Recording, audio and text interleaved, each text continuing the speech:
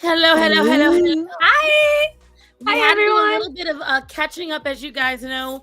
Everyone's had issues. I feel better after last week, and Peachy has just been trying to conquer the world, so we had to wrangle her in.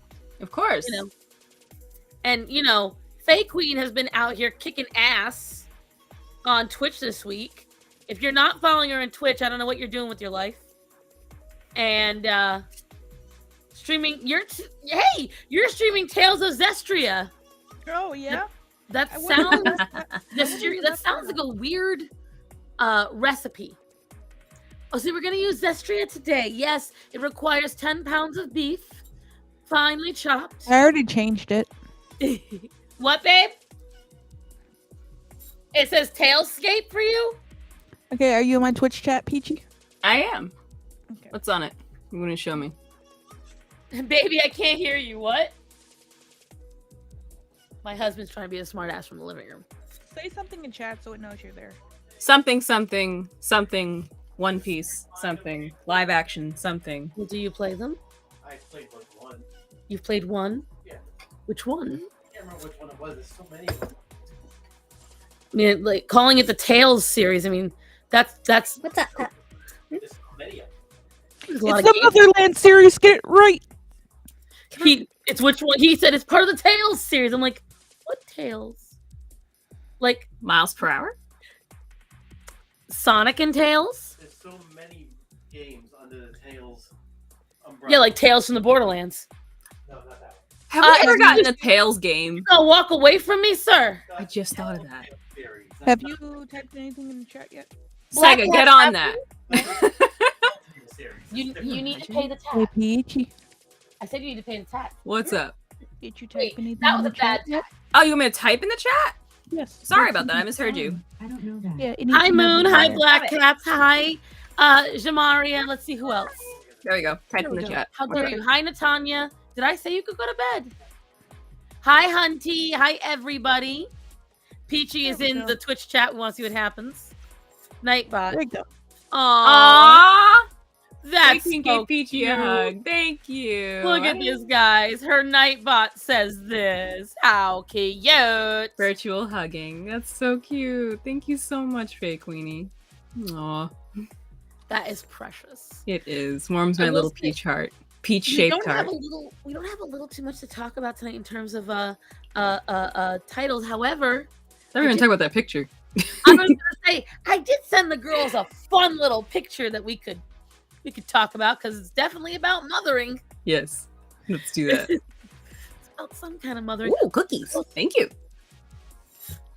Oh, she gave her now her little bot says chocolate. Breen! Sorry, I'm ADHD. Hi, Breen! Hello. Breen never gets to come around anymore. She's so busy with life.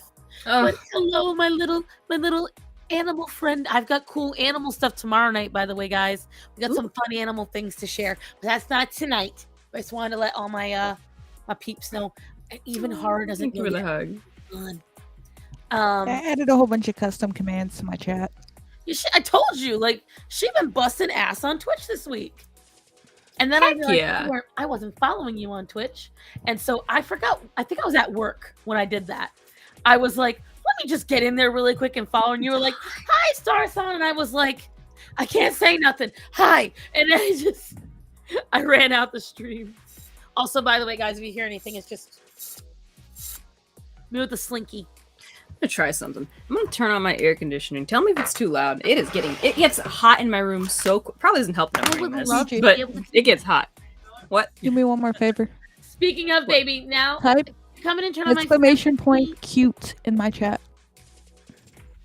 You? I think he's first of the streams I've actually attended. I think so. I'm 70% cute. Oh. It could be 20% cooler. Don't don't get me started. Be on this beat, Listen, and then I get traumatized on if YouTube. there's one thing that I miss being able to do is some My Little Pony memes. But I missed them. I was never a My Little Pony fan. The music, the fan music slapped. I'm the just gonna fan say music, it. if you look at the first Discord. oh my god, the Discord song, is it licensed? Can we play it? Can we? I didn't even know the Living Tombstone before Discord. I Right. know the lyrics because of that. Like, I love it. have you guys? Bronies. All right. Do you girls want to risk it for the biscuit? It's a really good song. It is a really good song. I just wanted a medium, but the switch isn't on. Tombstone Senpai, don't hate us, please. We are a small bunch. Oh, it's so bright now. Didn't work. Ew. Have you had Living Tombstone? Right, like he's Does he still make music? Let's look up if it's Natanya. Don't worry, you will be. Are you going to bed right now? Or are you going to do your nightly routine first, babe? Okay, then you're going to come give me a kiss goodbye, right?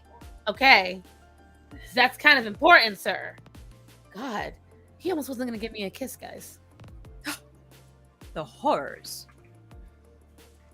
Can we also talk about this 8 passengers bullshit? The what? Do you not know, Peachy? I've been in a rock, Fae Queen, Oh, playing my- Legend of Zelda and moping. Okay, hold on. Hold on. I'm completely taking over for a minute. Well, you can do that while I'm trying to find out if this is the licensed music or not. You have to, I'll just have to send this link to you. Yeah, he's still making Right? music. Oh, sweet. This has 71 million views.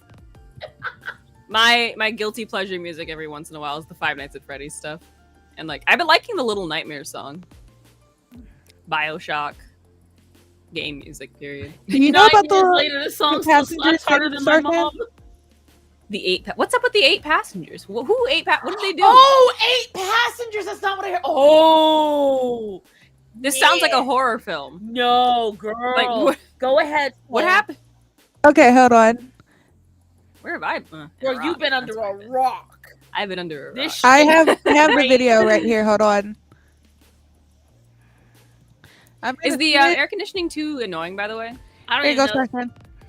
Here's the link to the video so you can play it because we don't have access to share. I don't think we do. Oh. You know? Or maybe we do. Hold on. I think Hold she on. has to approve it. Okay. Approving. There you go. Oh, sweet. Okay. This shit's crazy. Evil family YouTuber. 8 passengers. It's crazy.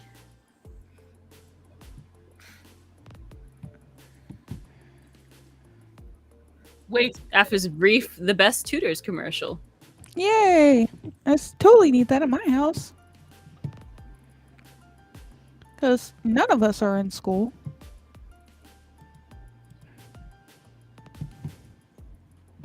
Could give me Ollie that. Mailers. Today we're going to be talking about a Hey, it's poor, Moist evil Critical. YouTuber that Haters was just change arrested for Those are some glasses. truly heinous stuff. This is not a goofy topic at all. This is going to take that off of your face faster than if you had watched the James Corden clip. This is the story about Ruby Frank of the very popular parental advice slash parenting blogger slash family YouTube channel 8 Passengers, which is already a really creepy name, by the way. 8 Passengers does sound like some kind of cult. 8 Passengers sounds like the title to a horror movie. And unfortunately, that's not far off because the woman behind this YouTube channel, Ruby Frank, is basically a monster out of a horror film. Ruby Frank and her business partner, Jody Hildebrandt, were arrested this week, and they're being charged with 6 counts of child abuse. Now, Ruby wasn't alone with the 8 Passengers YouTube channel. Her husband, Kevin, was also prominently featured in there as well. But for some reason, he's not mentioned in any of this right now, aside from a couple of mentions that he's just trying to keep the family together and help the children through this difficult time with Ruby being arrested.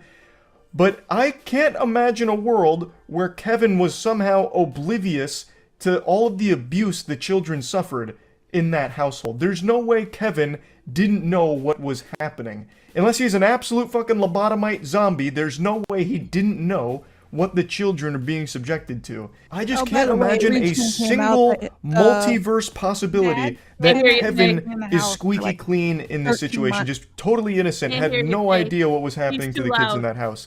Especially considering in 2020, Kevin was front and center fighting on the front lines to defend himself and his wife against abuse allegations, defending their parental style. I'll go into a bit more detail on that situation a bit towards the end of the video, but Pause basically, it. some viewers were really concerned for the safety of the children based on what was being presented in some of the 8 passengers videos, as well as what was being discussed, pause it. such as taking away one of the kids' food trying. privileges, as well as one of the kids' Hold on, let bedroom me turn it off for a privileges. minute. So the only reason why I want to make sure we do is because I know that Moist Critical will claim. So a lot of the larger YouTubers, if we watch too much of their stuff, they have been going after reaction channels, and they could consider this a reaction because YouTube looks it through. That's what I was checking, because the Tombstone Charlie's been doing not that. copyrighted. I double checked. So afterwards, when we're all set with this, we can play the song. But yeah, I'm very careful now because me and a horror were playing stuff. I thought it was the BBC. No, it was a YouTuber that had our thing shut, our monetization shut off.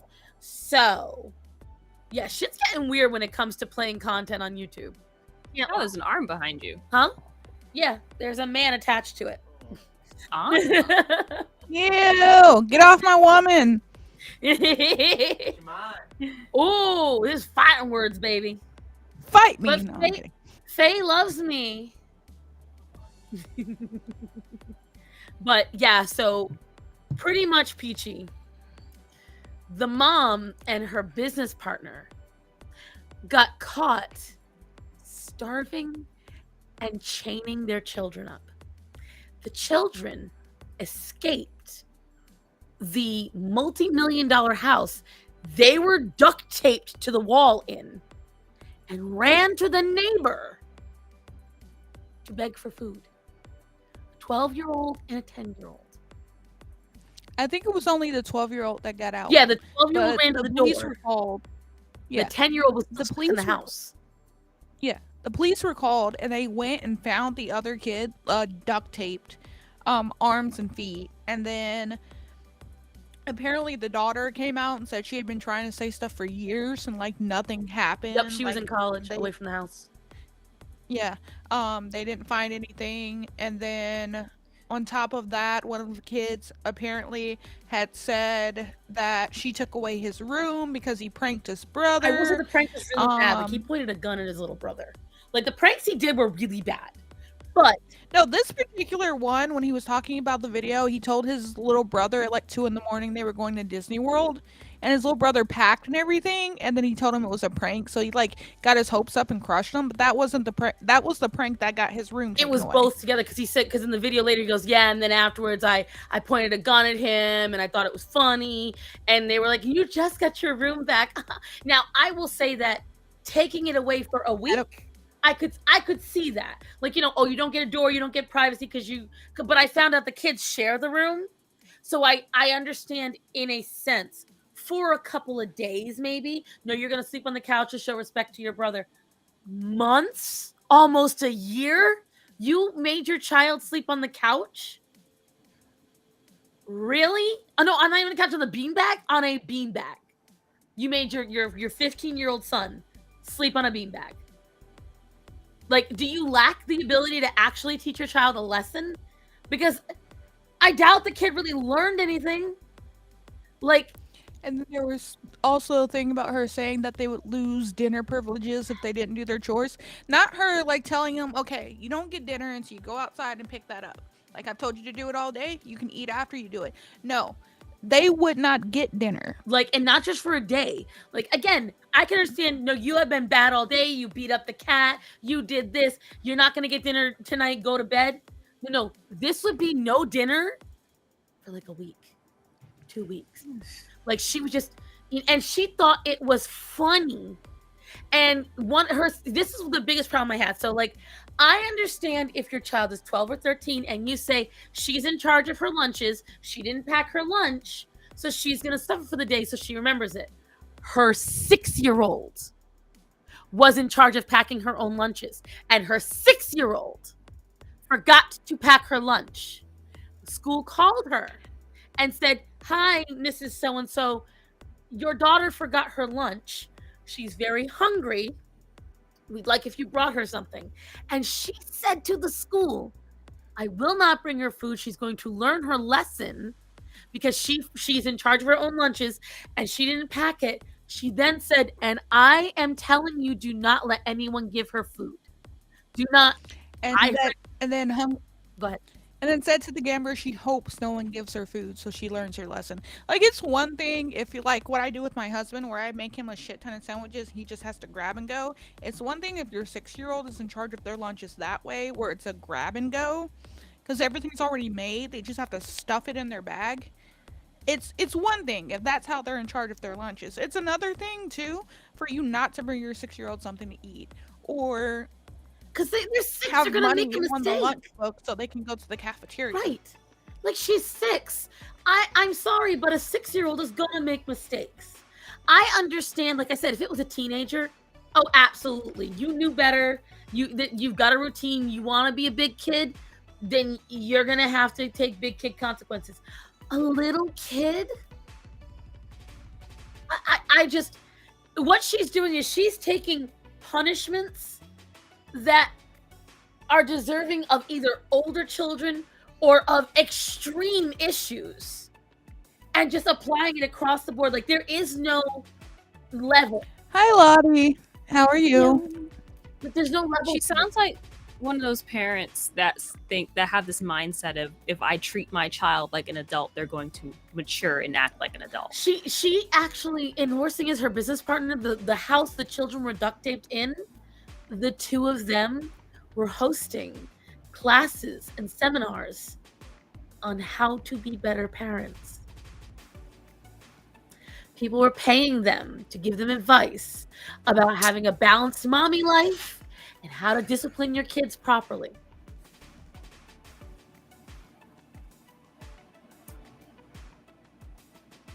And what's really, I guess I'm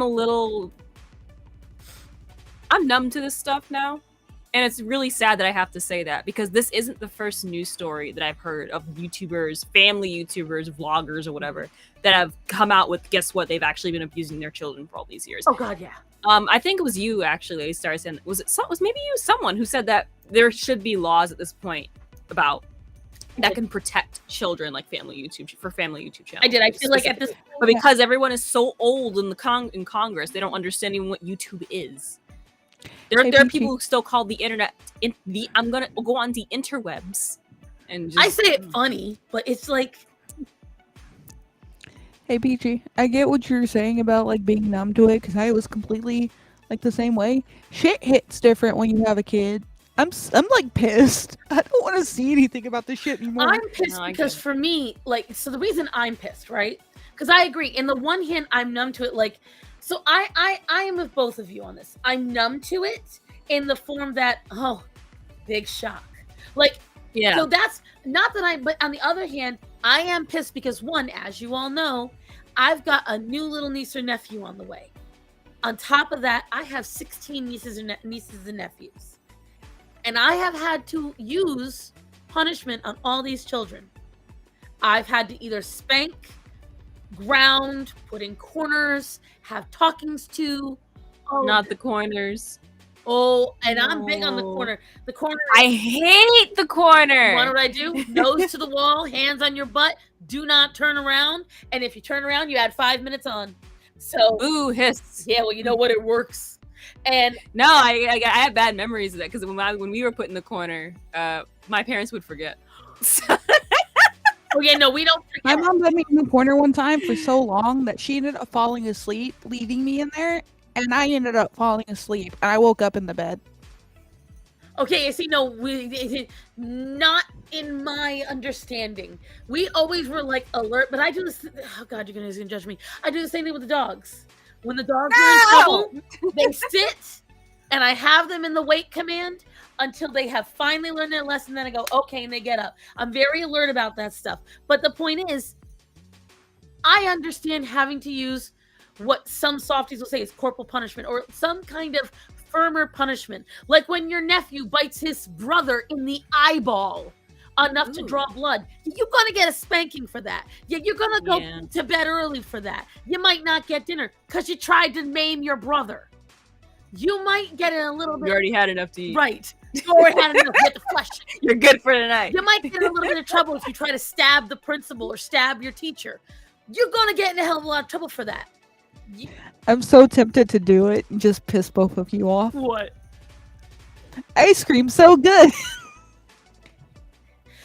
Yum! Ice cream is so good. You guys donate. It We'll was do just too perfect. Imagine It was just too perfect. Look at the chat. snack. Oh my How long god! do you think? No. How long do you think that trend's gonna last? I'm actually curious. It's already dying. You don't hear about it anymore. Because the girl that was doing it, she does it so much. Did you watch her? She was yelling about it on camera, and she started repeating everything in the same thing. She's like, when you come at me, and she was saying it like someone had given her a command. Oh no! And I was laughing. I was like, oh my god. She broke herself? She broke herself. Like, I don't think she even realized That's she was actually doing kind of. You know what? I have way too much empathy. it. And I hate saying that too, because when you play stupid games, you win stupid prizes. So, and humans have to face consequences when they do something. Or, as I like to say it, fuck around and find I out. love both, depending on the company. But a part of me can't help but feel bad. It's like, man, I if feel only she bad. saw that coming. I feel bad, but She saw something coming. That's why she's all mad and pissed off now. yeah, she all paid. But you know what? Bitch, you made your money. Stop complaining. She's just mad people. I know people are so blinded by how much money they're making, they I don't feel like- realize that. I hey, feel like Star Saying got the joke and Peachy just didn't. what was the joke? Go ahead. She saw something coming and that's why she's mad now. Her whole Now downward I get it. spiral started because people were leaking her OnlyFans. Oh, she had an only. Oh yeah, and it's all over. And the thing is, she's like, her poor child. and she's mad because people did not honor the integrity of OnlyFans. No, I feel like that we should actually have a stream about OnlyFans. That's something I believe we really should talk about and touch on, I because, think we should do that and next I've said this on my own streams before. Everyone has a right to make their own decisions, but I really, really, really, really wish OnlyFan models, both men and women, but mostly women, would just be more upfront and honest about what their work is like. And I genuinely think there are more cons than pros. If they were like, as long as you genuinely like what you're doing, that is the only like satisfaction you'll get out of it. If you expect it to never get out there, or someone to never find out about it, or for photos to never be leaked because it says it's protected and safe, you are deluding yourself. I vote that next week we don't, because I think this is something where we should all bring our own stuff to the table, because that's a really good discussion. So I don't want to do it this week because I think it's a really good discussion, and I agree with you, we should do a stream on it. But I feel like Faye, of all people, for sure, is gonna have opinions. She always does, and she's gonna get the goods of, like, with the 8-passenger stuff. And like, what do you think, Faye? Next week, this is what our thing should be: discussing OnlyFans and parents and things like that. Sure. You sound hesitant. So excited. I mean, it's just kind of. I have my opinions on the whole thing, but it's one of those things where, like, you said it, and then now, like, my brain is like working on, like, I'm gonna have to think about how I feel about that. Exactly. That's why I don't want to do it today. It all comes down to all the little details that come with it. You know what I mean? Like, if your kid's young, I would say, like, just as a quick take, and we can go more on it later, but if, like, your kid's young, let's say 5 or 6, 7, whatever, and you're like an OnlyFans model, by the time they're old enough for that really to be embarrassing and them know enough for it to be embarrassing, chances are nobody's gonna fucking remember you.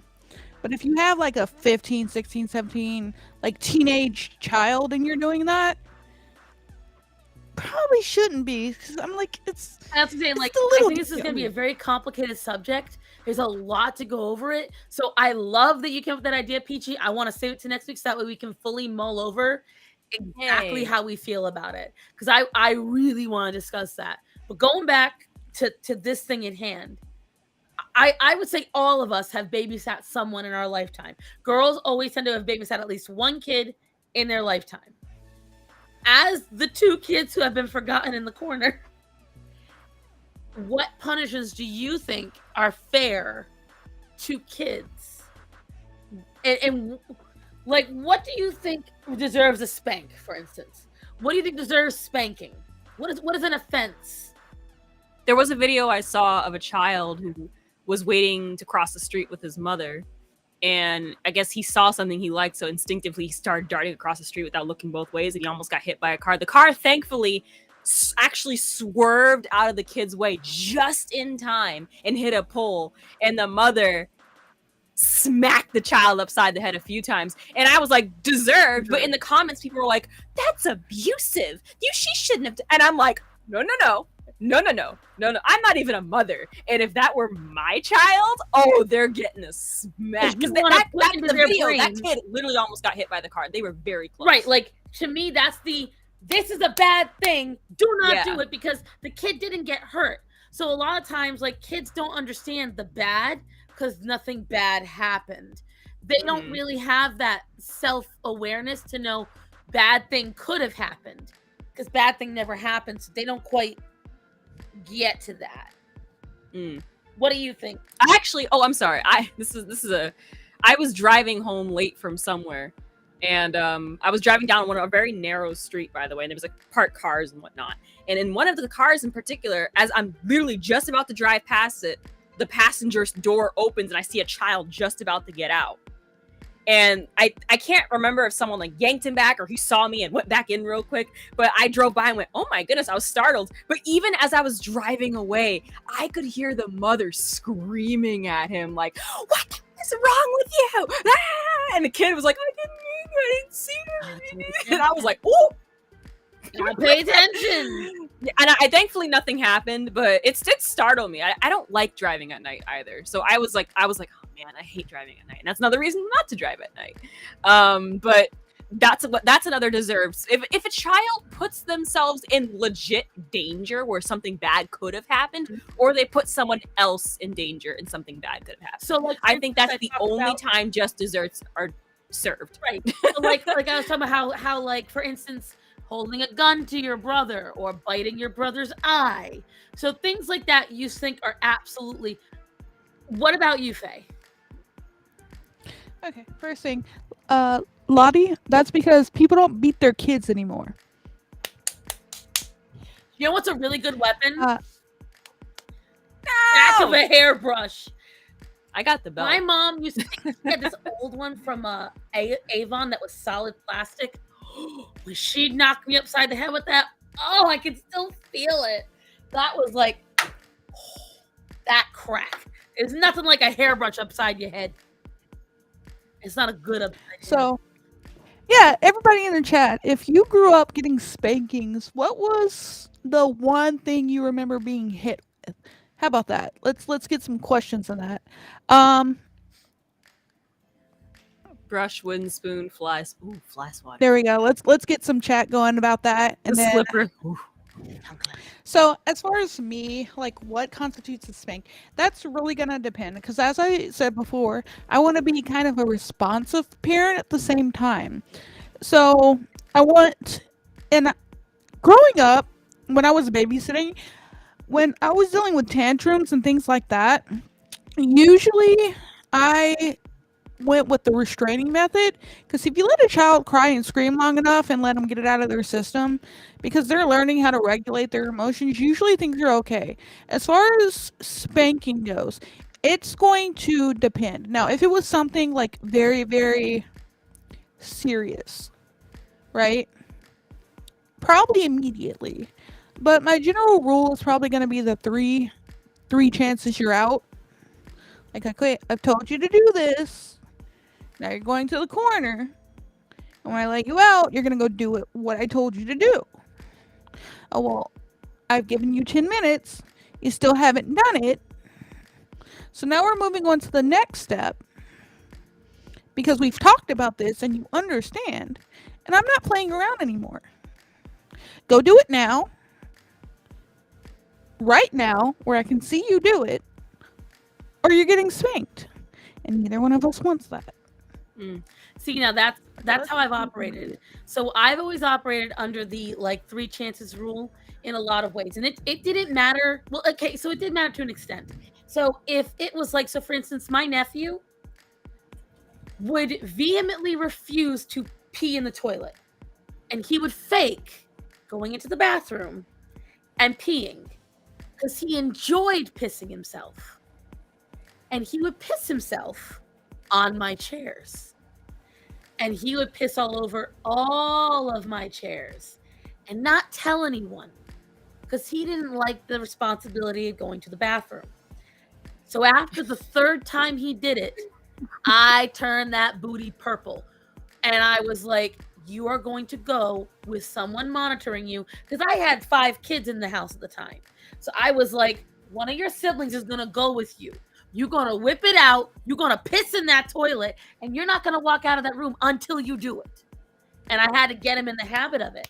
Because, so for me, it's always the same thing. Like, when the kid sits in front of me, my rule is always this: you're not in trouble if you're honest.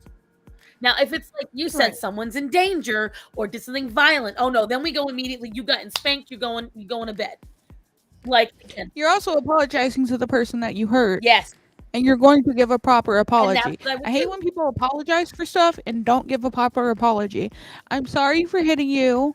Okay? You're going to tell them that you're sorry. And you're going to tell them why you're sorry. So you understand that what you did is wrong. And they know what you're apologizing for. And that's the main thing I would do. Because, like, for instance, like if I would say, Bella, apologize to Trenton. And she'd go, and this is the literal face she makes. Bella, apologize to your brother. Say it louder. She will purposely mutter because she doesn't want to have to do it. And so that's when, now I've told you twice. All right, now you either say it appropriately so Auntie Cassie can hear you, or I can spank you. Then you get to go in the corner while your butt is still stinging, and then you're going to come back and still apologize. I'm sorry, Trenton, for what I did. That's right. Hug your brother. Oh, not the hug. Oh, and and so that is a thing. It's typical, like what Faye said. I'm very methodical with the kids. Now, what I always did was this. You tell me what you did wrong.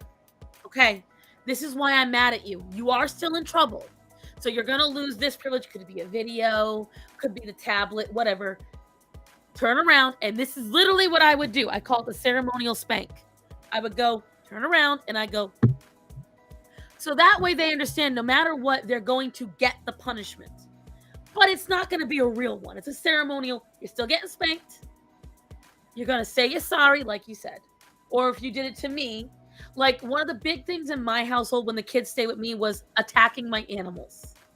Throwing things at the cats, cornering the cats, grabbing them by the tail. Or the big one was Orion. So the thing is, Orion is a lovable dope. Very smart dog. However, he loves to play. So the kids, he's 110 pounds. So I told them, you can pet Orion, you can play fetch with Orion, but you will not wag things in front of him, and only the kids taller than him are allowed to do this, because Orion's a tall dog. The older kids are allowed to tug of war with him because they're big enough to handle it. But anyone else, you're not allowed to do it. The moment Auntie Cassie's cooking, the moment I'm turned around, not only would they lure him over with toys, he'd knock them down, then they would punch him. Oh, and then they'd scream at him, bad dog. Tobias, the one who likes to pee himself, was the worst about this. He would call Orion over, and then he'd slap him on the face and go, no, bad dog, bad dog, bad dog. And I'm like, you're fucking up my dog's training. You're fucking with my dog. After the third time. And so it's stuff like that that would get them in trouble. I'll talk to you. Then I'm going to punish you. Then we're going to get... And so like Faye said, it's always that 3-step. Because I want them to understand what they did wrong. It's not enough. If you just spank a kid and then walk away. And I think a very important thing is, I know it seems a little... to the kid, it seems a little shitty. But I think it's important. At the end of every punishment, I'd be like, understand this doesn't mean I don't love you. And it doesn't mean I don't like you. I don't like what you did. And you've disappointed me. And I've had to teach you what you've done wrong. And the kids know, you don't cross me, you listen to my rules, you get to do whatever the hell you want. I'm gonna... Go ahead. Oh, I'm sorry. So one of that's what my childhood was very weird. And I don't want to say like I was the goody two shoes who literally done that. As much as I joke about that, of course I was a brat, right? But I actually don't remember a lot of my punishments. A lot excluding the stupid wall standing. I couldn't stand it. That's like the one punishment. I would rather be spanked 100 times than stand in the freaking wall. That's another story. That's what because it's mentally harder. It is because I'm just standing there and I couldn't do anything. And ADHD. I was like, I can't do this. ADHD away. I know, right? It was. I remember my ADHD. I was so angry. I remember hearing like my heart pounding. I was so mad every time I was up against that wall. And again, my parents, my dad specifically, I remember one time he actually fell asleep and I had to stand there. And I remember I was like, should I wake him? Should I not wake him? If I wake him, he'll just ground me again. And I'm going off topic. I'm sorry. I don't even remember what I did. Me off. I make them all sit in dead silence. No tablets, no TV. Auntie Cassie gets to play on her phone, and you all get to sit there and stare at the wall. But I also got punished for stupid things. But again, that's another story. But what was I talking about? Right, when you said that I'm not mad at you, I'm disappointed, I love you. While I think that's valid, I disagree with the fact that you should be saying that when your child is in that moment of anger themselves. Yeah, I wait till the end. You should say that when things are like all kind of calmed down, then pull them aside and be like, do you know why I was mad at you? Do you know why I did this to you? I want you to know that that's just because even if this has happened, I still love you. I'm just trying to help you or something. Like after everything's kind of calm, when the dust has settled. That was the mistake my parents made. They would be like, they'd punish me, and right off the bat they go, it hurts. Pretty much it hurts me more than it hurts you, talk, and that infuriated. See, I agree because they wouldn't even listen to my side of the story. It was just, and another thing that I would disagree with that they went wrong was when I asked them what I did wrong or why they won't let me do this, it was, because I said so. Never a reason. Oh, no, I give a like, reason. They couldn't say like, because it's raining. It's I don't know. It could be I don't want you playing outside because it's raining too hard and you don't have the proper equipment. It was because I said so. And as a child, you don't understand. You're like, why can't I do this thing that you told me I could do before? That never, ever, ever say because I will never tell my kids because I said so. I remember even as an 8-year-old thinking I am never doing that. That is the one. That's probably why I was against the corner. Like I hated it when my parents said because I said so. I just want to know why. I don't care if it's because I don't want you going outside because I can't see you from outside from what I'm doing in the kitchen. It's always because I said so. The only one that I think feels okay is when you're like, no, you can't have that extra thing at dinner. Why? Because I said so. Go. Like that's different. Like, no, it's not. Just be honest about it and say I don't want you bouncing off the walls. That's why you can't have dessert. I'd be like, okay, fine. And I wasn't a dessert kid anyways. But that's just tell you, be a little. And I'm not saying be strict. If they ask you at like 7 years old, where do babies come from? Be that honest with them. But just be a little bit like, give them something. That because I said so, we'll just make the kid do it anyways, and then everyone's upset. Eggs and gravy. What'd you say?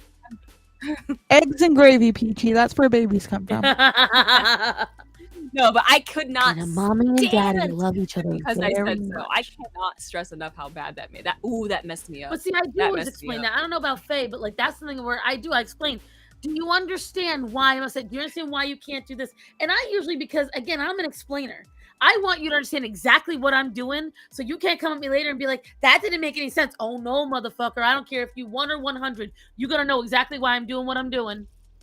You gonna know, and I make sure they know. No, you can't play with my 110-pound dog. Why? Because he's triple your weight, and he is a big dog, and you whine like a little bitch when he jumps on you. So no, you can't play with him. Now I don't say whine like a little bitch, but I do in my head. And then I forget who mentioned it, but someone mentioned about how I think it was you, Peach, how people were like saying, "Oh, that's child abuse." The thing, there's a whole section on the internet and people who believe that spankings have led to very violent children with like issues. And I can't completely disagree, but here's why. A lot of parents, well, I can't say a lot, but there are many parents who take spanking to a level it should not be at. Yeah, they'll punish your kids and say they're spanking you, and they beat their kids. If you That's leave a not bruise, getting- you've gone too far. That's not giving a spanking. That is physically abusing your kids. So a lot of people confuse the two. You should never beat your kids. I've told the story before. And you should never ever hit your kids in any capacity without letting them know what the reason is. There has to be a reason. Yeah. That's the one thing. Like, a lot of people conflate spanking with abuse, and I'm like, if you think spanking is abuse, you don't know what abuse is, because abuse is without any cause. The kid just happens to be there. The kid's crying. The kid spilled milk. The kid might have, been a little bit late. Any mistake results in getting a beating. And it's not just you get spanked for a second. There's a couple of hours of repeated hitting, repeated hurt, and there's no explanation. And then when the kid tries to ask a question, it's shut the fuck up, sit down. Like, there is a difference. And these people, I've been accused of being a child abuser because I believe in spanking. That's it. Even by someone that I considered a very dear friend. She got very mad at me, deleted me from everything. Because now she's had a kid, so suddenly she's an expert on all children. And then she tried, this was another thing, she tried to get mad at me because I got mad at the CDC, because the CDC said if your child is obese, don't put them on a diet, don't change their food, don't let them exercise, give them weight loss surgery and pills. Ooh! And she said, well, it's the poison in the food. And I'm like, then change the food. All the food is poison. And I'm not going to, of course the kid's going to want a Pop-Tart. If the kid never ate a Pop-Tart to begin with, they're not going to like it. She goes, well, my son likes it. Well, why did your son have it if you think it's poison in the food? If you know this food is bad, I said, let's pretend your child's fat. She goes, let's not. Like, got mad at me for a hyperbolic question. Her child's gonna he's gonna be a little bit entitled. Oh, I can already already know. see The it. worst thing is she was never this way. Then she had the kid. Everything fucking changed. And my thing is this. I get it that there's bad foods. If you know it's bad foods, if you know that it's not good for your kid, and your kid is under the age of 2, then why does your kid even know what these foods are? Why are you giving them to him? Why does he know they exist?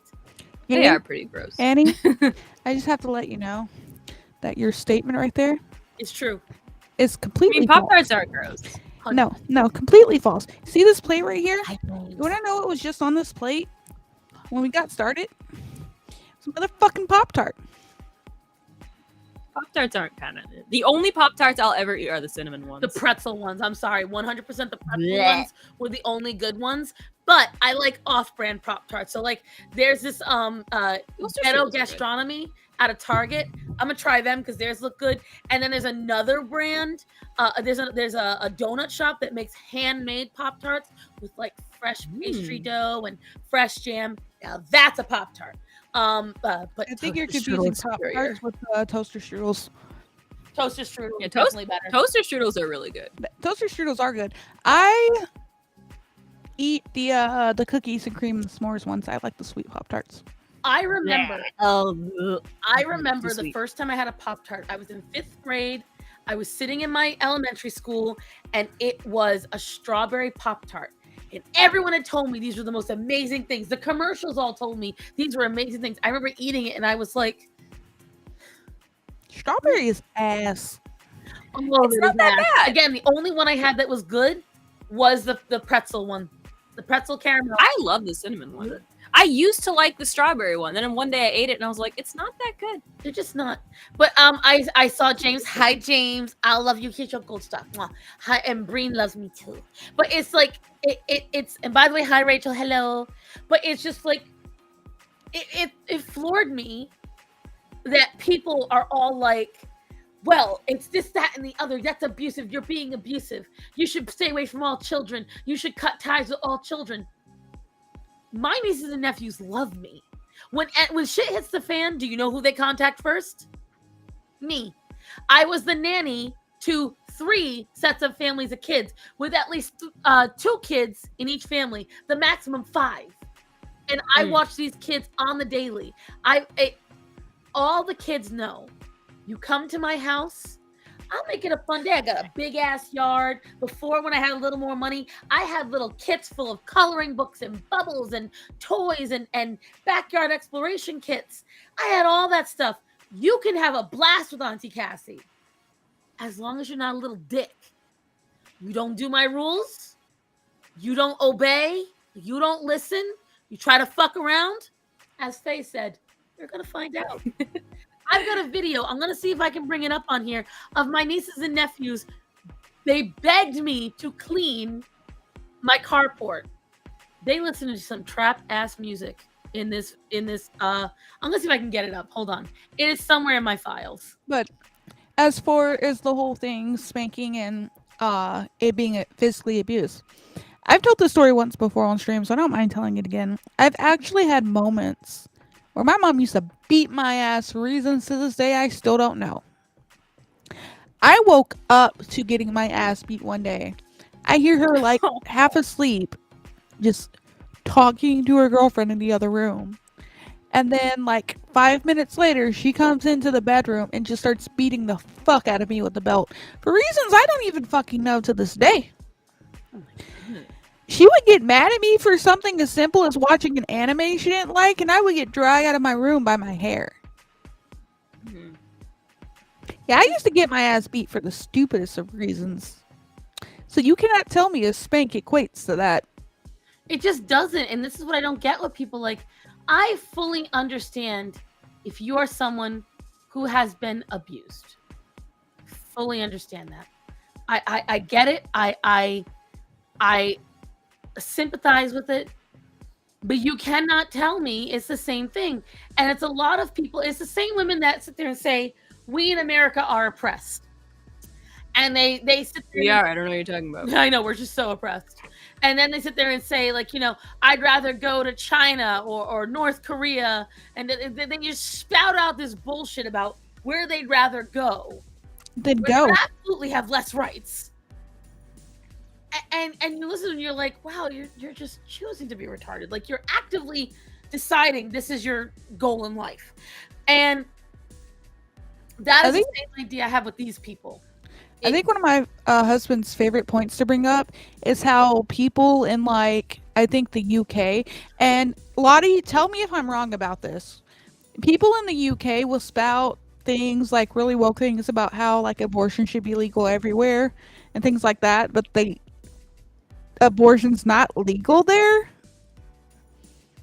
I'm pretty sure. It's not legal in the UK.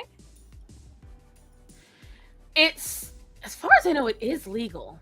But hold on. I thought it was. This is just something I've heard from him. That's why I want Lottie to let me know if that's wrong. Well, while we're waiting for that, I'm gonna show you guys something cute.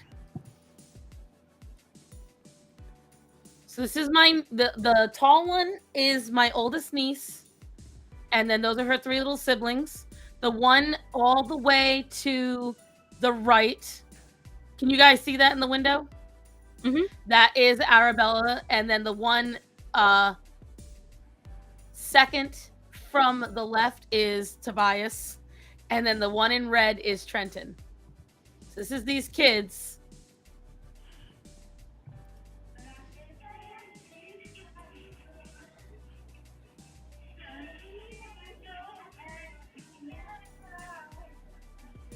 They're out in my carport listening to trap music, dancing around, having a blast. They begged to do chores when they come to my house because it's such a big house.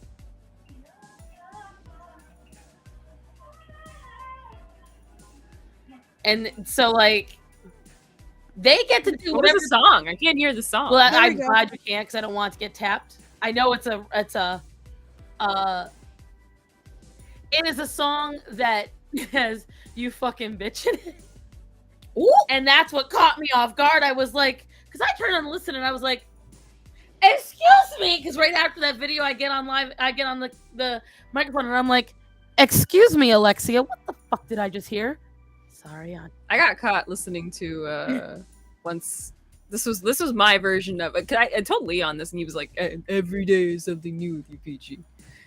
I listened to a lot of Eminem growing up. That was my rebellion. So one time I got caught listening to Rap God, but I guess my parents, or my father in particular, didn't understand. He was going so fast. I guess he didn't compute that the words that were going They're not on. He someone was who like, can talk "What are you?" He was like, "Listening to your anime music again?" And I was like, "Yup." Yup. I love rap. That was like it. Because I'm very strange. Because when growing up and going back to childhood, I got in trouble a lot of times for being angry. No one was allowed to be angry in the house. You raise your voice even. And that's another thing. That's another thing I feel like. bills. No, that's the thing though. Another thing I'm gonna do when I'm older. Even if when you're a kid, of course you're gonna act childish, right? But I do believe that to an extent they have the right to feel things, and like if they're angry, let them be angry. There's a difference between being angry and like cussing you out as a parent. It's like, okay, that's not okay. For me, but if they're being angry, bratty, like if you're Yeah, crying for a real reason, then I'm like, I let you. But if you being a little shit, I am first to say, keep on crying. I will give you a reason. Suck it up. like there were moments like I would just be angry, because again, my punishments were very. Well, the problem is I got kids always punished think for about missing the somebody bus. else. I got my punishment for missing the bus one day was no electronics pretty much for the rest of the week. I'm going to in a second. And I was angry. I've got my finger over it. And I wasn't allowed to be angry. I'm gonna share Even my dad actually sat me down and was like, what did he say? I can't remember, but it made me really angry. I asked him, what do you want me to do? What about this when I'm angry? He was like, well, when next time I punish you, I want you to say, you're right, Dad. I will go in the corner and I'll make sure to never do this again. And I looked at him and was like, you serious? And he was like, yes. And I actually did it one time. And I was like, when he punished me, I was like, okay, Dad, I'm going to go stand in the corner. And I did exactly what he did. Told me to do script by script. And I still remember to this day, the look on my mom's face who was standing there. She went, oh my God. And see, I told one of my friends this because I found out one of my nieces, and I love her, but she learned that she didn't actually have to be sorry. She just had to pretend long enough to apologize. And I realized it because she came to my house and my friend had left out. Now, mind you, at this point, I already had Greta. So I already also had 7 cats. Okay? That free roamed the house. She left beef jerky open on the surface when she went to sleep. And when she woke up, Zora was eating the beef jerky. And she looks at me, she goes, he didn't even have the dignity to look apologetic. I said, you're mad that you left meat out and a cat ate the meat. And even though he hasn't gone after it again, you're mad he didn't look apologetic. I said, but has he touched your jerky since? And she said, no. I said, that is the difference, because I found out her kid at the time, now it's different, wouldn't actually get a punishment. She just had to say, I'm sorry, Mommy. I didn't mean to. I won't do it again. And then turn right back around and do it again. And so that's when I realized she felt appeased by the performance rather than by the action of not doing it again. And I told her, I said, that's the problem. And so that's the thing. I don't want just the performance of you saying, I'm sorry, I won't do it again. Won't do what again? Why won't you do it again? What did we learn? Why is it bad? Like, you need to know these things. And like I said, when my nieces and nephews are at my house, I feel comfortable enough, one, because I live in a very safe neighborhood. I'm up on a hill that's over 100 feet from the road, and we're on a curve, so we're not directly facing the road to begin with. I have security cameras over the entire property, so I can watch them when I'm by myself. And plus, they had a 12-year-old girl out there with them, so I trusted that. I trust you to go out there, have fun, play in nature, have a blast. You're allowed to do that. I want you to explore. I don't want you sitting in there. But like you were talking about being angry. So Bella is our little angry bitch. We can call her that when she's not in front of us. Because she got mad because at the time her family had to stay. This was like towards the end of the pandemic. Her family had to stay with us for a few weeks. And none of us had a lot of money. Like at all. We all were pretty broke. And there wasn't a lot open. There wasn't a lot to do. And she was going to go, it's boring in this house. I don't want to have that food. It's gross. But she would eat it when no one was looking. And she would sit there and throw a tantrum. She threw her Switch across the room. She would whine when she got to use. So she had a tablet, she had a Switch, okay? And they were allowed to watch TV. If the movie was not to her liking, this is stupid. And she would sit there and she'd pout and she'd huff and she'd puff. She'd throw a tantrum. And so these were things that she would do. You're not allowed to be angry over that kind of shit. No, I don't care. You want to be angry. You're not allowed to throw shit. You're not allowed to throw tantrums. You're not allowed to get angry. And you're not allowed to, because she made everyone's life hell those 2 weeks. And so she, amongst all of them, got the most attention from me. And at one point, she mouthed off enough, she got slapped right across the mouth. I said, do you want to remember how that feels again? Because I can keep reminding you. And she was like, no. I'm like, then you need to stop. This is hard on everybody. Your parents are moving because they were trying to get to a new location. So I was the middle ground. I'm like, this is hard on me. This is hard on Uncle Matt.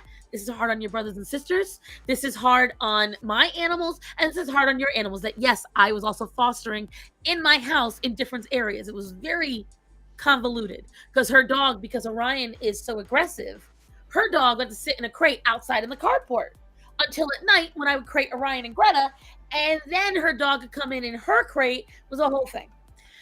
So these were situations where we were very stressful. It was hot.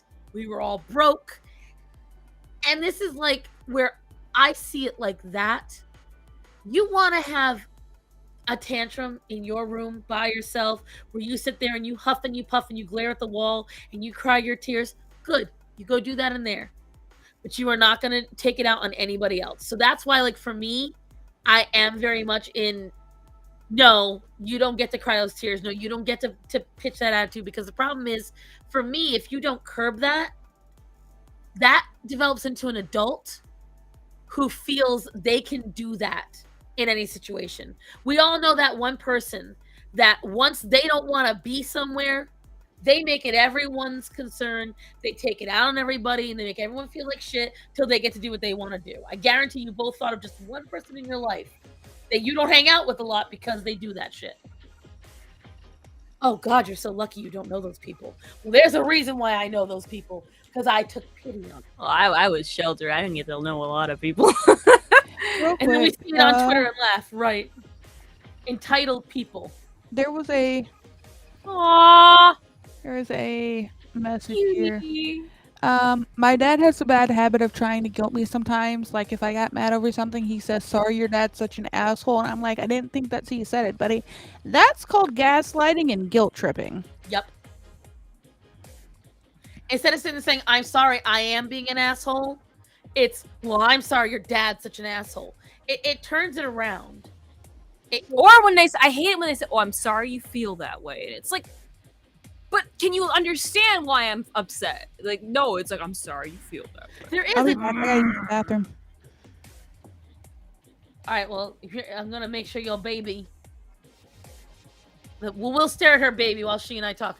I agree. Like, there is a big difference. Like, again, I think context matters in it.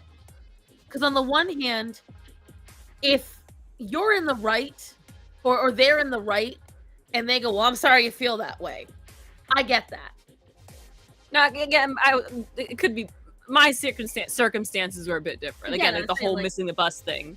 Like, I was upset that, here's the thing, and diving a little deeper into my own childhood, right? I did a lot to try and prove myself to get these, restrictions lifted, which that's another thing, such as like going to friends' house and whatnot. And one of the things I had to do diligently was pay attention in school, don't talk to friends after school, study after school, and never miss the bus. And the one time I missed the bus because I lost track of time trying to study. Mm-hmm. I ended up calling my grandfather. And I remember to this day, after calling him, being in the car and be like, please don't tell my parents. Please don't tell my parents that you came to pick me up. And I guess he ultimately did. Because it's not like he couldn't. He's like, hey, I just want to let you know. I don't know. They found out somehow, right? Right. and they sat me down, and I guess they looked so disappointed in me, and them telling me we're taking everything away from you for like a week. And I tried being like, but I didn't do it on purpose. I was angry. And they kept dismissing that. Like, I'm sorry you feel that way. But and another thing that ticked me off was the fact, like, we're doing this because we want you to never do it again. And to this day, it doesn't make any sense because people make mistakes all the time. I wouldn't mind if it's something you did all the time, like you were a constant. Like, no, this wasn't this wasn't consistent. This is the one time. That's a big. Again, that's excessive. There's an excessive thing. Like for me, I am definitely passive aggressive when I need to, because like Rachel said, saying it is a passive aggressive thing. Like for instance, any of you that know me know the whole Gothic situation when she sent me that letter and she was mad at me. I absolutely said then, well, I'm sorry you feel that way, because I didn't feel she was right, and I had no issue being passive aggressive. Now, flip side that, and bring it all right into screen. By the way, parents, Cracker Barrel has some really cute outfits for fall and winter. But anyways, so I get that portion of it, but parents have to be able, and this is my personal opinion, parents have to be able to say to you, you know, again, like you said, you can't show this attitude right now because of this. Or when the kid is angry about a punishment, once the kid gets old enough, like you were saying, you should be able to discuss it with them. Like, Cassandra, you repeatedly have your room messy, which I did. So your room is going to get cleaned. If you do not clean it, kiss it all goodbye. That was my mother's rule. I didn't clean my room, but I knew what I was doing. But I always figured as long as I could find pen and paper, I'd get entertained somehow. I could stare at a wall and be entertained. So for me, it wasn't that big of a punishment, but I really didn't get in a lot of trouble as a kid anyway. Honestly, the most trouble I got into was my room being messy. But it's just stuff like that where that's an extreme. Like, so Peachy missed the bus once, and her grandpa had to drive her home. And her grandpa, she begged not to tell him. He told her parents anyway. And then her parents sat her down, were super disappointed, very upset, and then grounded her for a week from all her privileges for the first offense. And that's what it was like growing up too. Like again, when kids make mistakes, obviously you should try to correct them and make sure it doesn't happen again, and whatnot, especially if it's like a consistent thing. But when I made mistakes, they made it apparent and they held it over my head. Like, oh, can I do this? I don't know. Can you remember when you forgot to do this? And they'll hang it over my head for months. You see, like that bus missing. I mean, can I do this? Oh, I don't know. We couldn't even trust you to get the bus on time. Can you do it? We don't think you're ready. And it's like when they started giving me privileges and I make one mistake, it was 10 steps back from there. And I had to start all over again. That's what it was like growing up. Hashtag let kids be kids. Kids make mistakes. My mom and dad always. So like with me, PT were the same. Hey. I was the kid that was very independent, never made any mistakes. My brother repeatedly, and I mean repeatedly, would forget about projects until the night before. And my mom and dad, like, that was something he'd do all the time. Me, I never did. I was very independent. I do my own projects. I get them ready in time because it was a craft project for me. Like every project that I would do, usually it was craft, building something. It was taking photos, drawing something. So I was always thrilled to do them. So my mom and dad never had to worry about that with me. But Philip screwed up plenty of times. And they wouldn't punish him for that until like it got to be a really bad habit. And then they'd be like, okay, you can't play video games for a few days. But it's just like, it's the extreme. It's the extreme reaction. It's the extreme overreaction. The only time my mom did an overreaction, I was 18 already, okay? I need you to understand this. I was of legal age. I decided one day to, instead of getting off the bus at my stop, I had a friend that was about 4 or 5 blocks down from me. And her name was also, coincidentally, Cassandra. I wanted to visit her house. My mom and dad were not home. So I went to her house. I lost track of time. My mom and dad didn't know where I was because I wasn't allowed to have a cell phone. And my mom was like, that's it, you're grounded. And I was like, I'm 18. You can't ground me anymore. But the reason why I was grounded was because nobody knew where I was. I wasn't where I was expected to be. And there was no way for them to find out where I was. And I was gone for I think it was like 2 or 3 hours. And it was fall, so it was getting close to dark. So that made sense. And I forgot how long she wanted to ground me for. But she got over it quickly. Here's my take on that. Here's how I feel about it, people.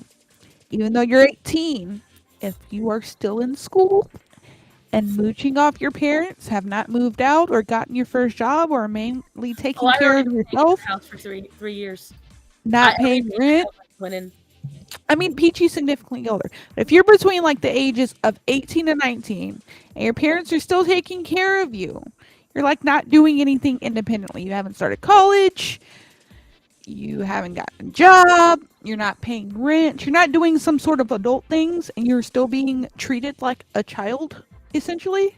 They're paying for your food, your bills, all that other stuff. I don't give a fuck if you're 18, if you're still in school, living under my roof, and I'm taking complete care of you. You are still old. You are still young enough to be grounded in my house. I apologize, everyone, for Axel absolutely assaulting the microphone. I don't know how that sounds for everyone, but that was Axel nuzzling the microphone. I agree, Faye Queen, because that's exactly what my mother said. The only difference was I had had a job since I was 15, and every paycheck I had went to my mom and dad till I turned 21 for every job. And I was working 4 days a week. And I also did household chores. So it was like... Did you get to keep any of the money? No. My mom and dad, like I said, we were really poor. I would have to ask. That's the one thing that a lot of folks judge me for. When I finally wanted my own money, I went and I got a second job. So right after I graduated high school, I worked for Stop and Shop in the evenings. And for about 3 or 4 months, this is what I did. My life was this. Can you highlight Hunty's message there real quick? I want to address that when you're done. Okay. I'm living with my parents. So here's Hunty's thing. I'm living with my parents. I've got a job. I'm in school. Oh, come on, Axel. But I'm like to be treated like a full adult at this point, which sucks. But that's like, in that case though, you're when you say you're in school, is it college or is it high school? That's one thing I'm asking about. I think it's college. See, for me, I worked 2 jobs and I did my first semester in college. So I was like busy. For 3 months, I had no life. I would get up, go to work at Lin's and Things. I would go to my first semester at school. Then I would come home, take a nap, go to work at Stop and Shop, do it all over again. And so that's so I could have my own money. Well, after my after Stop and Shop tried to screw me over, I quit there, and then after that, all my money became mine. My mom had finally gotten a really good job, and I was like, Mom, I'm 20. I'm going to be 21. I need to have my own income that's mine. And she agreed, so after that, it was all mine. But that's the point is, that's the only thing I would say my mom and dad did that was bad. But even then, it wasn't really bad because it wasn't like they were taking my money and fucking off to like Bali or something. That money went into living expenses because the house we were in was built in the 40s. It had a live wire somewhere in the walls that was exploding electricity. So like there were months that our electric bill was up to $2,000. Ooh. Like, and I think once $5,000. Once. It was because it was a wire that was just blowing through electricity, and there was also the issue with the house. So my money went into the household, and so I don't fault my parents for it. And afterwards, my mom, when we got inheritance from my dad's old man, she took care of all my debts. She paid up all, and I think it was like $9,000 in debts from credit cards and stuff like that. That's nice. So we all got a little. My family took care of each other. We were all a unit. If one person had money, everyone benefited from it. And we honestly still kind of work that way now, even though my mom is gone. So again, that's the closest I could say, besides my mom forbidding me from getting a cell phone. And I don't know why she had it in her head I couldn't handle the responsibility of a cell phone. The first 6 months, Starman and I were dating. The October after we started dating, he and I went to Providence Place Mall. T-Mobile was having this free cell phone thing. If any of you remember back in the early 2000s, T-Mobile had those little Samsungs that were a strip of red or a strip of blue. He got the red, I got the blue. We had numbers that were one number apart. That was back when cell phones were super new. And so we got to pick our cell phone numbers that were like almost identical to each other. And my mom got very mad. She's like, "You're not allowed to have that." I'm like, "I'm paying for it. You don't get to decide that." And I think the whole cell phone aspect, parents not wanting their children to have one, people will tell you, "Oh, it's the dangers of what they can go on," and blah blah blah. I think it's a trust thing. my mom was afraid somebody could hurt me. Not necessarily. And remember, back then there was no internet on phones, honey. It was just calling and texting. True. It was a flip phone. That was it. But my mom was afraid that somehow someone would hurt me. Like, my mom was constantly afraid of me getting kidnapped. That was her. She would say all the time, "You don't understand. The road we're on, somebody could snatch you, take you. They're going to take you to Connecticut. They're going to put you into the black market. You're going to be sold into slavery, and I'm never going to know that you were gone." Like, she would have this whole rant about it. The world is so much different today than it was back in my time. Oh, yeah. No, it was I great think back then, too. so. You It might was not know because this, of her day. Peachy. You might not know this, Peachy, but Starson probably knows about this. The time your mom probably grew up, there was this huge thing where it was on the TV and in the news so constantly that every time a child was kidnapped, it would blow up and make it seem like it was a huger issue than it was. Kind of like how gun crime is like a huge issue in the news Yeah, my now, mom where they watched blow it out of 2020 like a proportion. devil. Because the thing is when you blow something up in the news to where it's like making national coverage, it makes it seem like it's a huger, bigger issue than it is, because you notice it more when they're loud about it.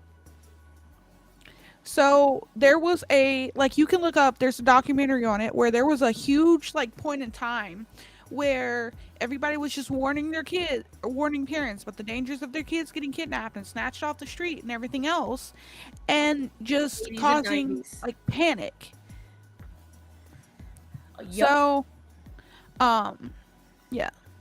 I Like I agree. said, That's some my mom. My mom would watch 2020 and Dateline, and she would watch Oprah, and these people all covered this very very religiously.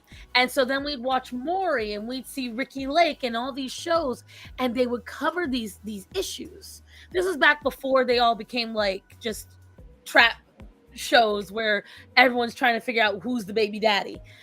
Back then, during the early 90s, these shows genuinely were trying to they were huge. Talk shows were gigantic. Who was covering this story? Who was covering that story?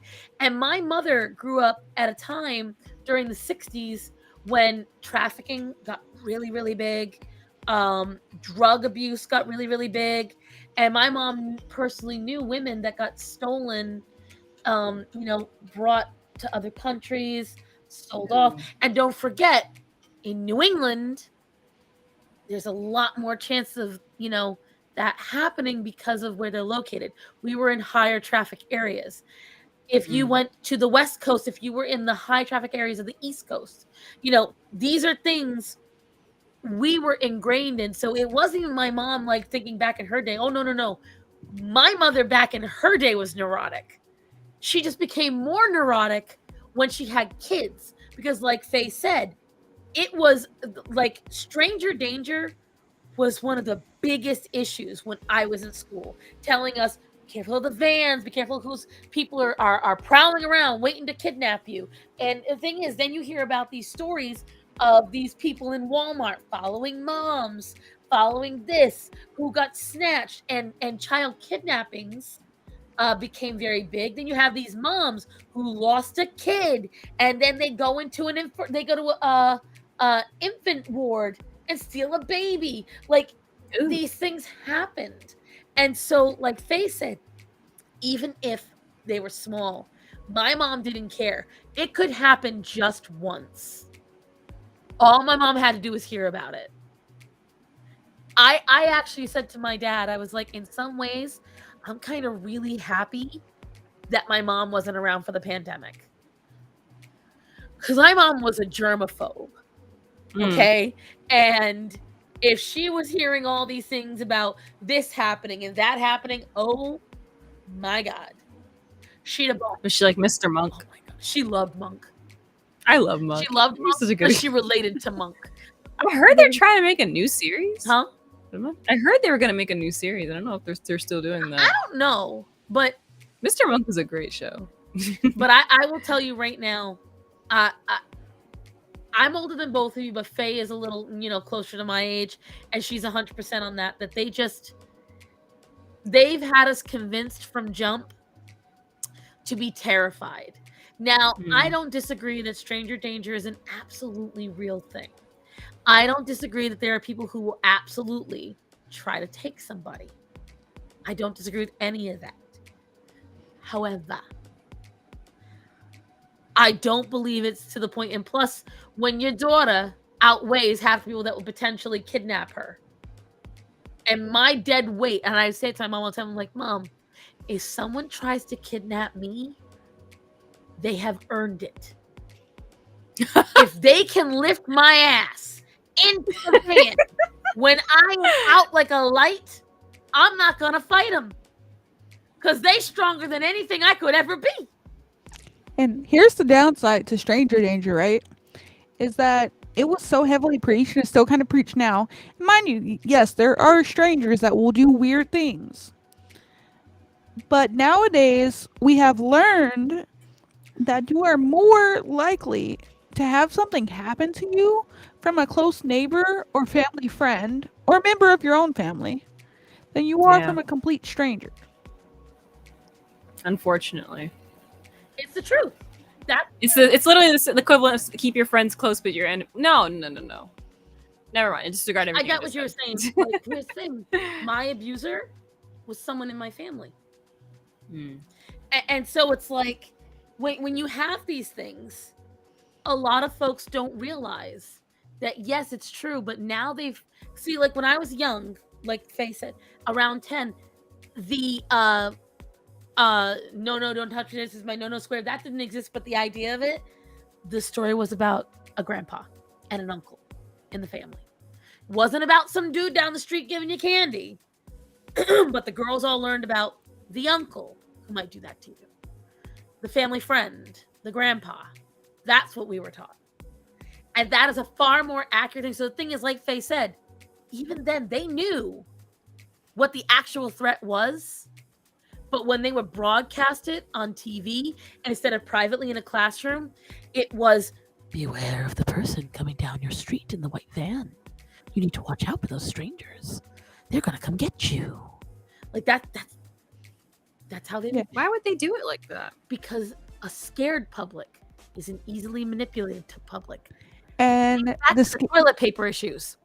The more scared you are, the better the ratings, the more money you make. That's why CNN did so well during the pandemic. True story. They did so well during the pandemic. And then they started their own little like streaming service. And then after people started like, okay, we don't give a fuck anymore, they lost a shit ton of money and no one subscribed to their streaming service. Like nobody gives a fuck about CNN. Didn't they close it in after one episode? Do you know what I love? When they closed, I had more subscribers than CNN Plus. I had more consecutive watch hours than CNN Plus. You know you a failure when the most minor of YouTubers is beating your ratings.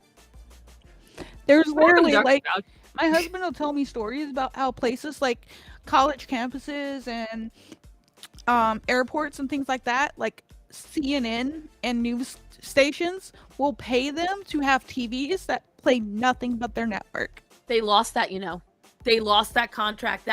So they had made this, like, when I tell you top tier contract with all the airports, that CNN was the only news outlet. But it was Trump or someone argued against it because it was, you trapped your audience. Because some people would be stuck there for days. and the only outlet they could get. So I forgot what it was. It was like canned views, something like that. And CNN has gone down because the thing is, they covered Trump and the pandemic in such a sensationalized and large way that by the time Biden came around and all the bullshit Biden did got crickets from CNN, but they were continuing to cover Trump, they shot themselves in the foot. Because even their core audience was like, but Biden do this. Why am I hearing about Trump? He's not even president anymore. And people were starting to put two and two together. And that was the brilliant thing, is that CNN... No, the problem was that Corn Pop came after CNN. Say it again? The problem is that Corn Pop came after CNN.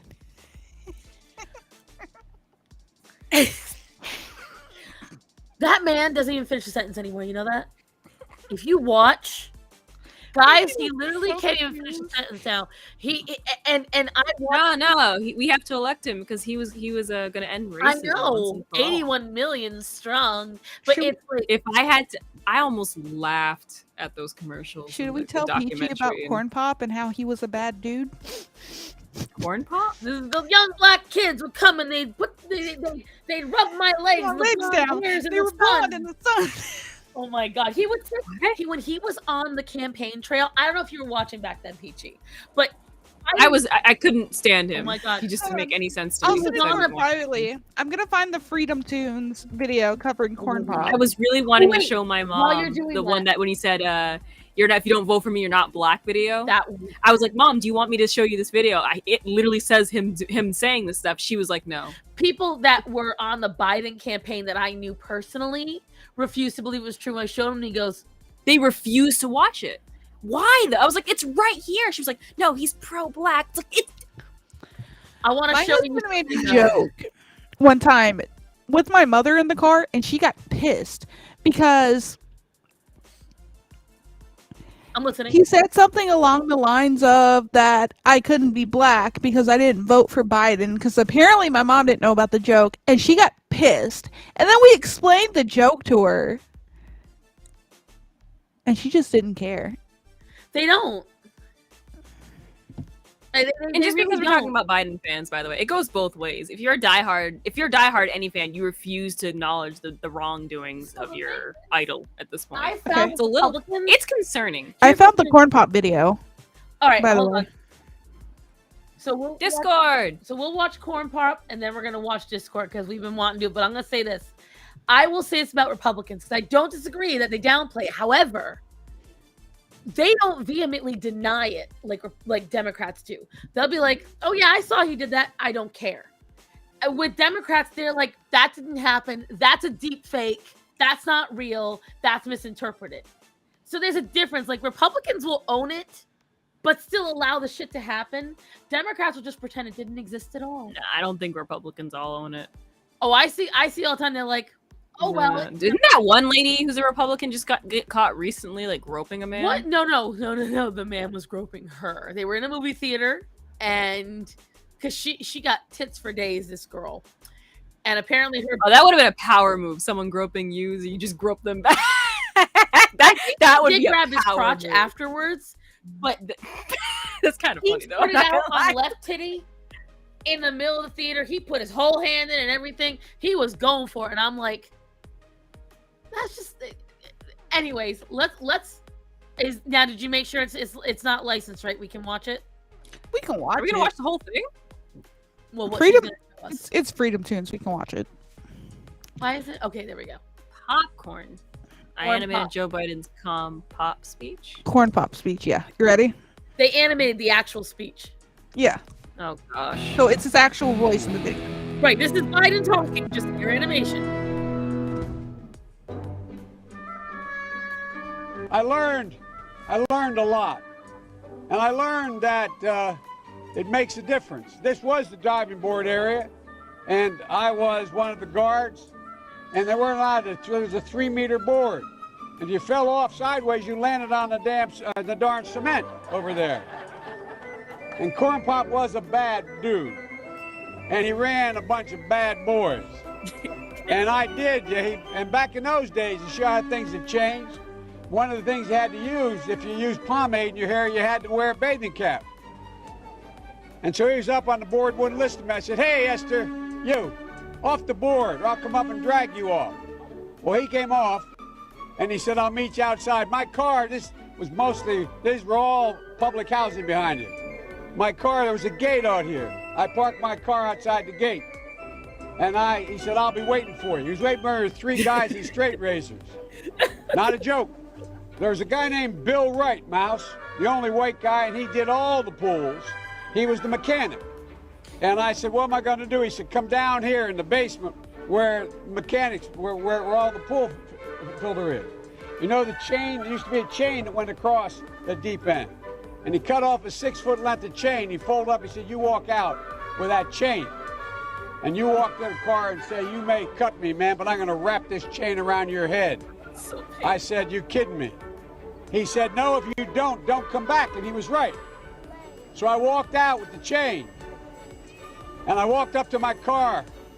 And they had, those days, you used to remember the straight razors, you'd bang them on the curb, get them rusty, put them in the people behind rain him look barrel, so get them rusty. uncomfortable.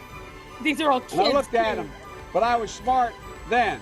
I said, first of all, I said, when I tell you to get off the board, you get off the board, and I'll kick you out again, but I shouldn't have called you, Esther Williams. I apologize for that. I apologize, but I didn't know that apology was going to work. He said, you apologize to me? I said, I apologize for that, not for throwing you out, but I apologize for what I said. He said, okay, he closed his straight razor, and my heart began to beat again.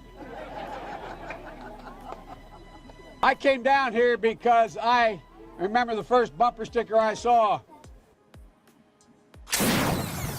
Hey folks, thank you so much He for didn't watching. say the part. The other part he says is that back then when he was a guard, the little black children would all come up to him because they'd never seen a white person before. And they would run their hands up and down his legs. His And watch hairs the would turn little blonde in the sun. hairs in the sun. No. The best part of it was, and I quote for quote say this. He used to have kids jumping. He remembered what it's like to have kids jumping in his lap. He remembered what it was like to have roaches in his lap.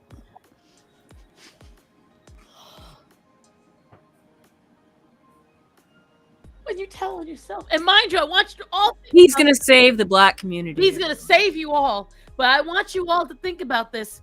The only reason we were able to sit through that is because of background music. Those people didn't get the luxury of the music.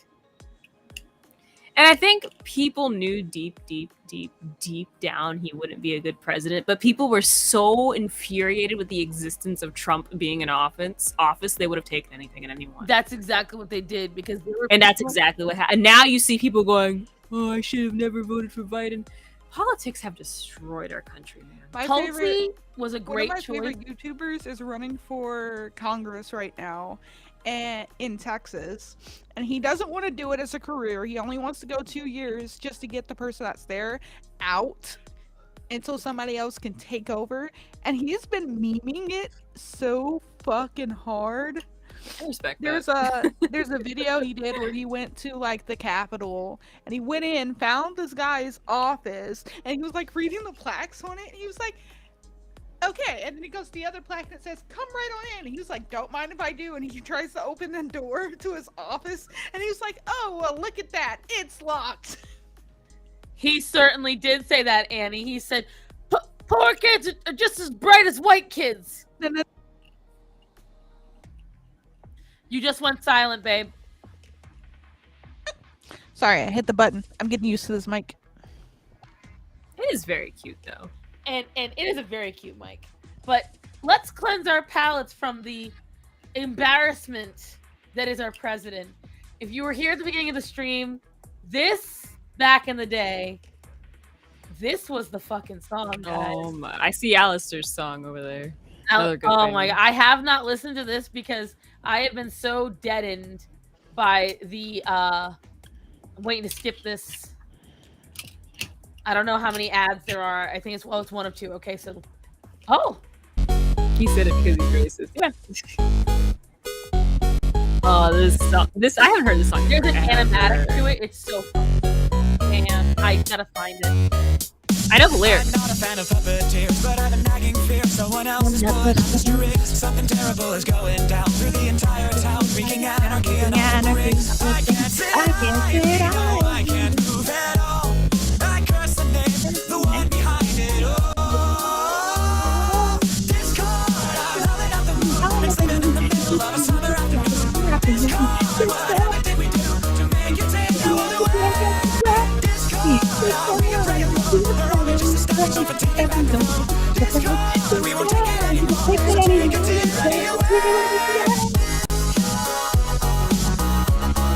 Watch out. I know the song. It's been a long time since I've heard it though. When I tell you this song does not have the right to slap like it does. This is how I knew bronies existed. This song. I'm fine with changing status quo, but not in letting go. Now the world is being torn apart. A terrible catastrophe, played by a sympathetic, what a terrifying world. I can't sit idly, no, I can't move at all. I curse the name, the one behind it all. Discord, I'm loving out the moon, and sleeping in the middle of a summer afternoon. Discord, whatever did we do to make you take all the way? Okay, This is why I'm not allowed to play music at my work. Like, We won't take it anymore, so take a tyranny away.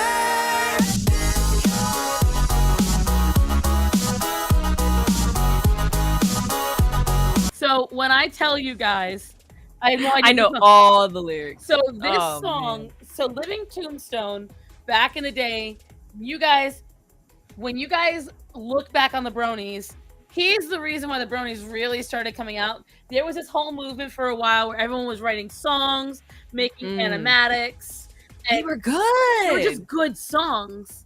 And the owner was the creator was all for it. The voice actors were all for it. There was a whole video animated by the original creator, Lauren Faust, by Twilight Sparkles and Discord's voice actors. Oh my gosh. I will find the video for you. That song. I'm surprised they didn't make an appearance in the show. Huh? At least did they look, because the Living Tombstone clearly has like his own persona or pony sona. What's the He name? has a pony I don't sona. Didn't they have why couldn't they make it like a special appearances in the show? They deserved Hasbro. it. Shoot. Hasbro, bro. And Ah. but I will say the Living Tombstone, he's always just been. That was a time when it's a really good song. Like, if you don't even have to like My Little Pony, but if you want to do yourself a favor, this is one of the few things in fan art I appreciate, because he typically only does the stuff for the creators that want, He's good at what he does. and he works very close with them. It's you do yourselves a favor, absolutely look into Living Tombstone. He is a freaking legend. Yeah, John Delancey, if you guys look up the Brony song with John Delancey and Tara Strong, How did we get here? because you and I were talking about earlier, and I had we lost We're here like because of you. listen. That's fair. Oh, Luna's Lullaby was also really good. This is just a little like I never heard of Luna's Lullaby. this is a palate cleanser. What this is, because like it when I tell you that The was edgy song Rainbow Factory. I've never listened to Rainbow Factory because I didn't like the idea of Pinkie Pie being violent. I love the Rainbow Factory. I have a question for everybody that's in chat right now. Right. Hold on. Hunty, yes. What do you need? You've said my name like 6 times. What is it? What's that song called? Awakening? Is that one? I disagree, Hunty. He is not the least threatening. He's the most threatening. But Who? Discord. who all here in chat's gonna follow me on Twitch? Yeah, that's right. I'm shilling myself. Do it. Do it, girl.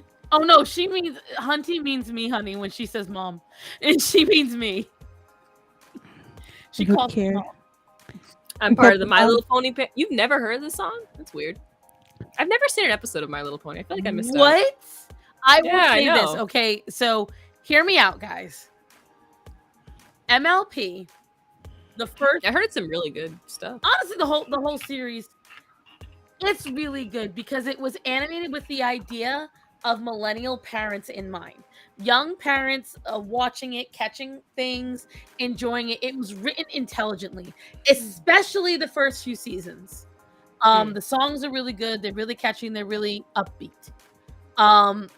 That being said, why aren't you following Faye on Twitter and Twitch? But Do it. do it now. Do it or you're not black. Hello, Grack. Yeah, if you do not support these two lovely black creators, you are racist. I am only here to impart my white supremacy into the stream so that way I can do my part as a evil racist to uplift these black female voices. Right, Faye? Right. She's like, whatever, corn pop. Here you go. For people who want to know, just for like a little fun tidbit here, I'm blacker than Peachy, and she's never gonna live that down. Proof it ain't possible. Jamaria wants to know if you are streaming tomorrow, Peachy. I'm gonna try. I can't make any promises. I do have homework to work on. Thankfully, I was given a break. Link that 'cause for me, Starsan, because I can't link it to all. I can't to promise everyone. anything, I can't even chat and chat. but I'll try. I'm sorry, everyone. I'm sorry. Better go follow her, kids. Follow Faye Queenie. Do it. What do you mean, Hunty? What was your question, honey? We didn't see it. We're like watching for it.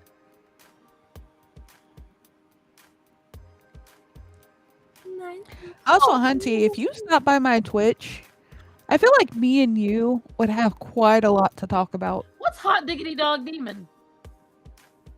I think of Mickey Mouse when I hear that. Yeah, like I'm thinking of hot. Is that what it is?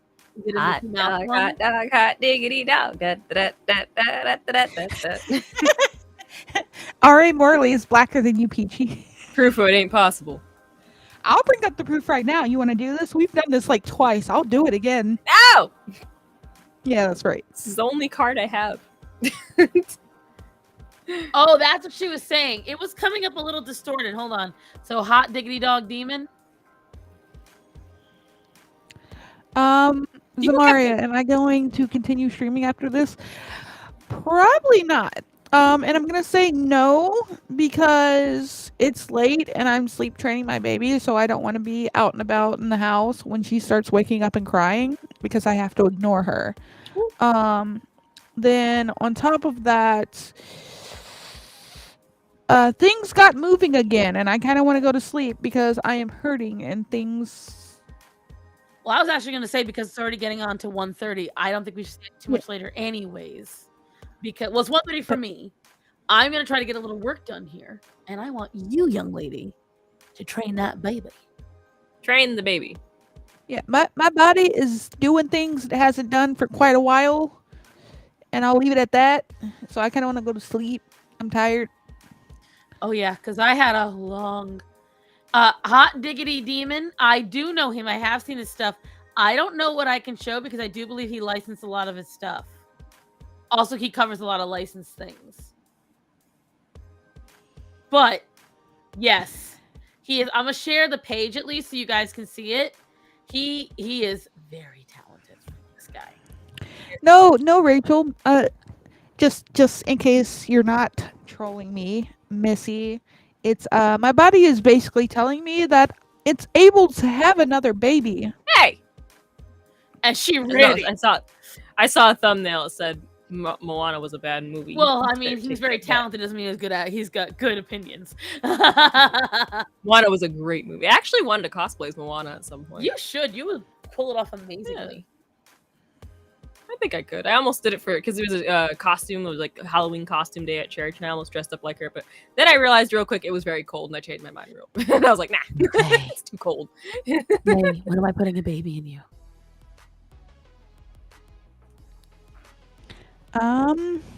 Let's see. I gotta give my husband at least 3 more. So after that, He doesn't have to know. Your husband's white. The kid comes out with dark hair. We'll say it's yours. but what about the eyes? Because apparently his blue eyes are very dominant. Because our baby still has them. I have blue eyes that run in my family. Okay. So we got this. They skip a generation. All right. I want blue eyes. We already Like made They make contacts. we already made you, Peachy. We can't do it. Oh, You can do contacts. I'm a Hi, baby when Akuma. it comes to eye stuff. I can't do that. I wish if I could actually change my eye color, I would like hazel eyes. Hazel eyes are very pretty. I agree that I understand why animators don't post more though, guys. Like even the ones that I find gratingly liberal, I wouldn't mind if these animator artists weren't so like my eyes started twitching thinking about it. Illy Animations is one of the ones that comes to mind where she went from being really relatable to everything about her is a social justice issue. And she makes shit up or she drinks the liberal Kool-Aid. And so it makes it very hard to watch her stuff because she'll just full-blown lie. But it takes a lot of work. Like Hell of a Boss, a lot of the people like Ice Cream Sandwich and Jaden Animations and things like that, a lot of people do it all by themselves. I know that Odd Ones Out, he has a whole team. As a matter of fact, I used to be friends with one of his main animators. You see the girl that has the lobster on her head? And as a matter of fact, I can show you, me and her back in the day did an art trade on DeviantArt, and I have the picture on. Gosh, I haven't watched Odd Ones Out in forever. So if I used to you love them. I need someone to do some art for me. I want to change up my like screens and everything. so you see this was an art trade that I did back in the day. This was one of her characters. She drew one of my characters, and I drew this for her. And she stopped. Her name is Julia Climas, and we were friends on Facebook and on MySpace and everything. And then one day she just didn't want to talk to me no more. And it's because she's super liberal, and so I know why she didn't want to talk to me no more. But still, Illy Animation has driven me nuts. Yeah, it's just American Man. Like I really liked her, but it's hard. But no, I definitely get why it takes so long, because it's one of the reasons why I haven't stepped into animation yet. It is so time consuming and difficult. Whether you like Vivzy Pop or not, what she does is such smooth and quality animation that you get for free. And it's difficult to do. Even I'm not a huge fan of the latest episode of Hell of a Boss. Was really actually. good, even It though was. The other ones I was like, eh. But That's just You because I said don't think Glorious those types Side, the of shows are animation. your cup of tea, Yes. Peachy. what, honey? I'm sorry. There's a lot of. I said that's because I feel like those types of shows aren't really your cup of tea, because you have a lot of cursing and horny demons and gross, nasty, adult-related things that your poor little heart just can't seem to handle. No, but I actually like the latest episode. I'm though. gonna I don't agree with a lot. I don't like. I'm like, okay, some to me personally, it's like some jokes just take it a little too far. But that's You just mean like I'm the a whole song different joke, person. like the look at this song. I think that took way too long. But and the cock joke that took too much. Question, Faye, have you watched the most recent episode of Hell of a Boss? Yes, and I get it. It was horny and it was wholesome. Not just that, but chat, you're about to hear spoilers. So if you watch Hell of a Boss and you haven't seen the episode, this is one of the few times you get a warning from me. So I'm about to ask these girls a question. So if you don't want spoilers, log off for a few minutes. But you've been warned. Who else doesn't like that Fizzaroli was made such a femme bitch? Really, I didn't mind. What? He was No, made such a femboy, like in the most feminine way possible. Like they always portrayed him as kind of like I don't know. See, He came off way too early. Fizzaroli technically never appeared in the show until this episode. No, he did plenty of times. Yeah, he did. Several times. When? So in Ozzy's episode, he appeared in flashbacks. He appeared as the machine in the episode where Lululand? went Lululand. Lululand, that was a robot, Yeah. but I mean like him actually like making like a full on Yeah. In the like, Ozzy's appearance of in Ozzy's episode. Where Moxie takes Millie to Ozzy's lounge. And he gets up on there and Fizzaroli and Ozzy roast Moxie. because and then Stolas and Blitz are there. Yes, but even then, he was like a background character. He was, I would say, one of I the mean, main like- people talking in that episode. But I mean, like, when we really like, I'm talking about like when we actually deep dive into like him being more present and having more to him than just him like being there and roasting them or appearing in flashbacks. I agree, but like, in the flashback, like he wasn't. That's the same. Like in the flashback, he came off as just a regular guy, a regular dude, and in this episode, he was just like the little girlfriend. Like I would like to touch on that as to why he acts like that too. We have to keep in mind, very similar to Blitz. Okay. Let me start small. My brain's going everywhere. So, Fizzaroli, it's Fizzaroli, right? Fizzaroli, excuse me. He has his own story outside of what we already know of him. The first time he makes his appearance, all we know is that he really hates Blitz, and he's a very lanky, very flexible robot character. That's all we know. Then we cut to this current episode where we get a lot more. We know a lot more about him. But again, this is the future. He's now in a relationship. And I quote that because they're trying to hide it. They're not really hiding it. He's in a relationship with him. In a way, that relationship, because relationships can make you a different person. It can make you a better person. He feels freer. He feels more comfortable being himself now that he's loved. And he has all this money and he's comfortable. He's comfortable. I don't disagree with, like, that's why he does it. I guess I just didn't like that that's how they wrote his character. I feel like, and this is why I like it. See, I know. The reason why I don't like it is because I'm tired of the trope that two gay guys can't be two gay guys unless one is an absolute girl. And the thing is, like, two gay guys can be two guys and just be dudes. But Fizz, like, they even have him going around in a mini dress for most of the episode. When they have that painting of him and Ozzy, he definitely is designed to look like a woman in lingerie. And I'm like, at that point, why didn't you just make Fizz? I mean, so is Angel Dust too. I had the same problem with Angel Dust. Angel Dust was originally a hetero character with even a child. And they rewrote him to be a femboy with even a mock chest. And I'm like, why did you do that? It doesn't make any sense. Because the thing is, when You want to know what's funny about this too? Like, sorry to cut you off, but the fact is that they're in hell too, which kind of makes us like they're all fucking sinners. and this is the funny But part, they're in right? hell. They They're try all to make it sinners. like they're all these moral people. Like, oh, of course we're accepting of this, that, and the other, but they're all demons in hell. So inadvertently, Vivs, and I just said this to my husband today, I'm like, inadvertently, she's pretty much saying that the only reason why they're all accepting is because they're all already sinful creatures.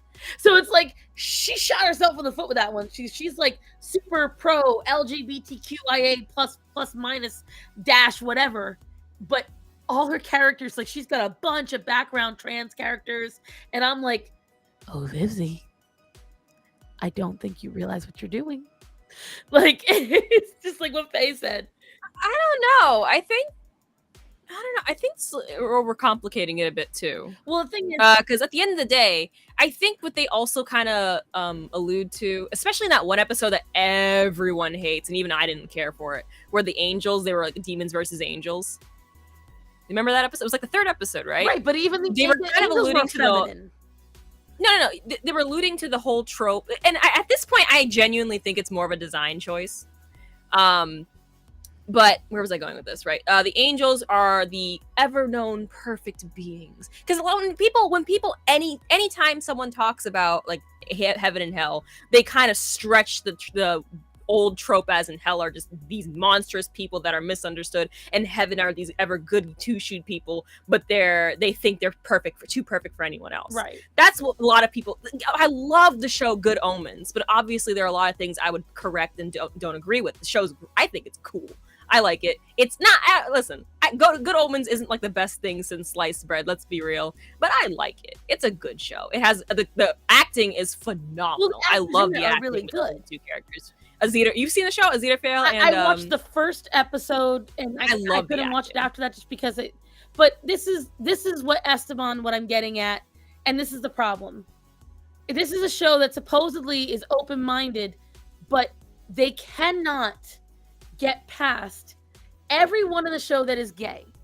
Look at Moxie. Moxie's a perfect example. He was a hetero character. They retcon him to be not only bisexual, but again, the girl in the relationship, and they constantly make this femboy comments about him. Then when he is undercover, what does he dress as? A girl in a tube top. Whenever they represent him in things, it's always... What's the problem? They are always demasculating men. That's the problem. It's always making... Blitz is pretty I would argue that Blitz is pretty masculine. But then again, notice, because... I don't know. I think Stolas is pretty masculine. Stolas loves getting put into bondage gear and See, that's in the bedroom, because when we had when you had the Lululand episode or whatever it was, like, yeah, Stolas is pretty passive and, you know, hoity-toity, like, and everything else, like flighty or what have you as far as his personality goes. But when shit really went down, his kid, I agree. But look at how he's every other time. He's got the delicate little one shoulder exposed. He saved Blitz and Moxie. Huh? That episode, he saved them all. They were about to get shot by exactly. humans. I don't disagree that. But then what happened as soon as him and Blitz got together? Blitz pulls his hair and he immediately goes, oh, and he turns into a because that's what he likes. But the point is, again, this is my point. It always paints that the only reason that Blitz is this hard little badass is because he's putting up a front. But look, when he breaks down his walls, he becomes feminine too. It's the problem is it's like the natural state of the guys is all to be delicate and feminine and gentle. Like, what do they say about Osmodeus? He's the weakest of the sins. He has zero authority. No one's worried about him. I think the problem is that I don't think you see the problem with the trope always being effeminate men. But the thing is, men aren't effeminate by nature. There are some men that are, but it's all the men in the show. Every one of them turns out to be kind of effeminate. And the only ones that aren't are like, what's his name? The hellhound that's dating Beelzebub. And he's a background character. He's only Tech. Vortex, yeah. There's Striker. Striker is shown as manly, and they show him as deranged and a supremacist. That's my point. The only manly... I think they're still working on his character. There, as far as I know, there's no redemption arc for him. He is not yet. Give it time. They literally outright call him a supremacist. Like, so that's my point. It's like the only manly men are bad. They're in hell. Everyone's bad. I'm talking about the way they represent it. Those are in hell. Look at how they represent them. They represent them. You know what? All I gotta say about they're it, in hell. They're not supposed to be good people. But that's not how the show represents it. The show. All I'm gonna say about it is, I enjoy the show, and you know it's enjoyable to watch, and nowhere near. I'm gonna look straight into the camera when I say this. Nowhere near the levels of bullshit that we got with Velma. That's a different. Listen. We can. That is an insult to the entire show to compare it to Velma. It's evil. I didn't even compare it. It's nowhere near the bullshit we got with Velma, and I saw not one episode. I couldn't even make it through a single episode. I don't even think I made it through 5 minutes. Here's what I will tell you: I will still absolutely watch Hell of the Boss. I will still enjoy it because the thing is, I can be critical of things and still enjoy it.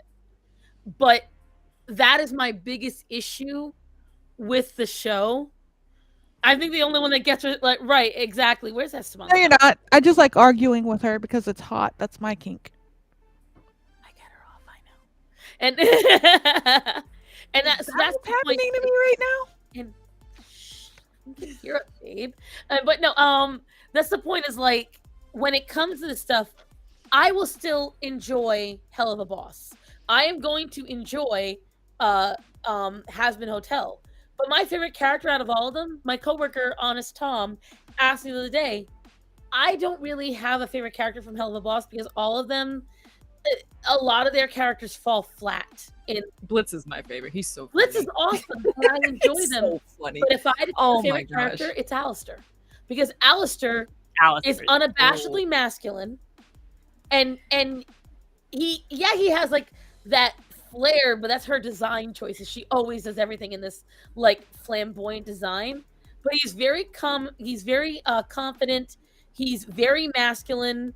He's got this smart ass charm, and he's like this chaotic neutral. There is no him going "Ugh," and anything like that. He is just like, He's not chaotic neutral. He's just chaos. that too.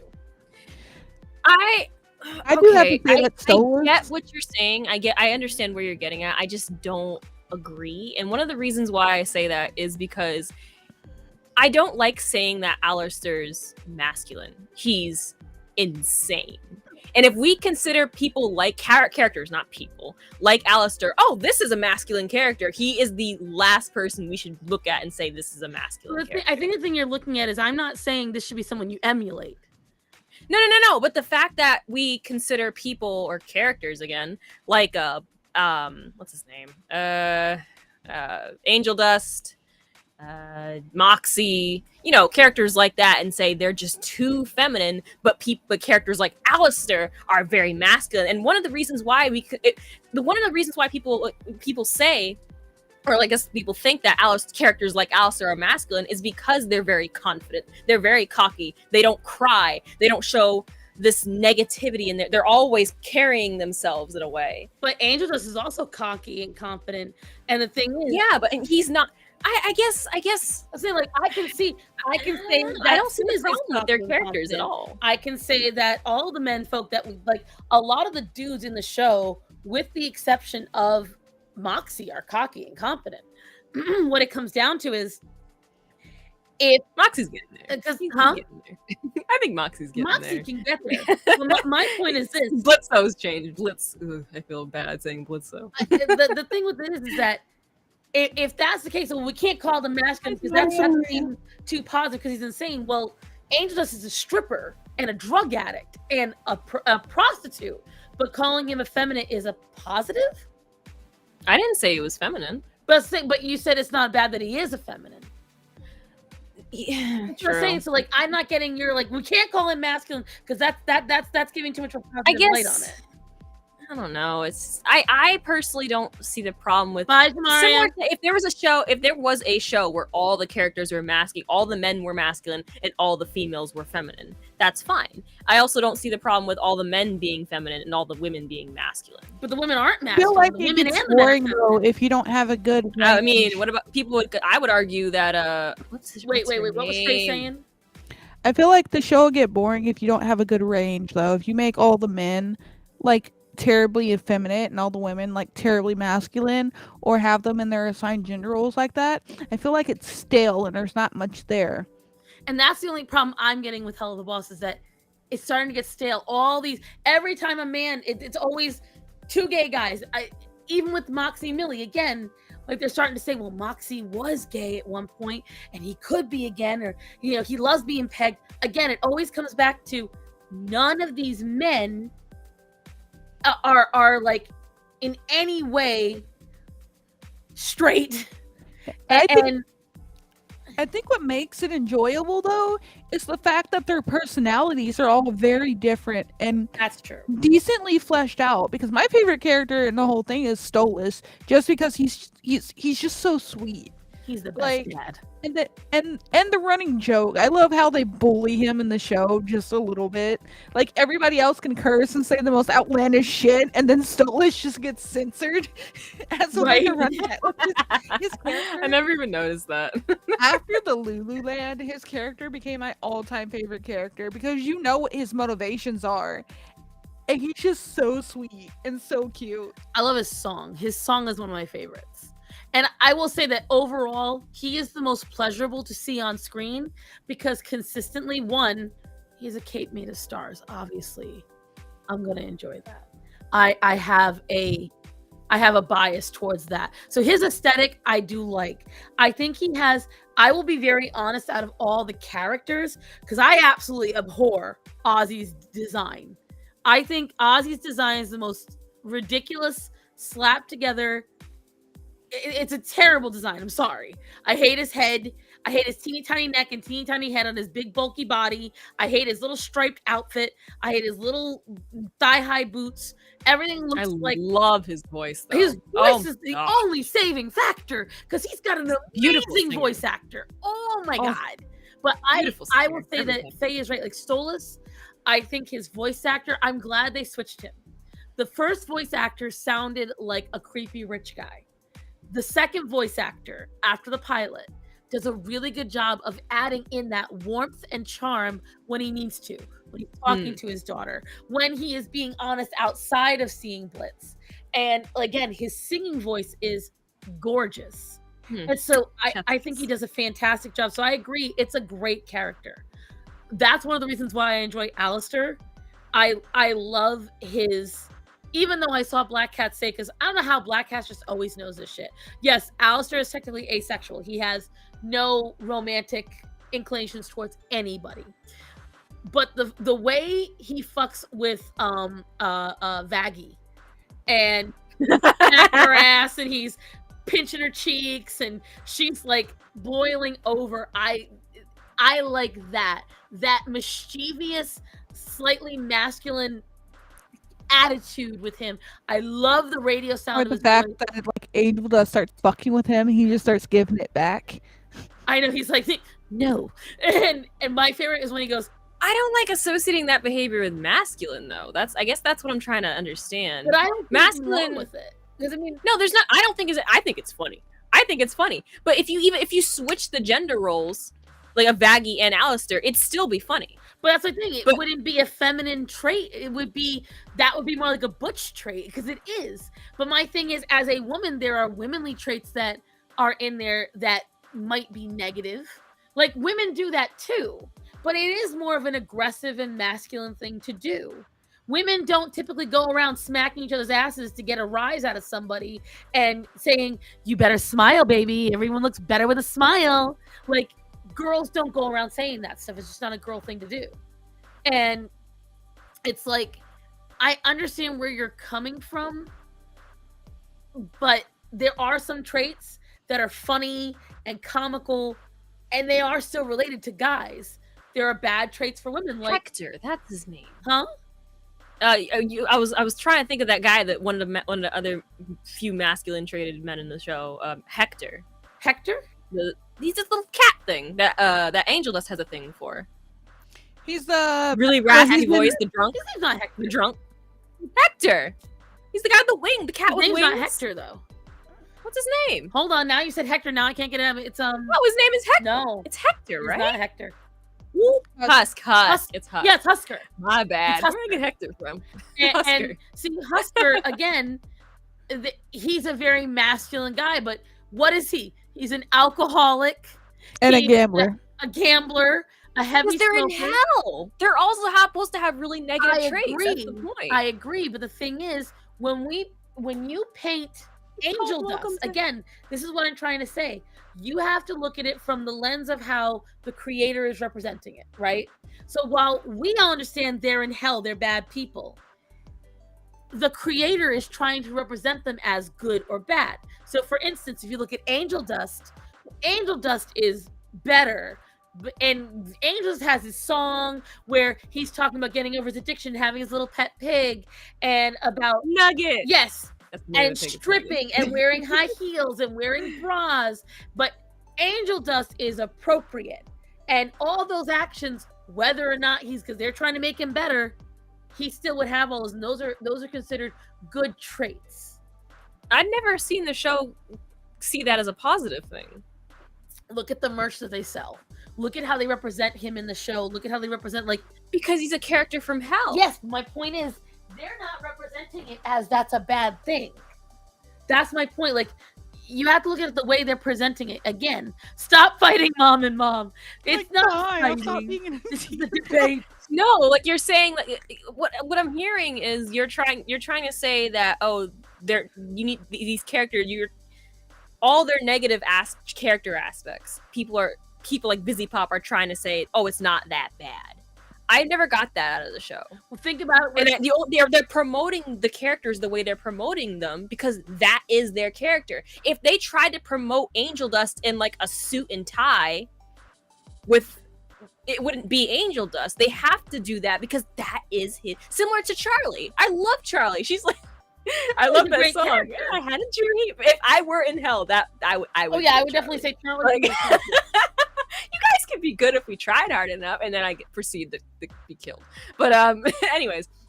That's like if they start promoting Charlie merch, but it's instead of her being, her, if it was like, I don't know, what if she was a stripper, like they were promoting her half naked, it wouldn't be Charlie. But that's my point. It would make no sense. The way So I if they put it in a promoted, better context is this: how many characters are trans in the show? You see a lot of background, and what they do is they know by their background, but not like main character. Well, then you've got Millie's sister is trans. Yeah. Okay. I forgot her name. So here's the thing, and they What's had wrong with it? I I don't know what's wrong with it. I need you wait because listen. yeah, you gotta listen. So is there by our society standards, is there anything wrong with being trans? No. By Vivzy Pop standards, is there anything wrong with being trans?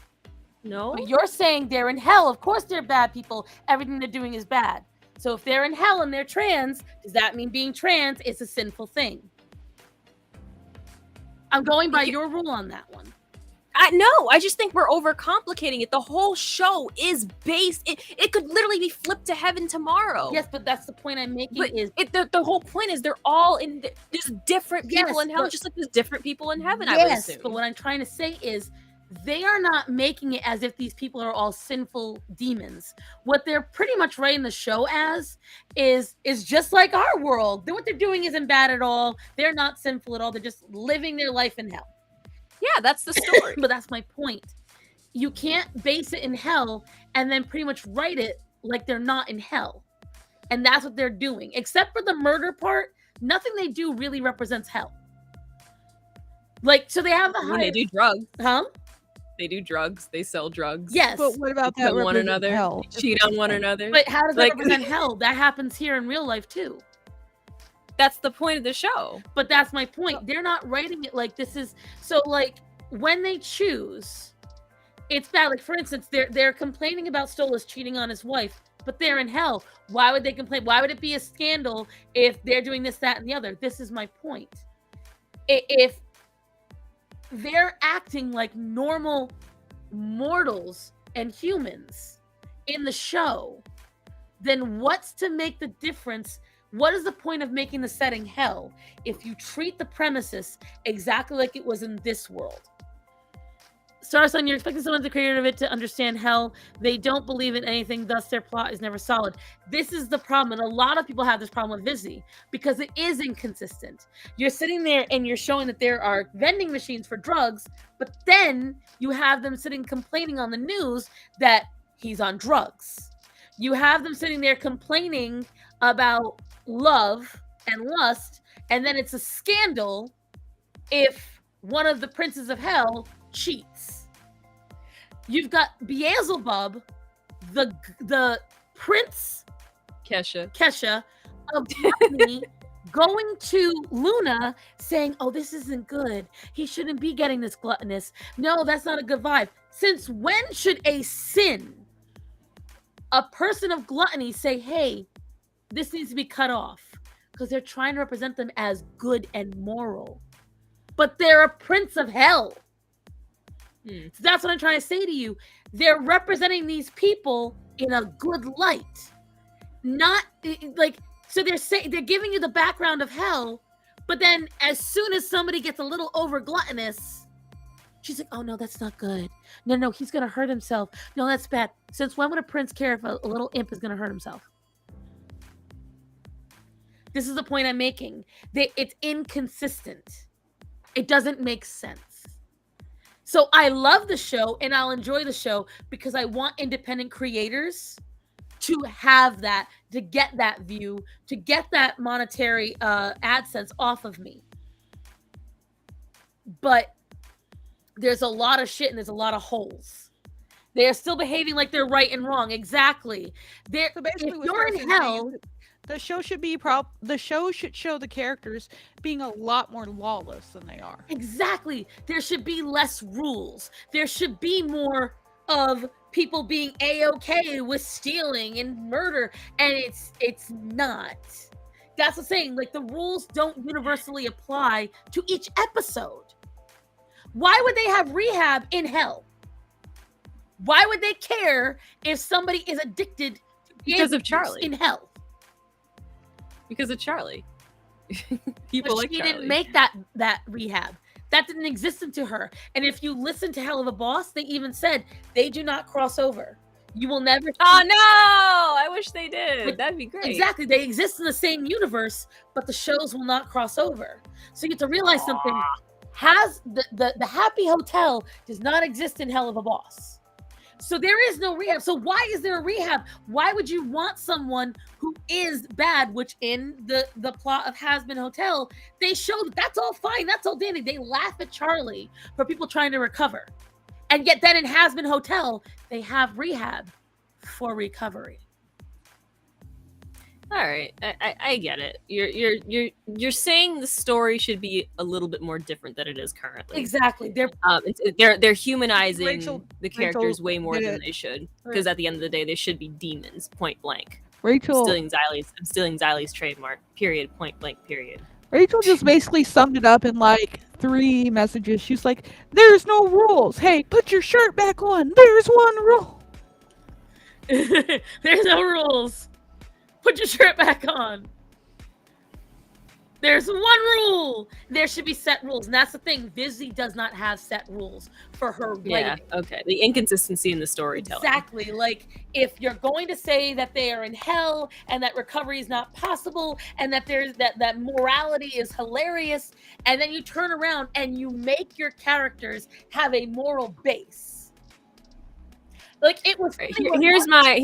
Oh, sorry. Go ahead. I'm gonna play the devil's advocate to that because I do understand with what you're saying, and I, as someone who loves writing as a hobby, and I agree with you. If you want to be a bit more consistent to the plot, especially when it comes to the aspects of heaven and hell, you're gonna need to stay a bit more true to that.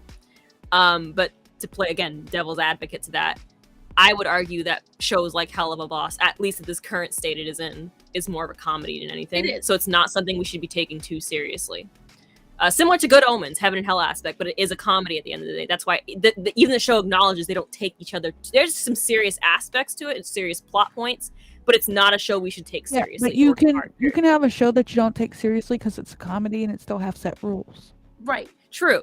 But then, like, going a few comments down, someone mentioned that Vizzy Pop knows she's not religious. She pretty much doesn't care about the whole idea of heaven or hell at all. Right. Which makes sense because we're all religious. So to us, it's a bit more than just heaven and hell. There is like a consequence to being in heaven and hell. Well, not the whole thing. But when you're coming from the perspective of a non-religious person, they wouldn't care. They just want to make a comedy. They want to make it haha funny, and they want to make it relatable to the people. Right. But the problem is that when these people get crowdfunding, when they want people to support them, and this is exactly it. This is the problem that a lot of folks say Vivzy has.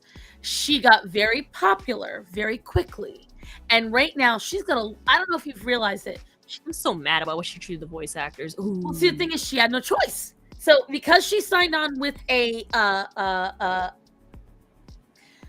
signed on with someone who writes with SAG. Well, when you do that, that's why I don't like that stuff, because once you go mainstream, you have to follow mainstream rules, and they're not allowed to employ anyone outside of SAG. So she had to fire everyone who wasn't in SAG, and I still think it was dirty. It may have been dirty, but that's the problem. When you want that big boy funding, you have to betray some people. And that's why she had to redesign everybody too. She had to redesign everyone, get some kind of redesign. And the thing is, so this is where, as she has Twitter meltdowns, right? And I don't disagree with some of what she says. I don't. But there's a lot of controversy about how she animates, how she blacklists people, how she will try to screw people over from getting other jobs. There's a lot of inconsistency. How even the animators are like, this doesn't make any sense. What's going on?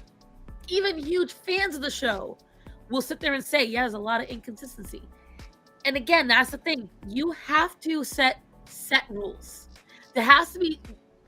It's just like if you go. All right. So for instance, if you go to work every single day, right? Mm-hmm. But every day you have a new task that is completely different from the last task. and nobody tells you what the task is until right when you get there. And if you don't get to that task immediately, you're going to get written up. Are you going to be able to go to work every day confident in what you got to do? No. But if you have set rules, like, every day, okay, after I clock in, I've got to put my thing here. I have to go reset this shelf. I have to check for this truck login. You have a set rule. Now, from there, things might change every day. But that's the main problem I have. Like, I don't disagree with anything that you said in a lot of ways, Peachy, because I get it. Like, these are people in hell. I agree it's not something to be taken super seriously, but the thing is, it's the inconsistencies in what she's doing. You're telling me that all these people are sinners, but then people that you consider moral are in there. And if we ask you, hey, you've got trans people in there and you're treating them like they're moral characters, but they're in hell and everyone's immoral, make it make sense. Like, would it make more sense if they came out with, let's just say there's a new episode that Blitz and his buddies visit heaven. They have to go in disguise as angels. And then in heaven, there are trans angels, and then there are same-sex couples in heaven still. Would that make it better? I mean, it would just mean she would have the same consistent rules. But again, then it would make no sense about the dynamic of what is and what isn't. Again, Disney hasn't set enough rules on what goes down. And I honestly think it's because she has to change so much as time changes because of licensing and stuff. And she changes it super quick. But someone said earlier, Steven Universe is a perfect example of this. Steven Universe, did you know Rebecca Sugar did not have a single true show Bible? Except for a couple, there was. I love the first 2 seasons, and it kind of went downhill. So she would literally just give everyone carte blanche to storyboard.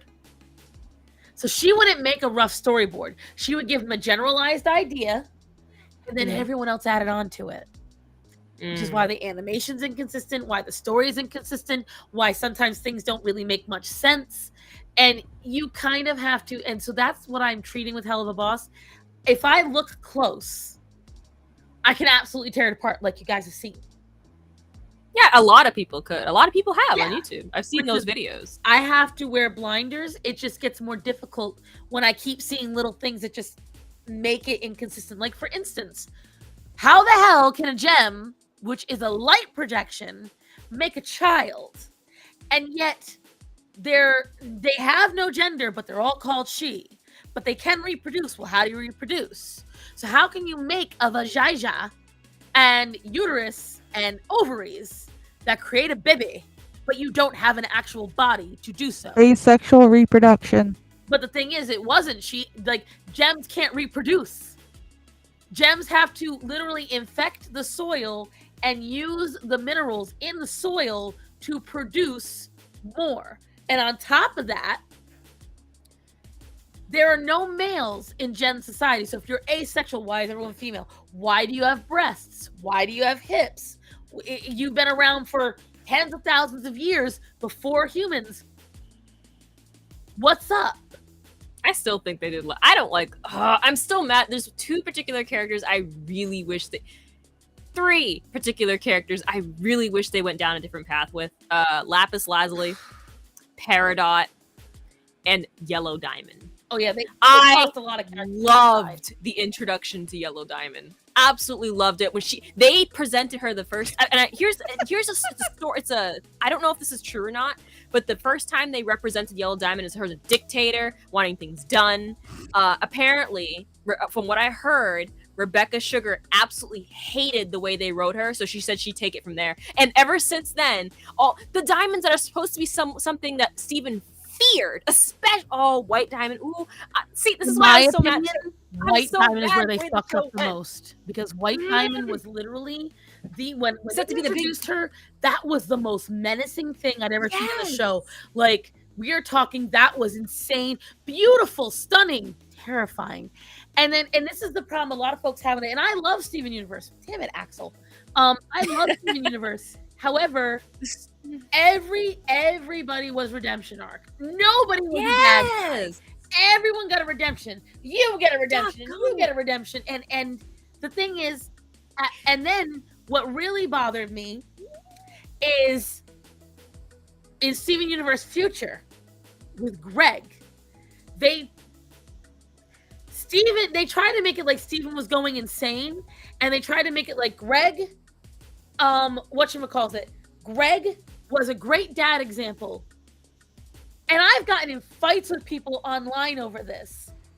Greg ran away from his home because his mom and dad were strict. Strict like my mom and dad. No, you can't just run around and fuck off and do whatever you want. Yes, you're going to go to school. You're going to get an education. You're going to get a job. He didn't like that. So he ran off and then proceeds to raise his child without any education whatsoever in any capacity. Never brings his kid to a doctor. And then we're supposed to sit there and be like, oh, Greg was so good to Stephen. He gave him a free childhood. And instead, understanding that Stephen had a right to be upset. But then they all got mad at Stephen for, wanting to be more masculine and wanting to grow himself and be stronger.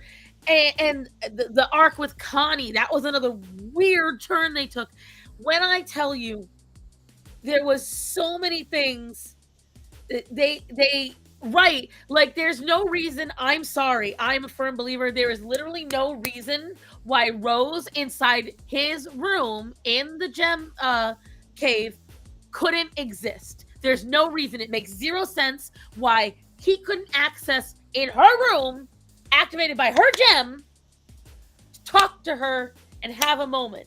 Or when the gem got pulled away, they don't explain how Rose just simply no longer exists. She's a fucking diamond. She's one of the most powerful creatures in Gem universe. See, this is the thing. You can't let me go off about this shit because they took away the danger. I'm every time. taking over. This is done. We have tangents. I have to go. So I'm going to give everyone in chat a total of 3 minutes to send a question that you want me to answer, and then I am peacing out. Timer starts as soon as I pull it up on my phone because I am slow. The one character I think deserved a redemption arc didn't get one, and I'm really mad. Who? Okay, that's it. Jasper. That's it. That's all I'm gonna say. And see, I'm I mad feel that like Jasper could have been such a good character. She was a good good addition character, but she was a better bad guy. Yes! And if they really wanted to play that whole give a character a redemption arc, she would have been the perfect character. I like Peridot, don't get me wrong. I'm glad that she got a redemption arc. I didn't like the way they did it. It was weird. I don't know. It's just all the redemption arcs after a while were very boring. They should let my girl keep her gear. She looked really cool with her Peridot gear, and then they made her all short and angry. And I was like, no! Faye, she's a smart girl. Like, I'm gonna wait till 3 minutes are up and just mass answer them and then exit. Okay. Here's what I will tell you. I find there's a lot of stuff that was just. I don't know if Faye ever watched Steven Universe. I did not. Okay. I'm not missing out. There's a lot about it that I really like. But then here's like there was so much about it that just made no sense. Fusion in a lot of ways made no sense. I don't like it. Really should not have been a kids show because a lot of the fusion dances literally imitate sex. Like we're talking, they're thrusting hips. One spreads her legs, and the other gem jumps into her vajayjay, and they become one character. Like that was, I'm not even joking. Peachy is laughing because she knows I'm right. That was how they did it. They treated it like relationships, and it was always something sexual. But then they would promote Steven, a child, to fuse with them. And then at one point, Steven fuses with his own father. No, I had a theory as to, I actually had a headcanon, I know.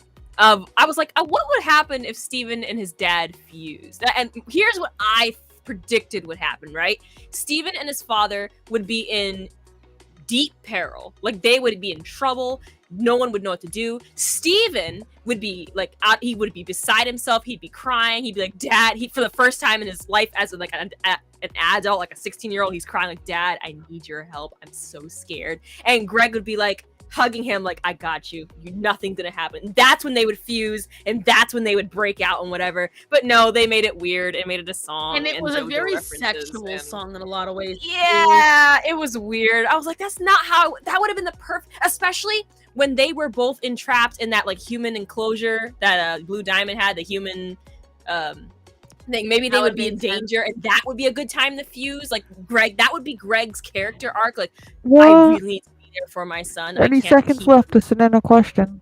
Guys got Okay. questions. You gotta answer. You gotta send them in. There's so much that could have been done differently with Steven Yeah, that Universe. song was really good. Like that's the thing. Like I'm very conflicted because I will say this: out of Even all so. shows, Steven Universe had consistently really good songs. Especially the movie. The movie had fantastic songs. Gee, it's finally be their Oh my God. other So friend. gorgeous. I love that. Was really good. My favorite one to this day is still Just a Thought. It was See, just that a one actually is the least. Time my- is up. Not just a thought. All right, first question.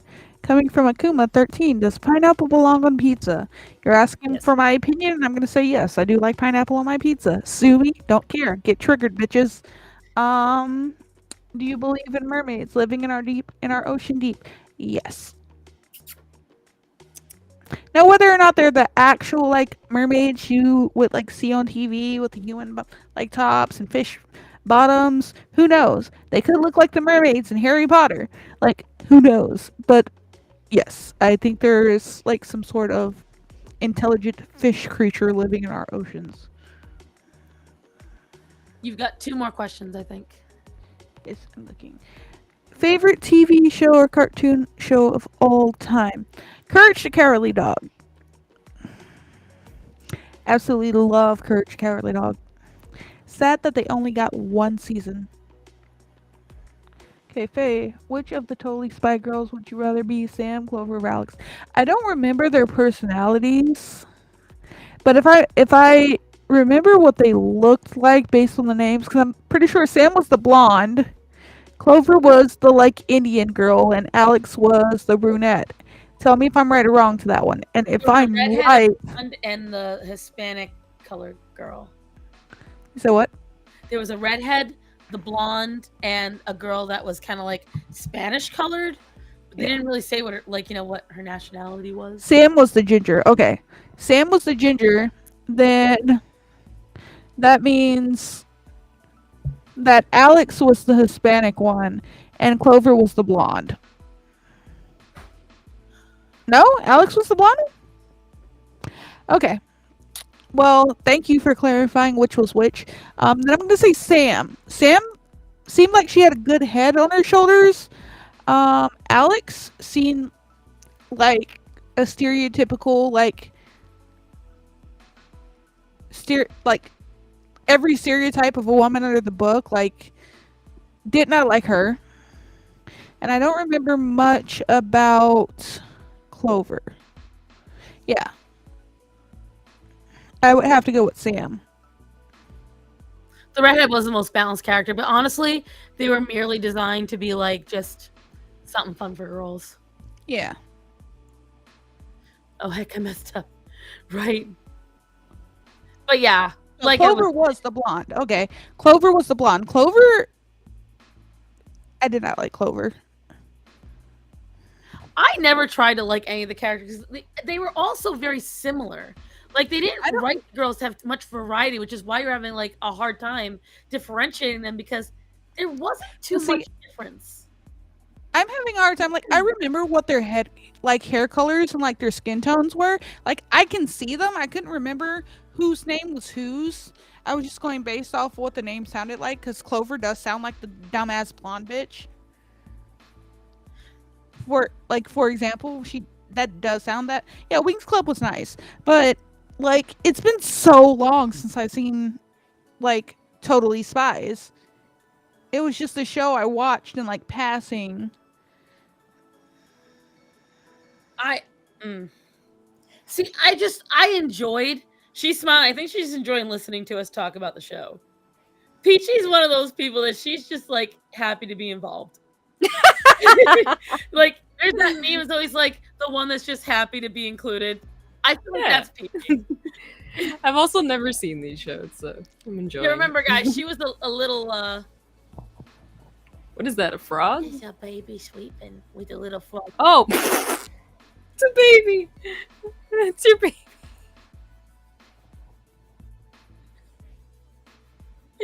She's very cute.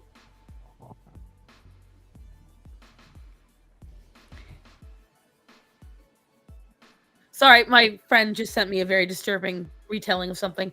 But anyways, I was like, ugh. Saying live action was trash. Live action of what? Anyway, Oh, Kim Possible. Oh, yeah, no, we don't talk about the live action.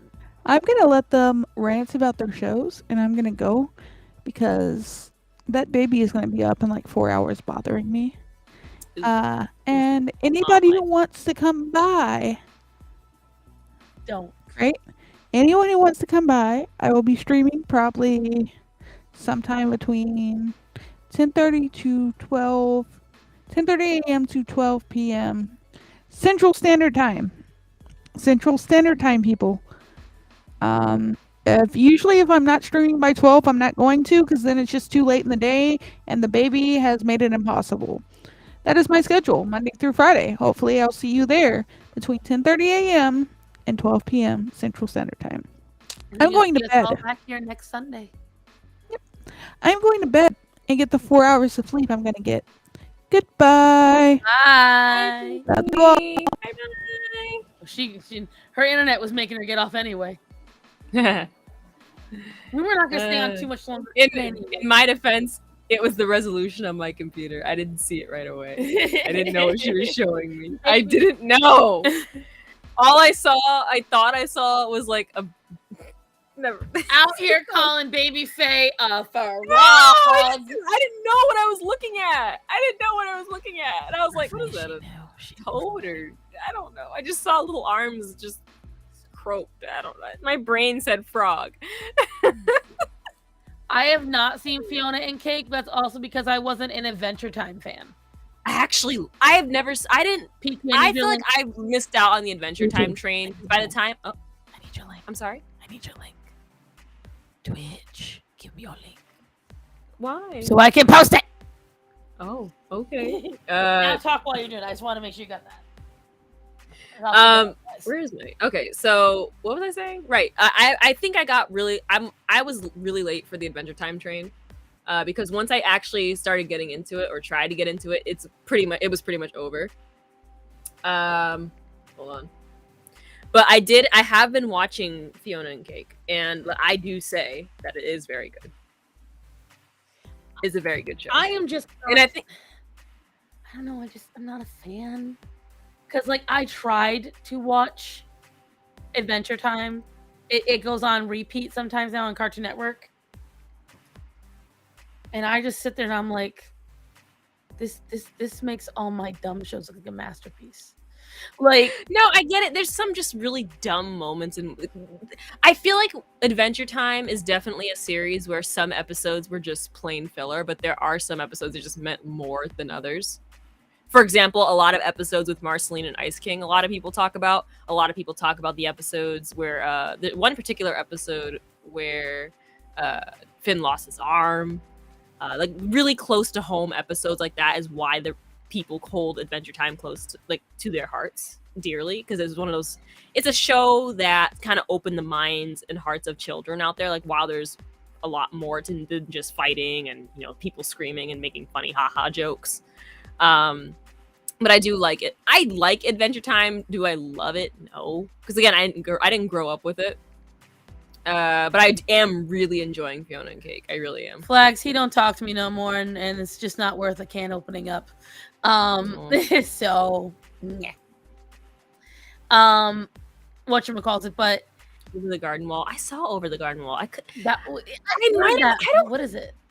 So Over the Garden Wall is about two brothers who are going to a Halloween party. They get lost. They travel outside of his wall that if I remember the plot correctly, that they're not supposed to cross, and when they do, they end up in a magical world and they have to find their way home. I did watch Over the Garden Wall. I might have to rewatch it because I remember watching the show and it didn't make sense to me.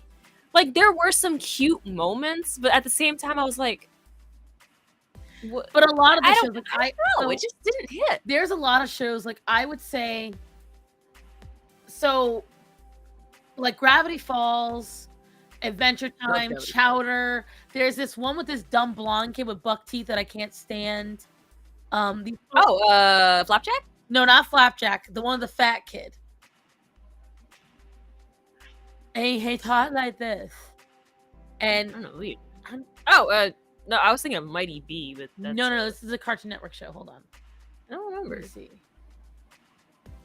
Mighty B, B, B, B. Mighty la la. Clarence. I hate that damn show. I actually liked Clarence. Oh my I haven't God. seen it in a while though. I would I remember right now, watching a few episodes. It's cute. if I could, I would drop kick Clarence across the room. The person. Like, he does the shittiest stuff, and everyone's like, oh, it's so cute. He's like Caillou, but with less attitude.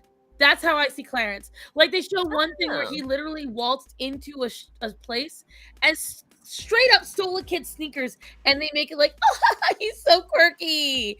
And he'll sit there and just invade people's privacy, take people's shit. Like, all of it, I just didn't enjoy. You know what show doesn't get enough credit? I don't think. What? Well, it actually does get enough credit. I feel like people should be talking about it more. Two shows actually. One of them is my all-time favorite, Amphibia. I Loved Amphibia from beginning to the freaking end. Amphibia was a masterpiece. That's a show that did the story very, very well, and the art very, very well. Episodes, but I agree. What I did see, I enjoyed. It was so good. I loved it. Oh my gosh. The second show, Craig of the Creek.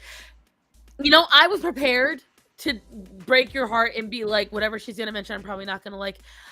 There are some parts of Craig of the Creek that I don't like. Like, there's some things where, again, I think that it doesn't need to be pushed onto kids, and I know from what you already know what I'm gonna say or what I was talking about. There's parts of Craig of the Creek, like for instance, I think what they do with Kelsey, again, going back with Hell of a Boss. Why couldn't Kelsey be a child that loves adventure, is not a girly girl, but of course, Kelsey has to be a lesbian. She can't just be a straight girl that wants to be a knight and an adventurer. No. Of course, she's got to be a lesbian. Because what else could she be? And it bothers me that, again, they go for that. And if you look, all the girls that are not straight, huh? Someone follow me on Twitch. Thank you, Esteban. Thank you very much. Everyone's been watching over here. We're seeing people that are following Faye now.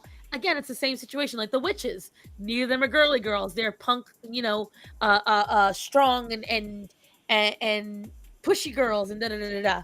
And so it comes back to these people try so hard to push these agendas that, again, they're getting rid of tomboys. The only tomboy in the show that I feel was allowed to be a tomboy was Wildernessa. And what I like about Wildernessa is, even though she is an ecological activist, I don't know if anyone caught on to this. Have you ever noticed that Wildernessa is usually misguided and wrong in what she says, and the show makes fun of her for it? Like, for instance, when she goes, "Oh, Craig, you just don't understand animals," and everything she says is wrong. And so Craig knows she's wrong. The show knows she's wrong. And so they show her as being a bit arrogant and know-it-all. And when they show the future, where she's chaining herself to the tree, they're showing she's not doing anything. She's not helping anybody. But she feels good about it. And so I enjoy that part of it. I think otherwise, Craig of the Creek is a really good show. I think it does a really good job balancing out. I would say, I think Green Poncho, I think he's my favorite. Omar.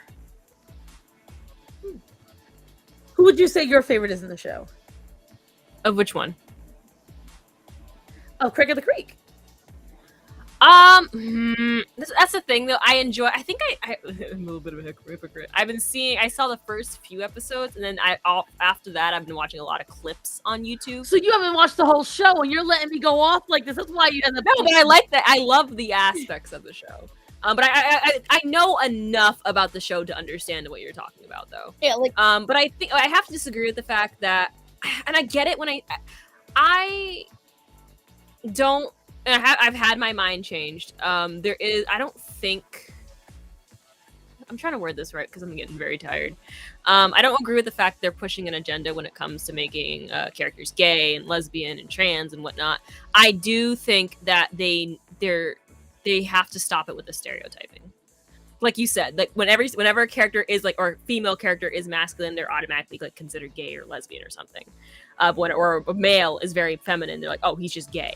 Like, I wish there could be characters that could just be characters at this point. I wish there were more tomboys. I wish that guys could, I don't know, like shopping with their girlfriends or friends and just not be considered, oh, you're just too, that's a feminine thing to do. You can, or when guys talk about their emotions or like, hey, something's going on at home and I just want to vent a little bit. People go, oh, that's just, that means he's acting very feminine. He must be gay or something. I think like, no, they are pushing an agenda.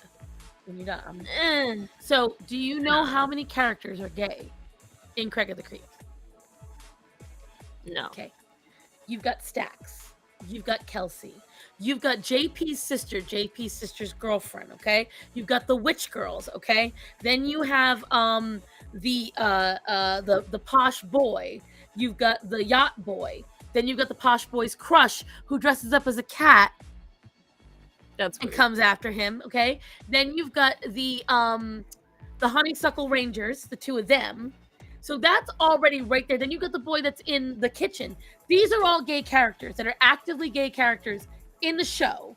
And they are prominent when they're showed. They're not background. Their relationship is pushed out in the front. There is an entire episode dedicated to Kelsey being gay. That is weird. And literally because she suddenly, her and Stax write a book together. And in the book, all of these 8 and 9-year-old children start sitting there saying, oh my God, it's like Stax and Kelsey being in love. Oh my God, you guys are in love. You guys are defending your love.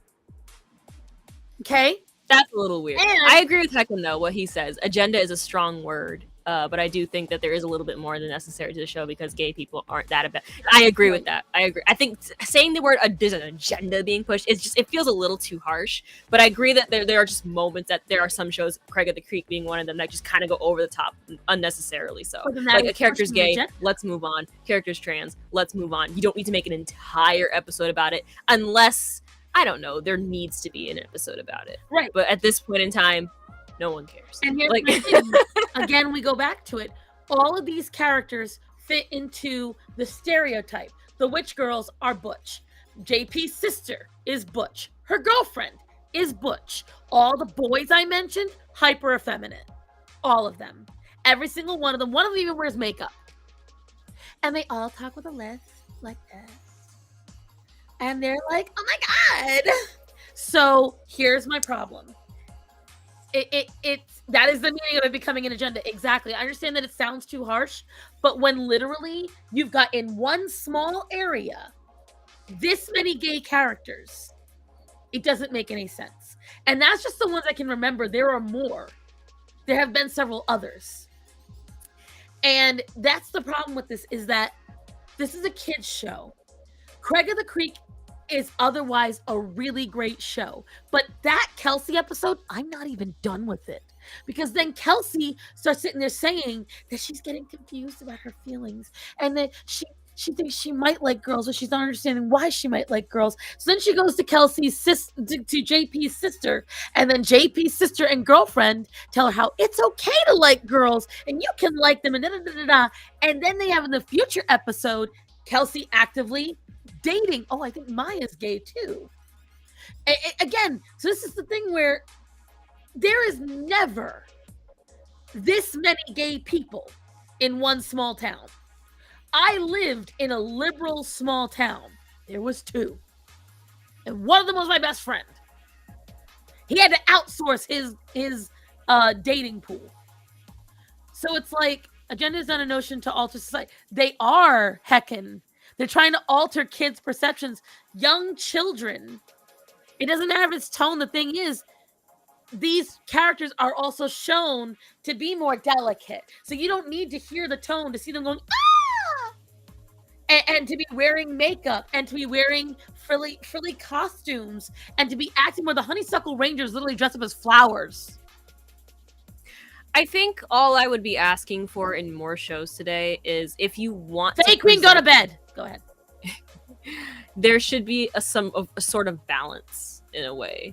Like, yes, you can have gay characters, yes, trans, but let's also have a same amount of like characters who just aren't who are straight, who are non-trans, or I don't know. I say that, but at the same time, I guess a part of me just doesn't care. If I don't like the show, I just won't watch the show. Right. There are literally It's two not for straight me. couples in all of no, go to sleep, woman. There's two straight couples, and they're not even couples. Well, one of them is, okay? And I'm not including the adults, because Gumball wasn't gay. Gumball was, Or was he? no, Gumball was gay No. for Penny. Gumball's a masterpiece. I don't care love what people Gumball. say. I hated it when it was out. Loved that show. Literally didn't care about it. The show at some point just lost itself, and I admire The it. show was always lost, and I loved it. It stopped caring. They're bringing it They're back. like, They're gonna bring it. They're gonna continue the seasons. But yeah, like I was saying, there's Craig. Craig is in a relationship with Wildernessa in the future, and they always show that they have a crush on each other. And then JP is in love with is it Maisie? The horse girl. Literally, they're the horse girl group. I think I remember that too. And so that's it. Everyone else, aside from parents, are straight, but many of the parents are single parents. So it's like, again, it's like, I guess what I like most about Craig of the Creek is the fact that I like the fact that Craig and his family, they're, black, but they're not making it that's their entire personality and character every time they get together. You can tell that they have that that culture, if you will. Like, they have the family get-togethers, the way they talk to each other sometimes, but they don't make that the actual show. Oh, like, that's it's right. just another family, and I really like that. Craig's That's refreshing. cousin is also gay. Another gay character. Or is he European? No. No, it's a girl, the lesbian. When they all had the family get together, because I lied, there was a third. I wish gay they came out couple. with the Gravity Falls. Bernard, he has that was something I'm surprised they took that turn with. Bernard's dating a white girl. But that white girl got an ass and thighs for days. Like, she's thick. So he couldn't even date like a thin white girl, had to be a fat white girl. But so anyways, when they had the family gathering, which again, they made the family, his brother and the wife come in, they were like very oh my god, they were very black. Over the top. It was over the top. Like, girl, if it's not for the streets. And I was like you could tell they went they tried to make it more ghetto. And that's why I very much do appreciate the family. Like Craig's family, they do a really good job of doing a nuclear family in a very healthy way. I do like Yes. That's actually what drew me to the show. I saw that one episode and I was like, oh. Also, it's Terry You're Crews not who plays pushing the dad. And I love Terry Crews, so. What was another thing? Oh, God, what literally just left me. What was I going to say? I was going to say something else and I genuinely forgot. Oh, I hope they make a Gravity Falls season. I mean, another Gravity Falls series. I really do. Alex Hirsch, I love you. I'll give you money. Whatever money I have. Please make another Gravity Falls. Please. I want one. There's the only reason I don't want it. No, why? My first introduction into Gravity Falls was Twincest. No! I thought they were not related, and it was this little animatic. I didn't know they were kids. I thought they were adults. It showed them biting each other's nipples. What did you? It was on like DeviantArt or something, and it was an animatic, and they were biting each other's nipple. And I was like, okay, so it's a cartoon, clearly, and things of them making out, and I was like, okay. And then I finally saw a clip of Gravity Falls, and I'm like, these are not adults, these are kids. And then I was like, these are not just kids, they're siblings. I now cannot watch Gravity Falls. I cannot. Just like how my introduction into fanfic was that shitty ass Harry Potter. And I am forever ruined with fanfics and fan comics. No! Gravity Falls is ruined because I find out.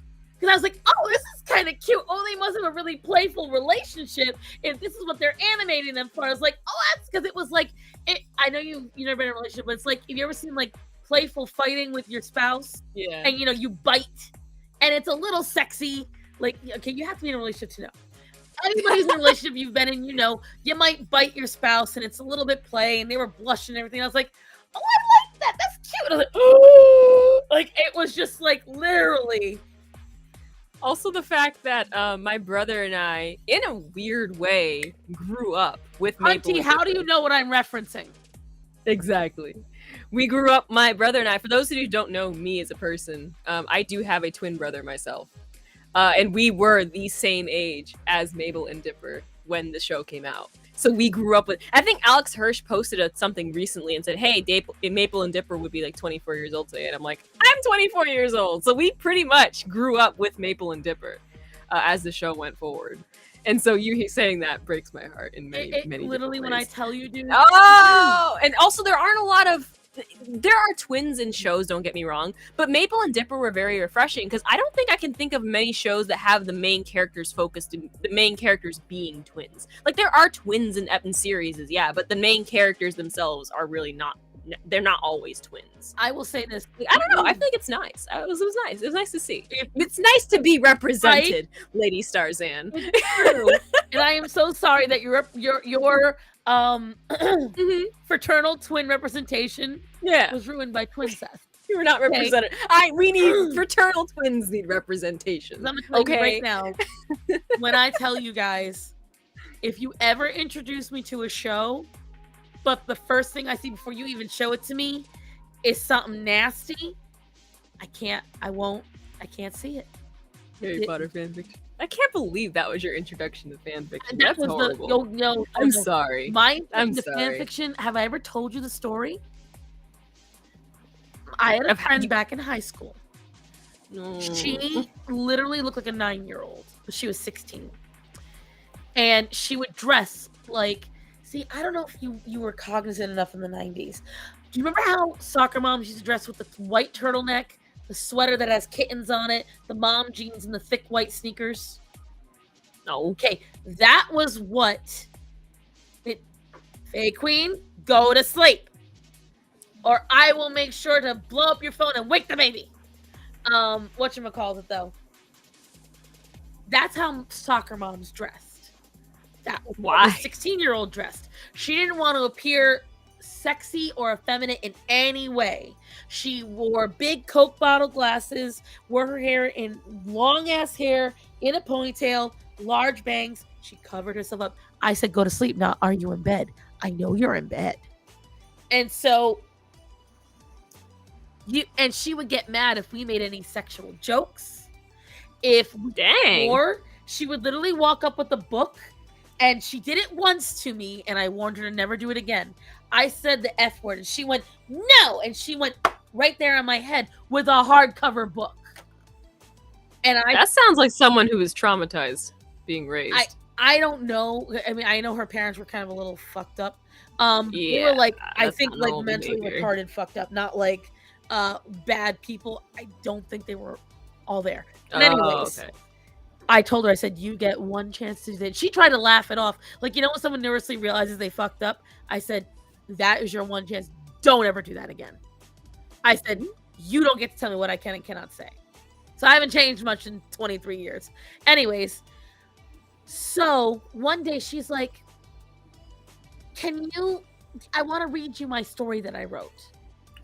No. And I was like, okay, Kitty. That was her nickname, Kitty. I said, go ahead and read it to me. No. She then proceeded to read to me her Harry Potter fanfic, where Draco and Harry used Polyjuice potion on each other to become women. And then they got each other pregnant. And then they gave birth through their penises afterwards. And they were casting lust spells. Like, when I tell you she was reading me the most raunchy, nasty, down, dirty, sloppy, gay porn I'd ever heard in my life. And it wasn't even like this could turn you on. This was like, I feel nauseated. And she found it funny to read off to me. And you just sat there. Oh no, I said I don't want to fucking hear it. And she just kept reading. So in case any of you wonder why I don't like fan fiction, understand anytime you suggest it to me, that's what I'm seeing. That's what I'm hearing. And if there's even a hint of that shit going on, then they are just as bad as Kitty. All I see is that scrawny little Coke bottle glasses sitting there going behind the screen. So, no. I loved it. I can't imagine it. I'm crying. This is Josie ass shit. And that was my introduction. No, I'm a fanfic connoisseur. Then you are a Okay, connoisseur I of find the good stuff. Right now, I'm reading a good One Piece fan fiction, and I'm loving it. Oh, It's a what if Ace survives, and I'm loving it. Huh? You said good and fan fiction in the same sentence. Yep. Listen, It's about Ace, and he lives, and everyone's happy, and I'm like, doggone it, this is the most wholesome thing I've seen. Luffy, Ace, Sabo get together, they're happy, and everyone's alive, and I'm like, yes, this is what we need. traumatized guys. Yes, it's the MP. Omegaverse, we don't talk about that. We don't talk about the Omegaverse. There is only one fanfic that I will read, and Which one? it is called Girls Next Door. Very counterintuitive. And it is, well, you know why I like it? Because it is self-aware. It makes fun of itself. It literally does not deviate from the original stories on anything. It literally just takes all the original stories and puts them in an apartment building. So nothing gets changed. It's just the characters interact with each other within the context of the stories. They don't change anything. A lot of good fanfic out there. You just gotta look for it. There's no. You really have to look for them. One of my favorite it hasn't updated in years. Come on, Red Coaster. No, one of my favorite fan fictions of all time is actually an Attack on Titan one. I mentioned this on my own channel before. It's called Rogue. It's technically a what if story of Eren not being human, but he's just a full-on Titan. And instead of the world of Attack on Titan where humans can turn into the Titans, you're just straight up a Titan. And there are some very rare intelligent Titans, and Eren just happens to be one of them. The whole story starts off with him as a Titan waking up inside the walls and him not knowing how in the world he even got there to begin with. And it's a really cute story. It's really cute. And apparently, like, Carla is minding her own business, walking in the woods looking for food, like berries or whatever, and she discovers this Titan and freaks out. I don't want to. It's a whole story, so I'm summing up very nicely. She eventually befriends Eren, brings her husband Grisha. They actually like adopt Eren as their son because they can't have children themselves. She names him Eren, but of course, when they pass away, no one really knows that his name is Eren. They don't really tell anyone, so they end up calling him Rogue. He's the Rogue Titan, so his name isn't technically Eren, but at the beginning they try to call him Eren and they die. It's a very, I love this story. It's so cute. It's deadly, but it's very, very cute, and I love it. I personally see, because then I would ask as well, then how do they become Titans at all? What birth? The story isn't finished. I don't know. Like, bring it back. I have so many questions. Like, I have so many questions. And I said it before, and I think I've spoken to you about it before. My biggest issue with fan fiction is, and everyone's like, oh, it's a great springboard. It's a great springboard. The reason why we have such shitty writing in Hollywood and everything is sequels and everything is remakes is guess why?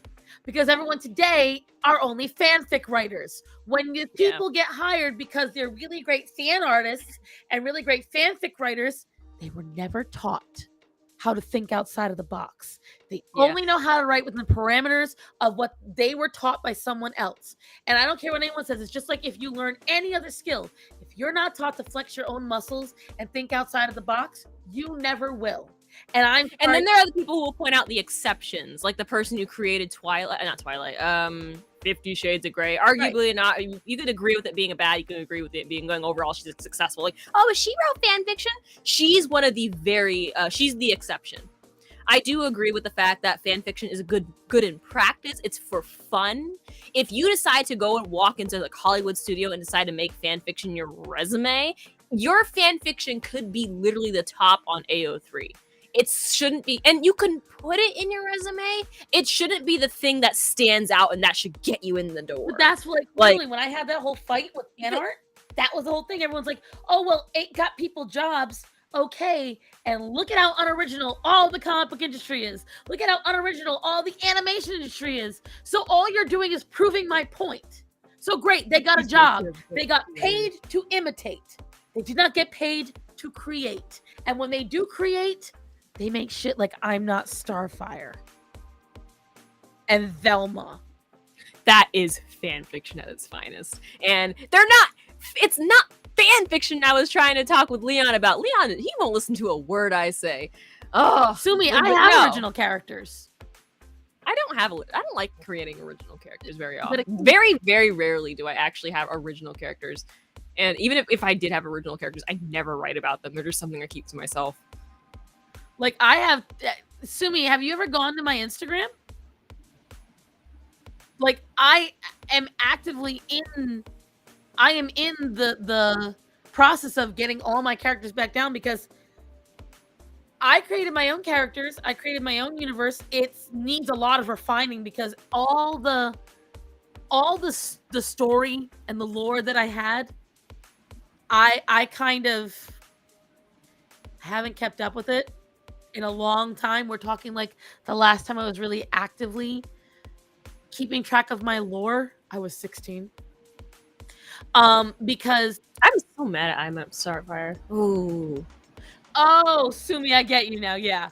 I have set stories for many of them, but I don't write them down. Right. Well, because like what I used to do is, so this is a big problem that I had, and this is like the first time I really realized how bad my ADHD was, because like I don't need to get up and run around, but my brain was usually telling stories to itself because I didn't really like enjoy what was going on out there. So what I would do is I'd sit there and I'd stare into space and I would continue a story of my own design from my own characters. And I had a whole plot line going and it was great. And my brain was filled with mostly that. And then I started getting like people becoming friends, having issues, all these things. And so I started losing the plot line as I had to work more and I started befriending people more. And so it was like, I just started losing the plot line. So I had to get it written down again. But I do believe, I saw what he said. Listen, all fanfic is ungodly. So, it doesn't matter. I'm not bad at it. He's referring to a conversation we were ranking Attack on Titan characters. You've seen the show, right? No. Oh my heart. The long and short of it is we were trying to rank a specific character and where we should put him. And I was trying to make arguments as to, I think the three main villains, if you will, right? One of them dies early enough that's the point that he really wasn't given the decision, or at least a lot of chances to have that redemption. And that was my argument. Like, well, we can't really judge him because he wasn't given that chance. Like the other characters were given chances.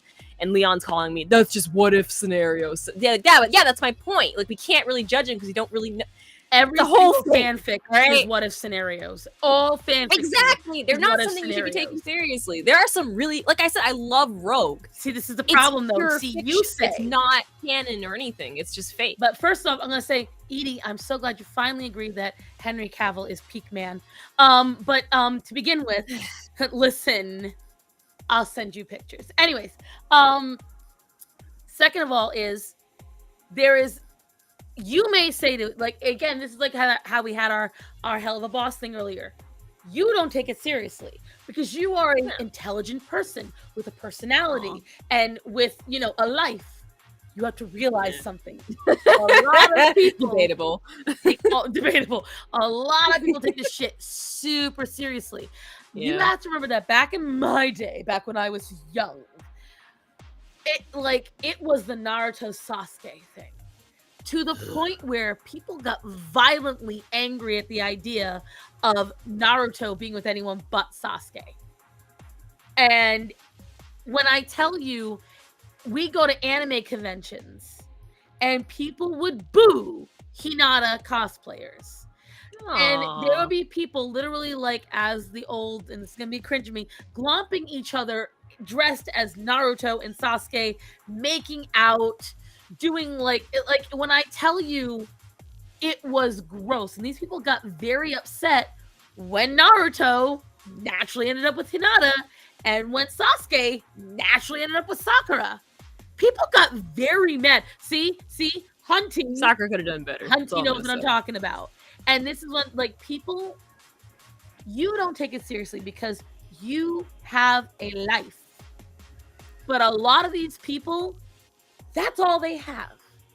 They don't have existence outside of these fandoms that they create their entire And persona that's off. scary. That's That my is point. scary. Think about it. How many people like it bothers me. I find now a lot of people, their entire online art career is imitating VizzyPop. Is imitating the creator of Lore Olympus. I have found whole Instagram. Lore Olympus. I forgot about that show. It's a great manga. Cartoon. Well, comic. It's. I lost interest in it. When? I lost interest in it when, what was that one chapter? I think this is when okay, so Persephone just got casted out of Persephone. Oh, is that her name? I've been butchering her name this entire time. Yeah, it's let's call it Persephone. Yeah, I remember you said that once, and I was like, I can't tell her that's not how it's said. It's Oh, my bad. So I think I just stopped reading after. So she was casted out for, what did she do again? She killed like a bunch of mortals. She was caught. She was tried. Zeus claimed her guilty. Now this is like the third season. Now Hades is trying to like get her out or sneak her out or something. I just stopped reading. Like, I don't know. I just lost interest. Like, I'm still mad at Zeus. Like, this man but that's needs why you good need to get back smack. into it. He needs a good Hera. I feel so bad for Hera. I was like, this woman needs help. Like, she needs like a good story. I'm judging you, Edie. I'm judging you. You are. Oh, okay. You know, I got into a new series. It was it's called maybe you've heard of it. What is it? The Cursed Princess Club. I love The Cursed I Princess love Club. and hate it.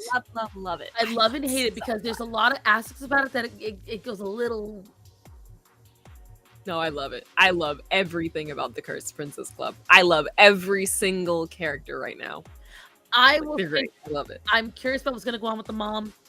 But Me too. My biggest thing is one of the reasons why I'm getting bored with Cursed Princess Club. Not enough romance. It's a little too much of this pontification about this stuff going on and the sideways thing, and That's what's refreshing. it's not refreshing to me. It's boring. It's refreshing to me. I Like, I'm literally so sick skipped of this past all romance that. crap. Like, I want drama. Like, my favorite trope, at least at this point in time, I feel like it changes all the time, is found family. And that's what Princess Club is giving me. The found family trope. Like, everyone just kind of comes together, they find each other, they get closer to one another, they learn about their faults, they get through their faults. And it's like, it's such a, and I really do, and one could argue at the end of the day that they are children, so their romance isn't something you should really take too seriously. And that's what I like about it. They're kids. They're reminding you that they're children. They're still learning about themselves. The princes were just discovering that there's a lot more to their home life than we really anticipated. I love that they actually they got us they did the gotcha moment with us, because they made it a running gag throughout the series and how the prince's father treated them when it was fully uncovered. Like, oh my gosh, we were laughing at them being abused this entire time. Like, and that's how it is, though. Like, we laugh at the class clown. In reality, it's a little deeper than that. But then, like, for me, that's amazing. like All ruins the pulls they're doing. Right. Like, so, like, for instance, Edie just said, I want spice. That is why, even though the trope is a little tired, I would much rather read these isekai, I died and I was reborn things, because at least everyone gets reborn in an adult body. And I can enjoy an adult romance, because I guess for me, when I was growing up, I didn't realize all the characters in these shows were kids. Don't ask me why. It didn't occur to me that these kids in a high school were kids. I always figured if you're representing that, they're 18 and older.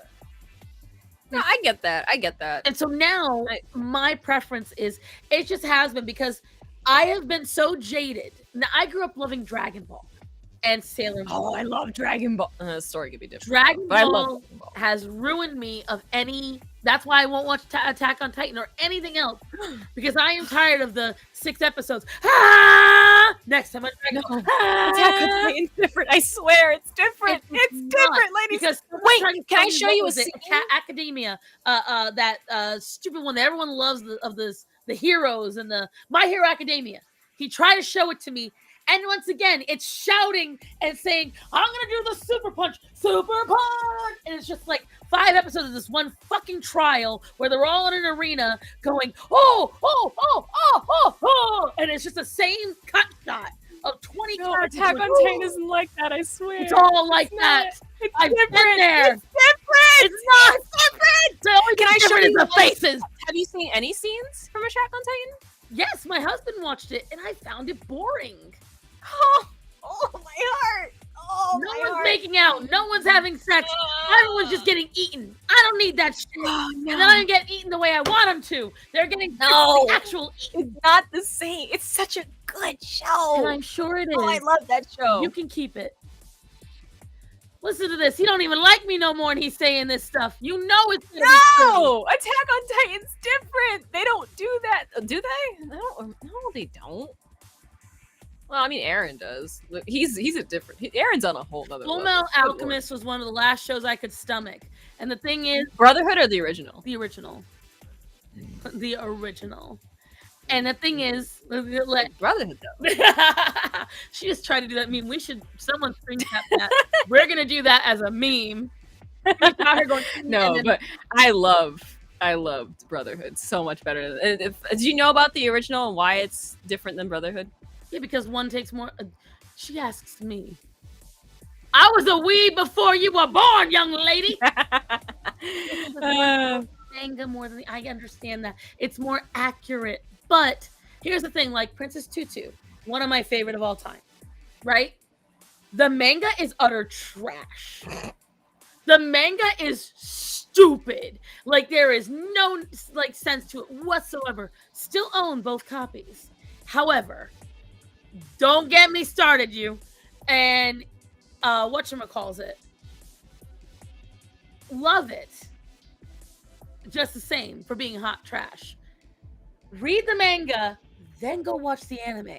Anime has concise rules, has a set storyline. Peachy. You're picking up what I'm putting down? Yeah. It has a clear beginning, a clear end, an understanding. I will say this, I am forever bitter about the ending. I will forever be bitter. Ahiru and Fakir got fucked over in every way possible. Every way possible. And I'll always be bitter about that. And if you read it in the manga, the emotions are different. It is more like a not serious high school fun book for the manga. Watch the anime. It has so many deep ins and outs. What's my favorite romance anime? Their anime in general, my opinion on it is it can either make or break it can make the manga adaptation better or worse. And I think a good example of this, I actually saw the difference, side to side difference this morning. It came on my YouTube algorithm because YouTube knows me better than I know me sometimes. So they're doing a back-to-back thing with the Hunter x Hunter manga and the anime. More specifically, that one scene where Gon is confronting. You've seen Hunter x Hunter? No, Hunter x I Hunter. told you, if romance is not the main story, I'm not interested. It's not. It's a fight. I love a good fight anime. I love fighting anime. I'm just a so shonen. jaded It's a from shonen. them. And I am found so family. jaded from all of them because at the end of the day, it's a lot of, I can watch scenes from some of the ones that Starman watches because like if there's really butter animation, like I'll watch that scene. If there's too many shouting moves, cutscenes of like, and You everyone's must hate just One Piece. and so it's just like it just does not interest me anymore. I do not have the patience for it. There is romance that I won't read if there is too much of the wait, come back, and then they're just standing there as the other asshole runs away. Fuck you, I'm done. I don't want to watch it anymore. Have you seen Wallflower? The anime? Romeo and Juliet, I think I've seen it. I don't think I've seen Romeo and Wallflower, Juliet.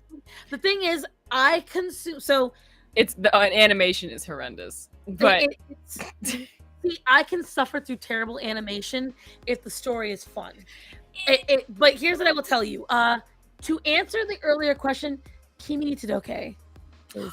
I love Kimi ni Todoke. Oh, I love that show. I forgot about that show. Guess what? Huh? They're continuing the series.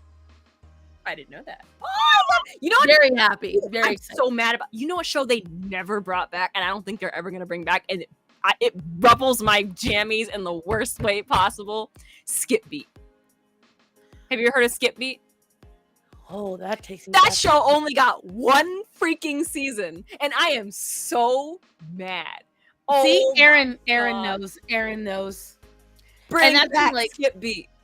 So you know what I do now, guys? Instead of watching anime, because again, it'll disappoint me. What I do instead is I go on mangagirl.net.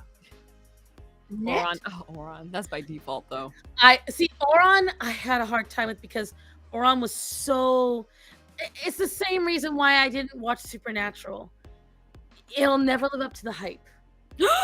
People will and love trust me, Oron. Oron was the thing back in the day, but also just like everything else, there's never an official romance. It always There was. circles the drain, but there's never an official couple. No one ever officially gets together. It's romance adjacent. No, they It's got romance. together. They got together. The, They did the in the last- manga. In the the manga. last episode does not count. No, as in the their manga they fun get together. That's what I'm guy. trying to say. They get together in the manga. That's just like Yuri on Ice. Yuri on Ice, everybody praised it as this gay masterpiece and this love story. And all I saw was two assholes doing the same fucking triple lits on the ice, which is different outfits, and staring at each other lovingly and one kiss. That was only alluded to, never actually done. And you're no longer my mother. And so I never said I didn't like Oron. I just couldn't get into it. I can't there's no direct romance. Like, I got mad because I understood or thought I understood ice skating more when I went into Yuri on Ice. I came out more confused about ice skating. Let's be honest though, the opening is pretty clean. I like the Listen, opening. animation is butter. That's what saved it for me. my I was able to heart sit beat through it because that animation is gorgeous.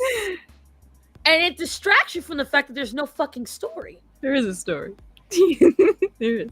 I don't know what you're talking The about. story is they gay bait you for an entire season and a half. Don't all sports anime do that though? That's why I don't watch sports animes. I don't either. I think Yuri on I Ice is literally the know. only sports anime I could sit through. I even tried watching Kuroko no Basket at some point. I couldn't watch it.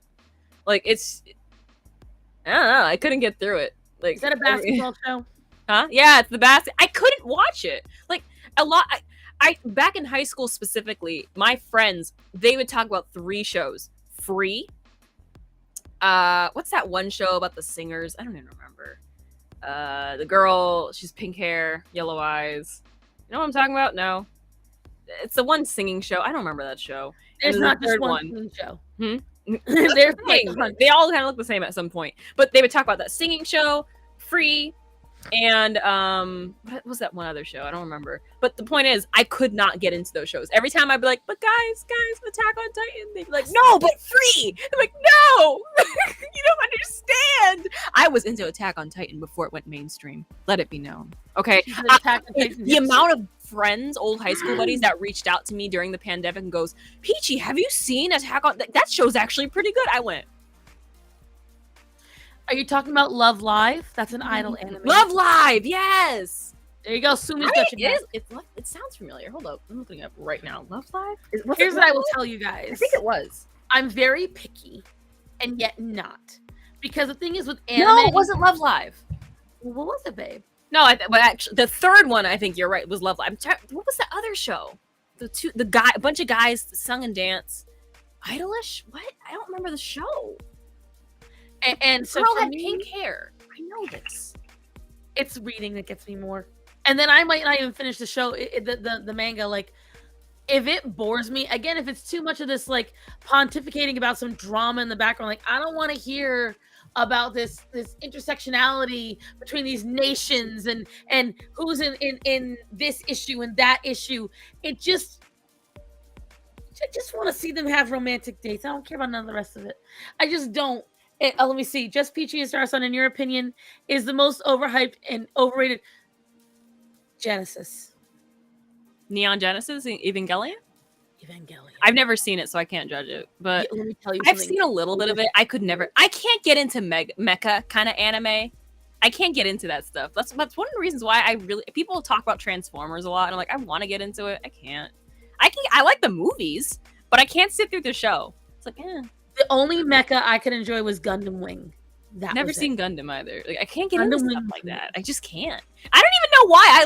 I love giant monsters fighting each other. You know what I think it is? I think I mentioned this too to a friend. There's and something food. about giant robots. I feel like by default they cannot lose. This is how my mind works, right? If a giant robot, like just like Bumblebee or whatever, right, dies, right? In the back of my head, I'm like, but they're a robot. Just put him back together. And people are all surprised, like, oh my gosh, he's actually alive. It's like, yeah. Because he has working Wasn't parts alive to begin with. and put back together. Like that's how. Because there is no risk when you're a robot, right? You get hundreds of years can go by, but as long as someone flips a switch, you're awake again. It's like there's no life or death experience with robots. For me, I get it. It doesn't make any sense. Of course, there are certain shows are no, this character dies in this way and they never come back. It's like, yeah, I get it, but in my mind, it's like there's always a possibility for them. Just like Dragon Ball, when someone dies, like they're probably gonna come back at some point. So it means they're Like- inconsistent in the rules that they set.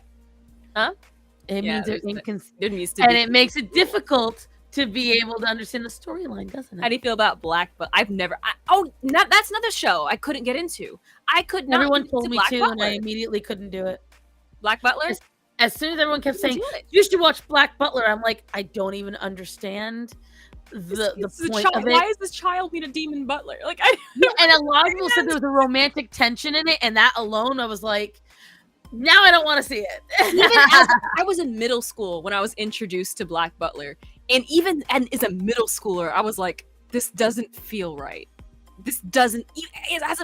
All my friends in middle school talked about it. A friend of mine, a very close friend of mine, who didn't like anime, loved because that's Black when Butler, anime started and I becoming couldn't get into big. it. I was like, it doesn't.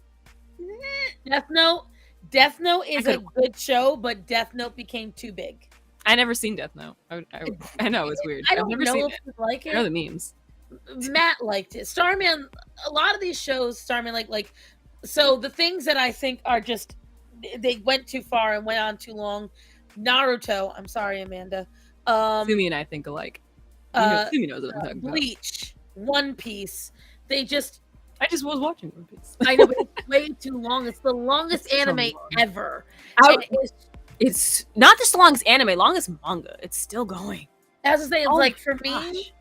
like it's just like the Simpsons. After a while, you overstayed your welcome, and it's like I love Dragon Ball. I'm glad that there's as far as I know, God Almighty, there's no more new Dragon Ball things, and so it's like for me, after a while, see Kill la Kill. I've never even touched that one.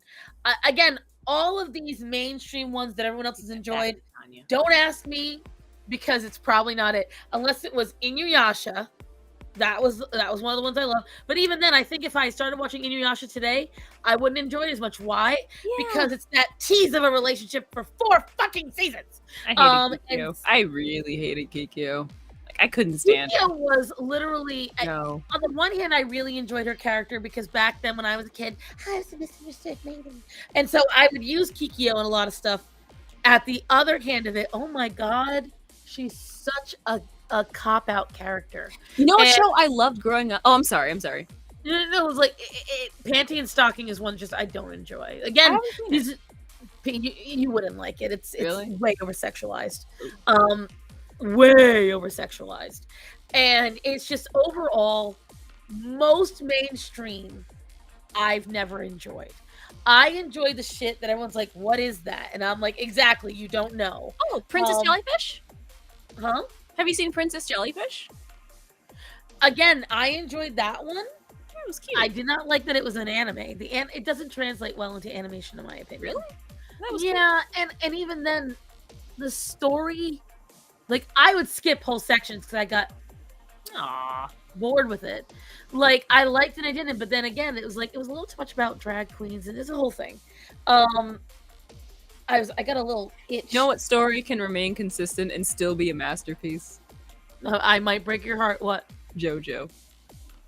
I've never seen a single episode of JoJo. I can't. JoJo. I Oh can't. my. It's the silliest.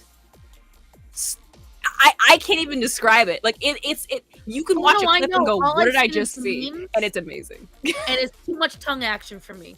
Too much. I get it. No, I'm done. I'm done. No. I love JoJo. It's the most out of pocket series in anime I can think of. Oh, But it's the I most bet so. amazing. Like I love everything about it. So perfect. So, for instance, I love Harumiya, right? Love Oh that my show. gosh! Haruhi Suzumiya? No. I haven't seen that show in forever. That It- show it- didn't age very well. It's not that. Go watch Grimgar Fantasy of Ash. So much drama, but I don't want drama. I just want romance. No. I don't want the drama. Drama bores me.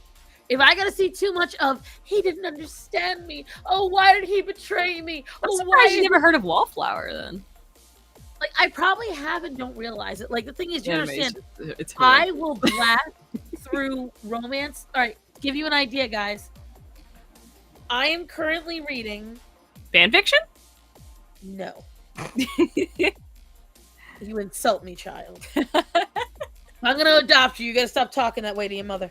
Let me see. 1, 2, 3, you look 4, hard 5, 6, 7, 8, 9, 10, 11, 12, 13, 14, 15, 16, 17, Dororo's good. 19, 20, 21, 22, 23, 24, 25, 26, 27, 28, 29 active mangas open that I'm currently all reading, and they're all romance. You said before you read Isekai, right?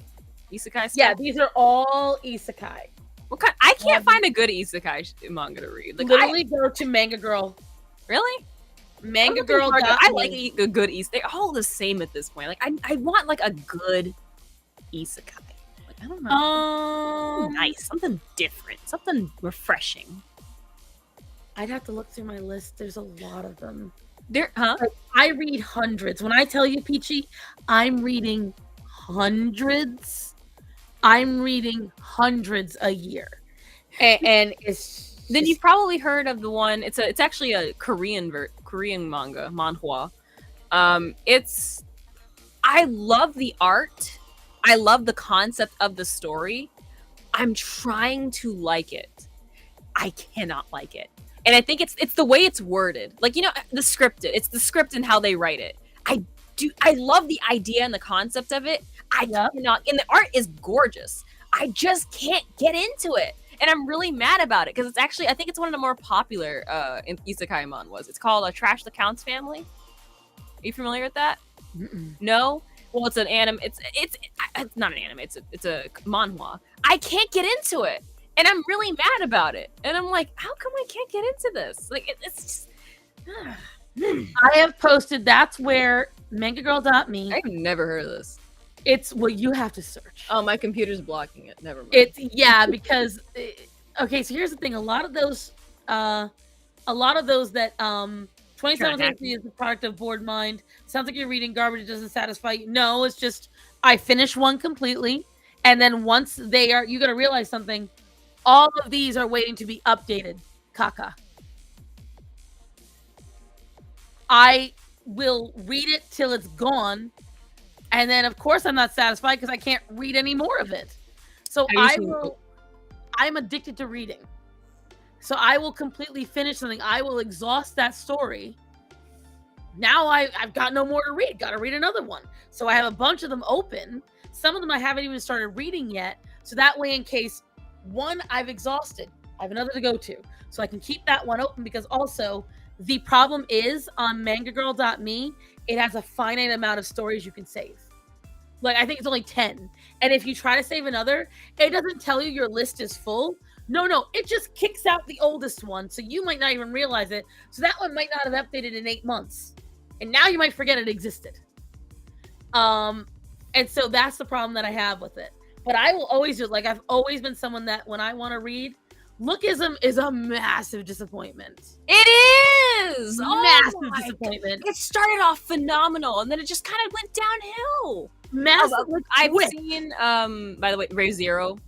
Loved the first couple seasons. I couldn't watch it anymore after, like, he did Rem dirty. That's all I'm gonna say. I got so mad about that. Ooh, I got mad about that. But Like, Lookism. Loves Lookism. Loved it. And it just, what happened to it? What happened to it? Honestly, it's like, so in the beginning, I really liked that form of isekai. I thought it was a really cool idea. And for the first, like, I'd say 20 chapters, it did a really good job of building the entire idea and getting to look at Crystal. And I don't even remember the main guy's name. I only remember the main girl's name.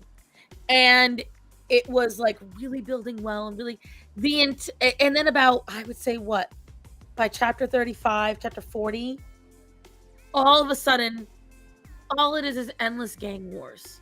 I mean, I literally would scroll and scroll and scroll, and half the time you don't even see him in his original body anymore. Mm-hmm. Like, I don't think it even exists at this point. It's so long. Kind of, sort of. So I actually skipped a bunch of chapters, but to kind of give you the TLDR, he started working on his original body, and it's gotten to the point that it kind of does look like his transformation body. I don't understand what you mean by that, Layla. What it is Manga Girl is just okay. So it is a website that screenshots any and all manga and will translate it. So, like, they'll screenshot it where you can get the screenshots easier. Even manga that's supposed to be paid for. So let's say you don't want to pay $5.99 a chapter. I know. You really want to read it. I feel really bad. I don't at all. So if it got taken down, like, I go on Manga Go to read my stuff sometimes, and if there was people freaking out, like, they go, oh my gosh, they're about to take down the website. A part of me was like, that's fair. Like, I'll accept the fate. I'll accept. A lot of these isekai things are released by a company, and they're released in mass. They'll hire like 50 artists and 50 storytellers, and they'll say, this is your base, come up with something. And then they will flood the market with this. And so it's just 50 different retellings of the same idea. And stalking. Killing stalking was a different level. I don't even know what that is. Oh, you don't want to know. Oh, no. Oh. But yeah, I didn't finish Killing Stalking for the plot. I finished it because I just wanted to know if the character lived. Like, it's not even a question. It's, okay, to break it down, just to sum it up in like a sentence. The story it's the psychological aspect of Killing Stalking is phenomenal. It knows how to get in your head. The story itself is the most, and I don't want to swear. If I could, though, I would. Effed up situation. It is the worst, and it's almost when I've had people go, "Oh, it's a yaoi." It's at this point, it's not a yaoi. Oh, I've had that argument, like, it's because people call it a yaoi because it is a love story. I'm quoting that loosely. Is it love story like how You is a love story? No, like it's so messed up. It's because the two main characters happen to be men who, get together. That's the only reason people call it a yaoi. Oh, there's two men. It's not a yaoi. Oh, no. I'm seeing Stockholm syndrome story. It's a literal. That's called lack of choice. No, it's a Stockholm syndrome story, and it's the artist, the writer it's the way. I guess I really admire. It's fascinating how they could really get into the head of a serial killer, pretty much. So here's what I will tell you. I love Killing Stalking is such a level of mind effery. Like, oh my. See, for me, I I will watch serial killer documentaries. I will watch deep dives on murders. I don't enjoy shows written about it. Does that make sense? Oh no, again, killing stalkies it's an entire level of different. Like I can't even describe it into words. I can't tell. Oh, do you like the manga? I don't know anymore.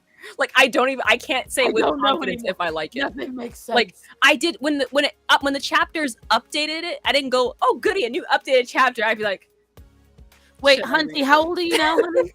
Because I've never even heard of this show, and she's saying I don't know how I read it at 17, meaning it's been a little bit. But no, like for me, I will just I go and I find, like, I like to save them all on a list. But I do the exact same thing, like when I really like stuff but I can't buy it at the moment, I save everything to a list. I'll keep a website, like I have over 70 tabs open on my Firefox at all times because I will forget. same. Okay. I guess I'm a little annoyed with what whatchamacallit said earlier. Kaka. Like, it's not that they're not good or that I'm reading trash, although when it's trash, I stop reading it. Because I'm like, if it's getting boring, if the story is not going anywhere, I just stop and I take it off my list. But the problem is that it's like, I think it was Hunty that said it. I do not want to blow money to binge. If I really, really like the manga, I will actively then go on to the pay for site and I will buy chapters periodically. But if you know what's trash, SOA? Sword Art Online? That's SAO. SAO. Yes, Sword Art is Online. beautiful trash. I've never seen it. Enjoy SAO. I couldn't get into it. I enjoyed it. I enjoyed it up until I think the 3rd season. And then I was just like, this is trash now. Like, that's how I felt with Ray Zero.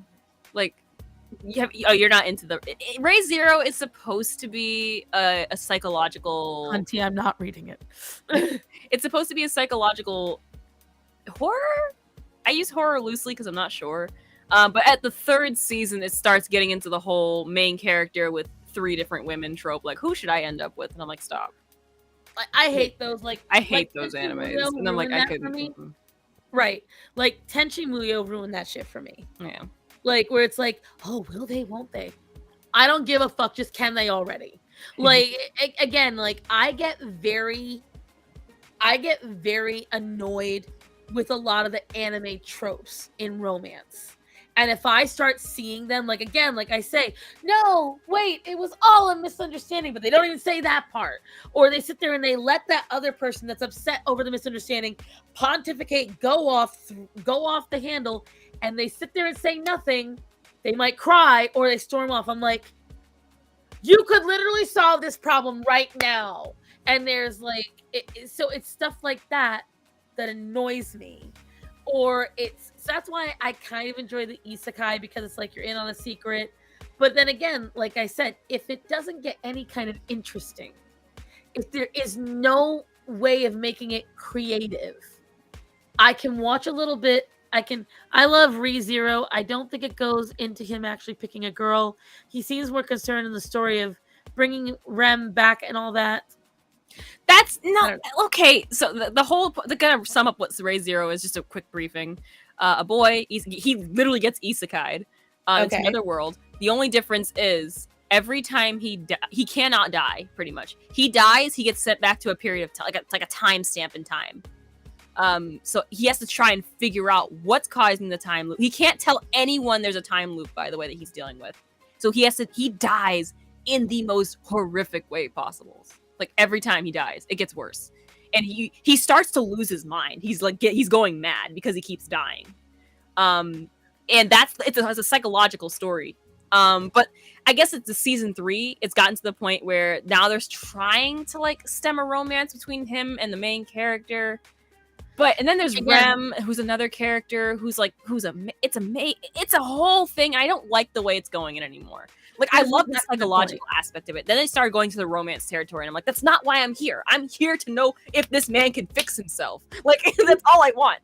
Then there's your point. Because see, for me, anytime they try to go too psychological, this is why I enjoy romance, guys. Because romance is always fun. There's always some kind of fluffy aspect to it. There's a bit of the spice, like Edie was saying. I don't need to read anything about massive fights, violence, psychological terror, I do. anything, because I see it enough in real life every day on the news. I do. I just want to watch two people that are blazingly rich just live in a stress-free world where they boink, have romance, do romantic things, and they live happily ever after. I don't need nothing else. The only time I don't need it to be a centralized romantic story is when I watch mainstream animation from like DreamWorks, but even then, if there's no romance whatsoever, I feel a little screwed over. And so it's like, I have like, I'm gonna say something controversial. Oh no. I watched Elemental. Careful, you're on the internet.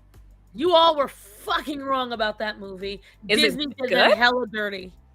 It's good? It was an adorable film. It was Really? simple. It was straightforward. It was a romantic story about straight people, which I think is why they really blew it into the ground. And Kaicho Maid Sama, isn't that the one with the dragons that all look like 3-year-olds? No! What? You've never heard of Kaicho wa Maid I Sama? do, but I can't remember. I know the words, but I don't No, know. what are you thinking of? There is No. this dragon maid thing. No. It's not the dragon maid. Kaicho wa Maid Sama is about a young woman Blimey. who's dirt poor, but she's a Yes, star. never mind. That's a good one. Never mind. Yes, I love that one. Never mind. I love Kaicho wa. I was like, what are you talking? No. No, but Kaicho wa see, Maid Sama is a Natanya gets it. masterpiece. I love it. It was great. I am reading it to escape into a pretty fluffy world. I am reading because you know how you might crave bad food, junk food? You crave it, you get hungry for it, Yeah. you get an itch, you got to scratch. That's me with romance. I will What actively... does that say about me? No, I'm saying I'm not a normal person. I understand this. That I will sit there. I have actively avoided eating, going out, and doing responsibilities if it meant I could binge a really good romance manga. It's like a weeb. Or Like a true weeb. I'm a romance weeb. Because when I used to go to the library, I would take out like 15 books at a time, and I would complete at least half of them in a week. We're talking like at least 500 pages. And these would be what you can consider beach books and romance novels. I will tell you right now, I will get upset that I can't get to a romance story. I would easily give up food over romance stories. Wow. And that is something where I've gotten in trouble many, many times over the years, sneaking books into places I shouldn't have brought them. I will get annoyed having to drive somewhere because I can't read. I will sneak off to the bathroom so I can read. You guys don't understand. I am addicted to that. Wow. What are your thoughts on like the show like Fruits, Twilight sucks. What? Fruits Baskets? Fruits Basket was adorable. It was cute. But there was a lot of it, like there was incest in that. And you don't remember? What? Don't No! you remember? They're all related, right? Everyone's in the family.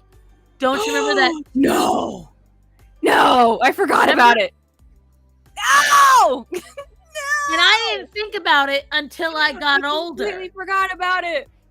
And I was like, Why? it made me have a hard time enjoying it now. No, And I they promoted completely it. forgot about And that. they're first cousins. No. Now I know why I forgot it. I probably mentally blocked it out. Like, Here's what I will tell you. See this? no. See this? I have gotten in trouble. I got in trouble so much. I was in the middle of English class. I was reading a library book. And my English teacher was standing right over me for 5 minutes. And I didn't know. Here's me, little star son, reading. I had it below the desk. And he is standing right here, watching me. And everyone's watching. Yeah, that's ADHD at its finest. And when It's I finally realized hyper-focusing. he was there, he literally slapped the book across the room. Aw. And it was a library book, so it ripped. Ooh. You know what my dumbass thing, the first thing I said is, you're going to pay for that book because it's not mine, it's the library's, and it ripped. That's the first thing out of my mouth. Not, I am sorry for reading in class, sir, and it's my fault the book got. No, I had to be like, you're gonna pay for that.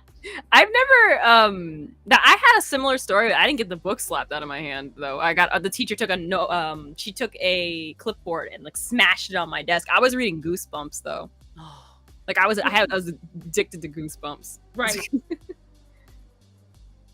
It's very interesting how you have this sort of fixation on like romance tropes, and I don't want to say straight up horror because I don't like the real nasty gory stuff. Like that's something I actually stay away from. I do like the horror, like psychological aspect, like ghosts and ghouls, and I won't watch any. I love Goosebumps and thrills and like something that would make chills down my spine. Like that's what I like. See, for me, I've experienced too much paranormal. I don't need to.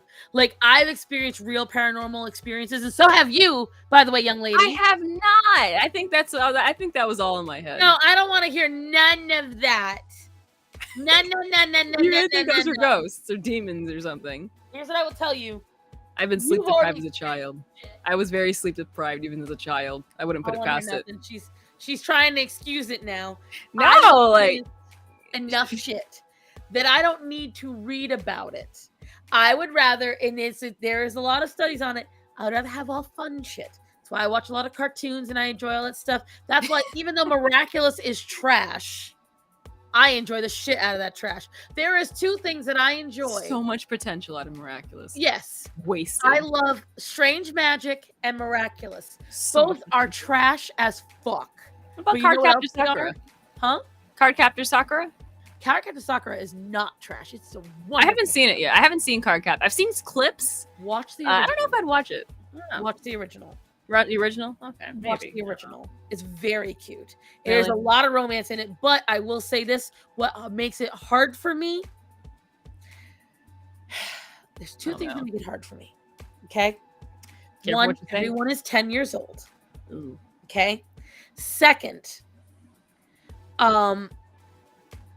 I don't know how to explain this without sounding creepy. I'm just going to go out and say it. The man who made the cloud cards, I'm going to ruin it for you now so that way you know ahead of time. The man that made the cloud cards got reincarnated. And the woman he loved was reincarnated a little before him. About 15 years before him. No. So when he's 10, no, they're a couple waiting to be legal. No! And I was like, and it didn't occur again. Remember, I said, as a kid, they're all adults. And technically, he has got the brain of an 80-year-old dude. Okay? Yeah, I get it. And so it's like, it's a workaround. But I'm like, the same thing. I was a similar reaction. I was going on one of my streams. I was reminiscing on a show called Shugo Chada. Have you heard of that show? So similar to what you just told me. It's a romance. Yeah, it's a romance. It's a magical girl romance thing. Like similar to what you just told me. The characters are very young. They're in middle school. However, there is a romance trope, and I'm using it loosely because they never straight up say it, but it's implied in some scenes, right? Where she has a huge crush on her middle school friend, boy, but then there's another older bad boy. She's like, but oh, he's so bad. Like, oh, but no, it's forbidden. The thing is, she is 10 years old. The other kid, he's 17. And I'm like, no. And if I showed you a clip there's a clip on YouTube I found recently that even as a kid I was like, but now that I'm older I'm like, oh no. The early 2000s hit different. let me show you something because Oh no, I kind of want to show you this. Nah, I'm not gonna show you. But for those who don't know, I'm talking about the characters Ikuto, blue-haired cat dude. It's a story, I promise. And then the pink-haired main character. Wait, you're talking about Tokyo Mew Mew. No, I'm not. That's literally Tokyo Mew Mew. No, Shugo Chida. Look it up. Shugo Chida. Wow, they copied Tokyo Mew Mew because the pink-haired girl, the main magical girl, and there's a bad boy with green hair has a crush on her. Blue hair. No, it's Shugo Chida. it's a cute show, but then there's stuff like that, and you go, Okay, so I'm gonna show you these characters. Hold on. So hold the phone. I'm gonna show you this. This Oh, fucks and the with my main brain and now. the bad boy has a sister, and the sister openly crushes on her brother. That's disturbing. So why is the picture of Yue not up here now? I just Card captor Sakura. so when I go here, it shows Yue. When I go to images, where the fuck is he? What the hell? He's just that good. He's just that gay. Ha! Oh yeah, he's the character that's like supposed to be a angel of some sort. So no, he's a No creation idea. of Clow. What the hell? What? All right, so this is Yue right here. Yeah, I remember him. Okay.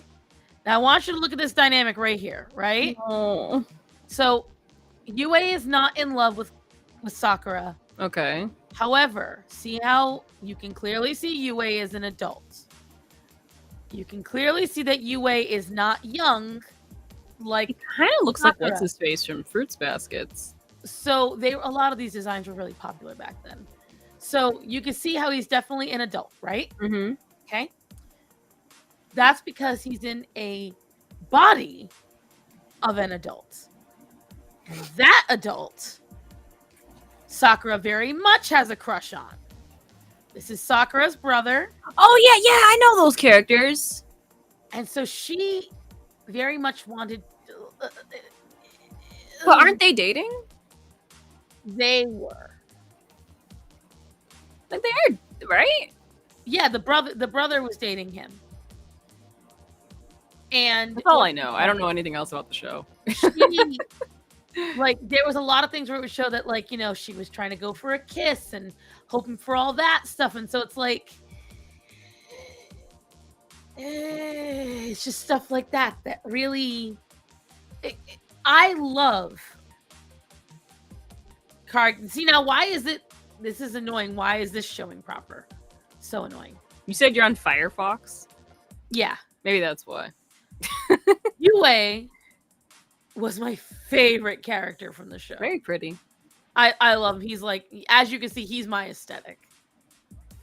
And him and Inuyasha were partly the inspiration. My taste in anime, guys, are so much different than the average anime watcher. I'm kind of different, like, because I like certain aesthetics. Because he's just too pretty for me. He would not be someone I'd like go, oh my gosh, he's so cute. Like he's too pretty. His character is Too his feminine actual looking. personality is not feminine whatsoever. Okay, like Like I he looks very effeminate. He is like straight laced, very, very. What? Like he looks like he'd be like, yes, hello. No, he's more like you're fucking stupid. Ooh. Like that's more of his character. no, that would and- scare me. Like, ooh, nope. Like Just like yeah. he sounds like what's his face from Inuyasha? Huh? What's his name? Inuyasha's brother. Right. I'm literally blanking on his name. Yes.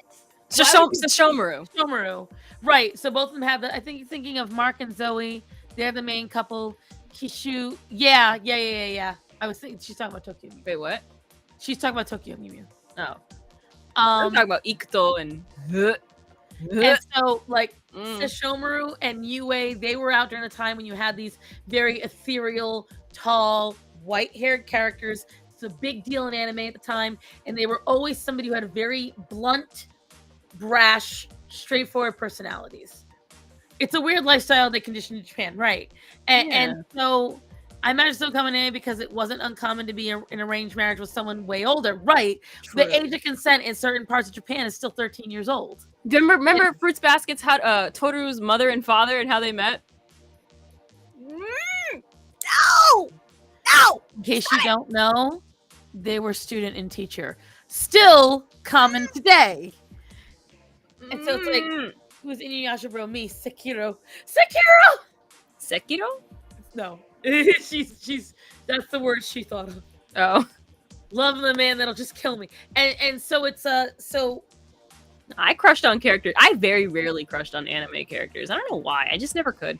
But I did like, if I had to pick one that I kind of did, Law from One Piece. I made the very smart decision to make my own character to crush on. So I was absolved of those issues. So I just had a crush on my own character. Solved that real easy. A lot of And characters. I always thought it was weird when people had crushes on anime characters. Then my kids point out that my husband looks like Willie Tiber from Willie hold up, Willie Tiber. Oh, really? One of my favorite things is people showing their childhood crushes and then who they marry. And it's really crazy. Like, I will say this, Starman looks nothing like my childhood crush. So am I gonna find someone who looks like Law? or who else? Eustace Kid. Who else? I liked a lot of One Piece characters. Now that I'm actually thinking about it. Michelle McDaniel loves the clown dude, and I'm like, I'm judging you. Buggy? I judge it. Yeah. Like, she was sitting there saying, like, it is a situation. Buggy the like, Buggy's Michelle, I funny, don't know if you watch my lives, but if you're watching, girl, I'm judging. Buggy's endearing. I love Buggy. He's I'm endearing. sure he is. But if I'm gonna fall in love with a dude, I don't want a dude that's got a giant ass clown nose. I'm just saying. I would say Shanks too, but I already shipped Shanks with someone else, so to me he's like already taken. It's like I can't do it. Is he canonically taken? No. But in my little headcanon, he is. I hate headcanons. I hate ships. No, they matter. Yes, they do. It works. No! It works! If it's not canon, it doesn't work. Yes, it does. Out of those Zutara people. It does. That's why I feel guilty. I told you, it's just a personal headcanon of mine. People simping over La Buggy. What? LA Buggy? I don't know. What, Nova? My cats are informing me I've been up But to Buggy is a very 4 funny a.m. character. I like Buggy. It's almost 4 a.m. Interesting One Piece character. This is what happens. You get me on one of these. Ace, Porcus D Ace, listen. Well, what about him? What I'm getting? He was cute. Porcus Do you D watch Ace. Deb Smikley? Rest his soul. Do you what? Wait, Deb's. What? I have never seen it. Yeah, I don't. don't. Like non-canon ships. No, it's just a fun headcanon. I don't like Leave me non-canon alone. anything. Leave me alone. I don't like non-canon anything because as someone that creates, I've already said it ad nauseum. But Shipping is fun. It is fun. To me, it's disrespecting the creator. But To I'm me, not it's like forcing people to listen to it. Let me get there. I don't like if it's where you like have it all in your own head and you don't, It's say. just for fun. But the thing is, again, you have to remember, I'm not talking about people like you. No. There's a lot of people who I literally have said, like, what people have drawn, if it ain't canon, Star ain't fanning. Black Cats will send me shit on Instagram just because she knows I'll get a little angry over it. But anyways, what was I saying? Oh yeah. A lot of people like to ship Alistair with people. Now, what did we just say earlier in this conversation? Alistair, don't I know about Alistair. You can't like. You They want can't. him with Charlie. They want him Yeah. with Charlie. No. But Charlie's already got Charlie's Maggie. a girlfriend. And so for me, the reason why I find it disrespectful, and here's why, and this is why I don't like fan fiction either. When you claim to be a fan of a property, then you're a fan of what they made.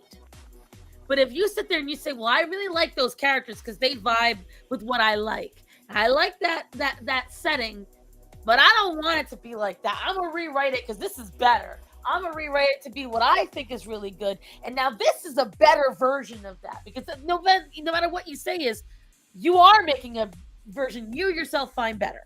By writing it and creating that, you're pretty much saying, yeah, it's cool to have this actual canon piece, but I'm gonna make over here something that it suits what I want more. So what you're saying is, at the end of the day, this person who spent heaps of money, years of designing and testing and went and pitched it to people and did all these things, you're telling them that what they did was shit. It's okay, you tried your best, creator, but I'm gonna do a better job. And I know you're gonna say nobody thinks that way. No, I'm not gonna say that. Like, there are crazy people who think that way. I think so Thousands long of as you understand that how you headcanon certain characters, that doesn't make it canon. As long as you understand that your entire fandom is much different than the canon fandom, it's fine. Like, I And the thing understand is- completely that Shanks will not get to, more than likely not get together with anyone in the show. He's Right. Shanks. He's Shanks. He literally can do anything he wants. But you know, I still have my little headcanon. I'm not gonna force it on anyone else though, let alone Oda. Because think about it, right? See what Black Cat said right here? Man, I'm a fan of this. Also fan. Everyone is gay and this character is trans now and gay. I want you to think about it. This is why I don't like headcanons. How many people vehemently thought that Elsa should now be gay? They decided it. It was never decided by Disney. But Elsa Elsa has has to be the gay. queen that she is. Like, does she need anyone really? But that's the thing. They wanted her to be gay with Honeysuckle. They demanded Who? it. Where it was in the second movie. Then, mind you, all they had was a 5-minute interaction Mihawk and Shanks. where they shared a story. There was a character in The Incredibles, the Incredibles 2. Just because she had a large jaw and was lanky, she has to be trans. This is the trans character, and people fought over it. People pushing for certain characters to be retconned to be gay, retconned to be trans, this, that, and the other. This is why I don't like fan art, fan fiction, and headcanon. Because while people like you will sit there and go, oh, it's just for fun, most are not like that, especially the loud ones. And then they turn around and they go, well, why isn't it? Well, we need to make Superman gay for this. Well, Batman should be black. Well, this and that, because now it feels more in tune with what I need as representation. This is the problem that I have. This is the issue. Right. Because clearly Shang must be gay. Even though the only time he started finding interest in her was once he saw her tits. But Batman okay. X Joker. Kill it with fire. Exactly. Kill that with fire. So this is the problem that I Some have. things should just remain in fan fiction alone. But it never does. It And then should. eventually, headcanon assholes become the lead artists and the lead producers, and then they get to make these decisions, and then they get actually written into an off branch of the universe, and it's canon now because it's an off branch of the universe. So these are the reasons why I don't like them. That Right, Red right Hood wing, fan fiction stays Red there. Hood. Aren't they the Stays same there. person? Isn't Red Hood Mihawk and Shanks? No. Delete this. Delete this. And so this is why I don't enjoy these things, because when people get up and demand that characters get retconned into a way, it happens all the time. This character should be gay. This character should be trans. This character should be a different nationality. This character should be trained.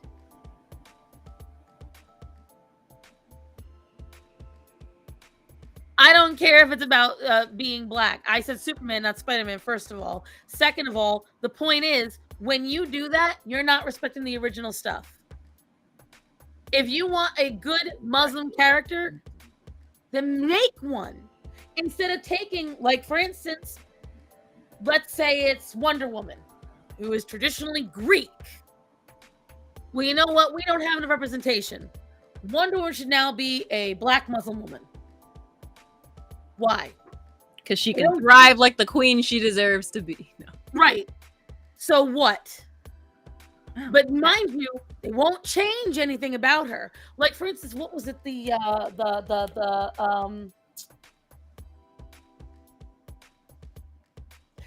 God of War. God of War, right? I haven't seen that. God of War had a black Norseman, Of course. Norsewoman, a black Viking. Why? There was never any black people in the Viking Age. Not in that area. But representation. Just like no one History- points out the during the first Black Panther movie, there's a scene before they all go to war. And they're panning over all the soldiers, and then there's one particular soldier who's very, very fair skinned. And I'm like, wait a minute.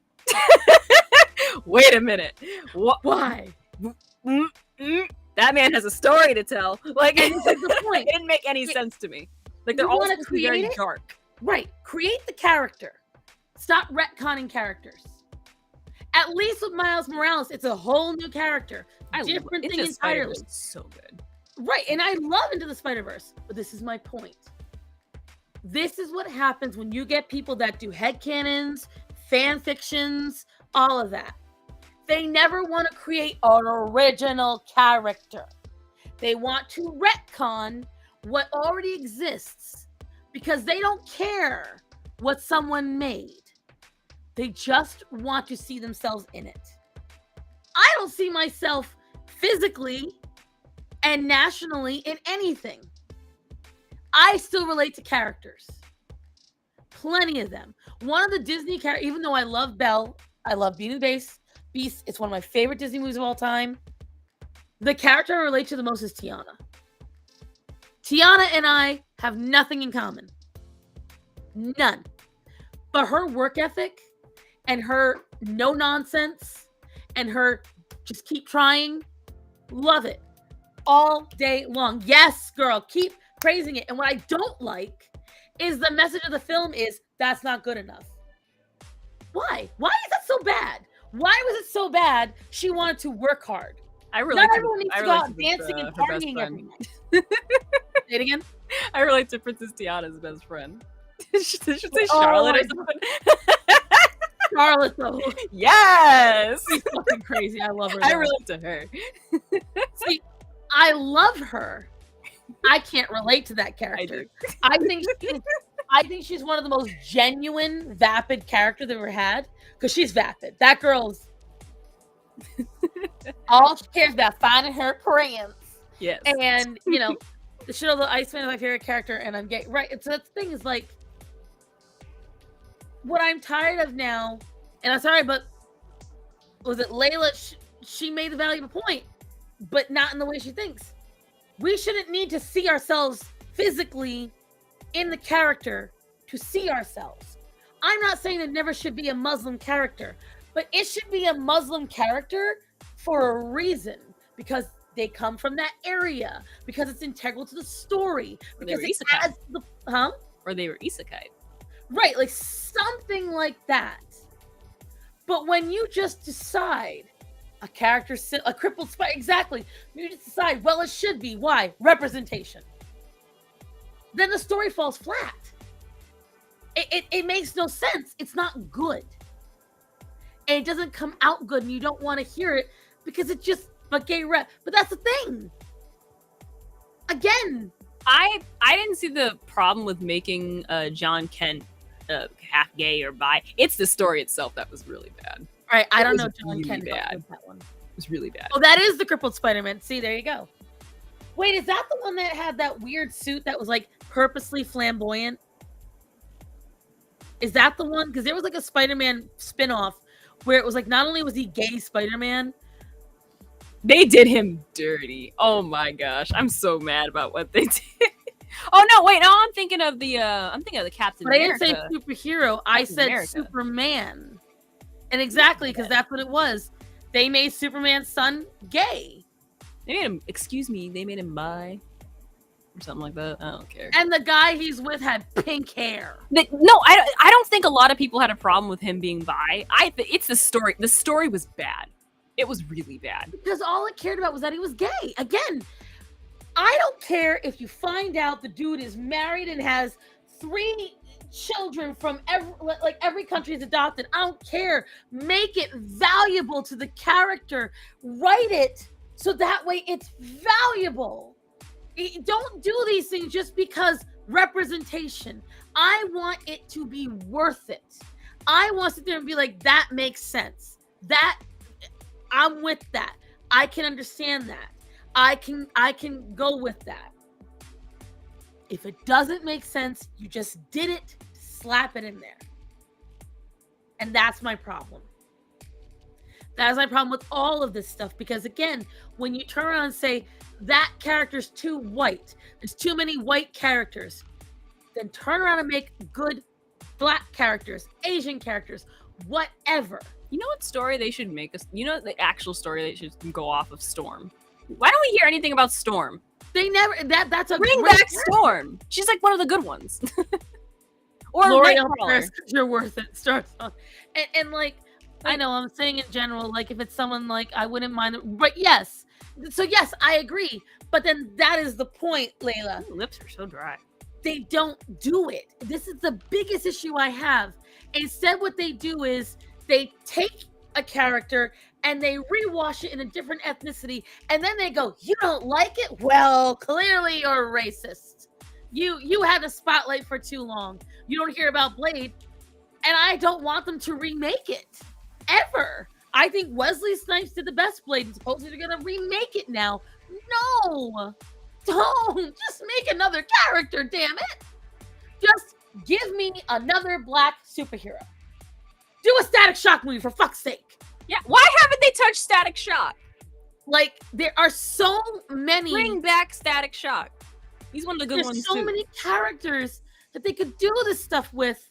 You could do so many like, and they go, "Oh well, that IP isn't good enough." No, or well, look, this IP failed because like they do with the Eternals and stuff.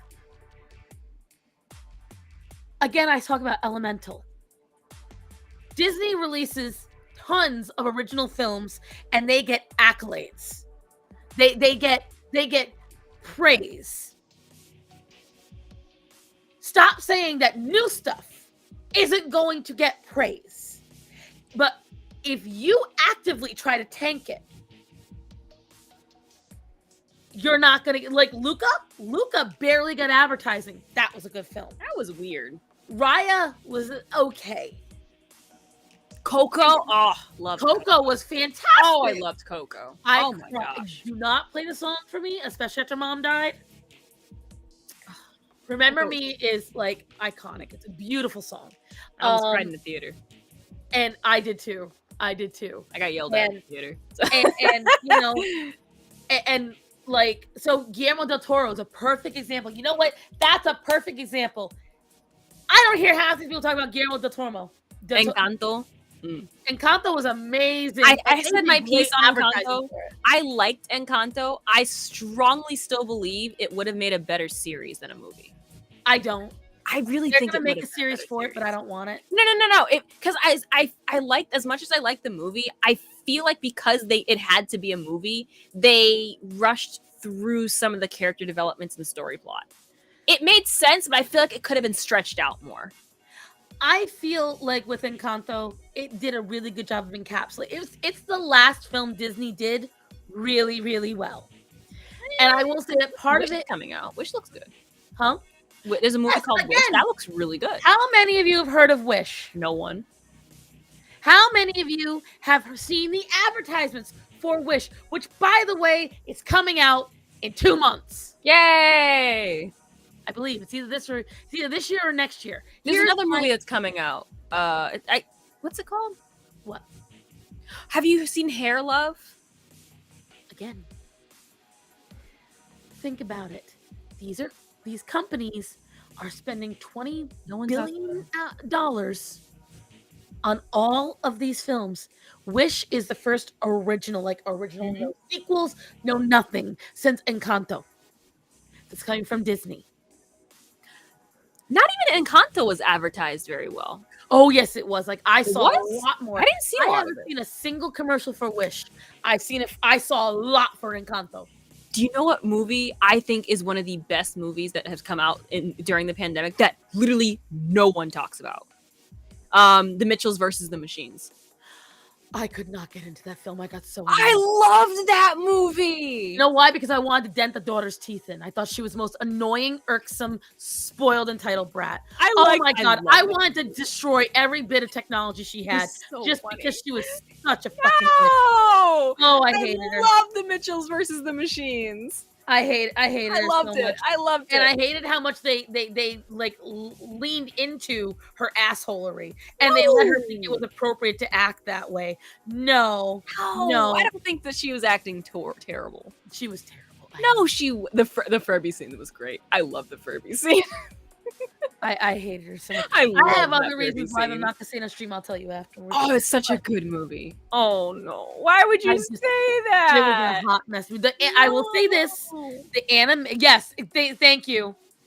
I hate the spoiled kids trope. And do you know where the spoiled kids trope happens a lot? Romance.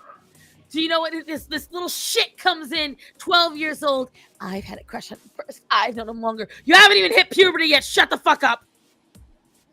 Like, so I get really pissed at spoiled kid tropes because here's what happens in the spoiled kid trope. Just like it did in Mitchell's versus the Machines. No, I don't think she was Everybody spoiled.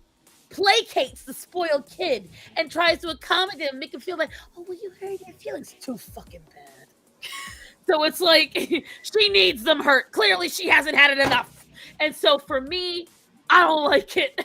I don't like Natanya. It literally, I will tell you, Natanya and Breen, out of all my followers, I swear they pay attention to me the most. Oh no, I love them. You're breaking my heart, Lady Starzan. This is the shit that pisses me off the most. Like, for instance, Oh goodness. Whew. oh, there's one anime I watched. Stars on a show you.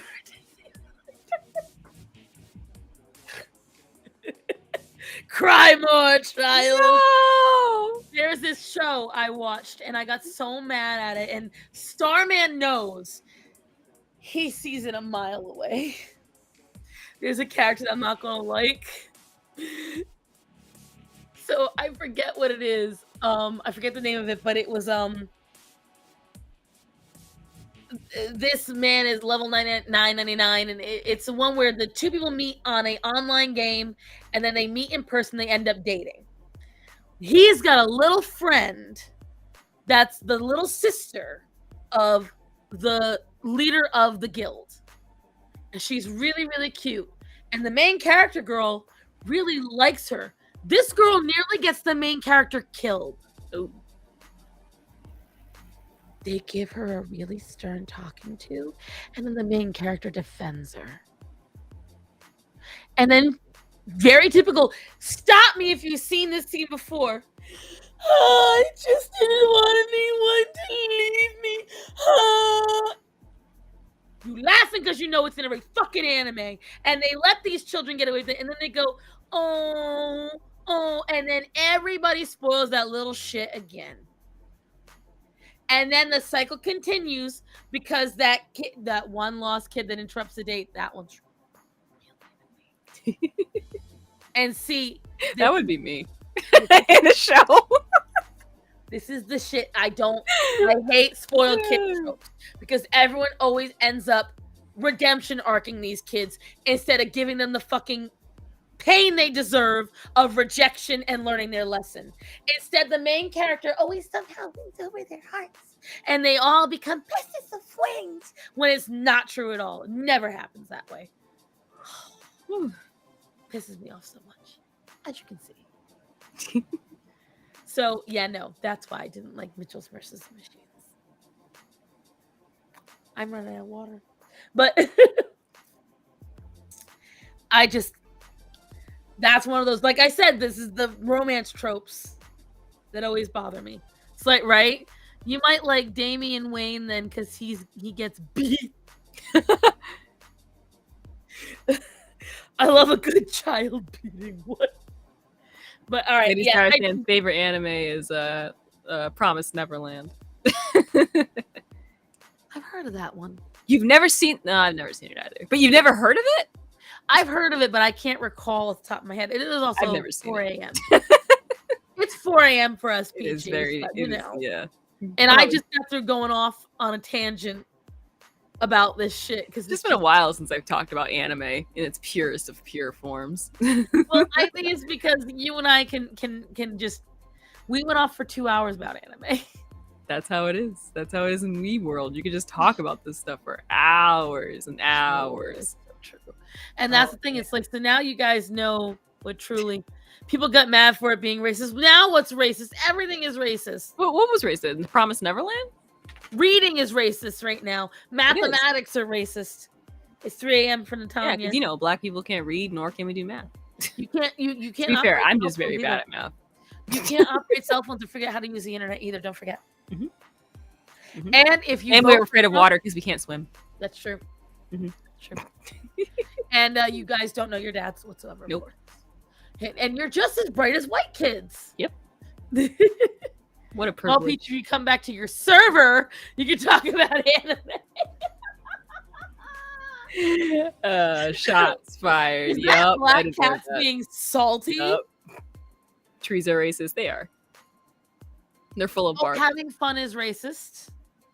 Being able to laugh and run through a field is racist. Oh yeah, everything is racist. What kind of field? Cotton field? Where are we going with this? Yo, Peachy, did you just have a clever quip? That's my baby. And what? Peachy, I would say before we start getting sleep drunk, what Maybe that's Scooby? She liked that one. Checks her DMs. I don't.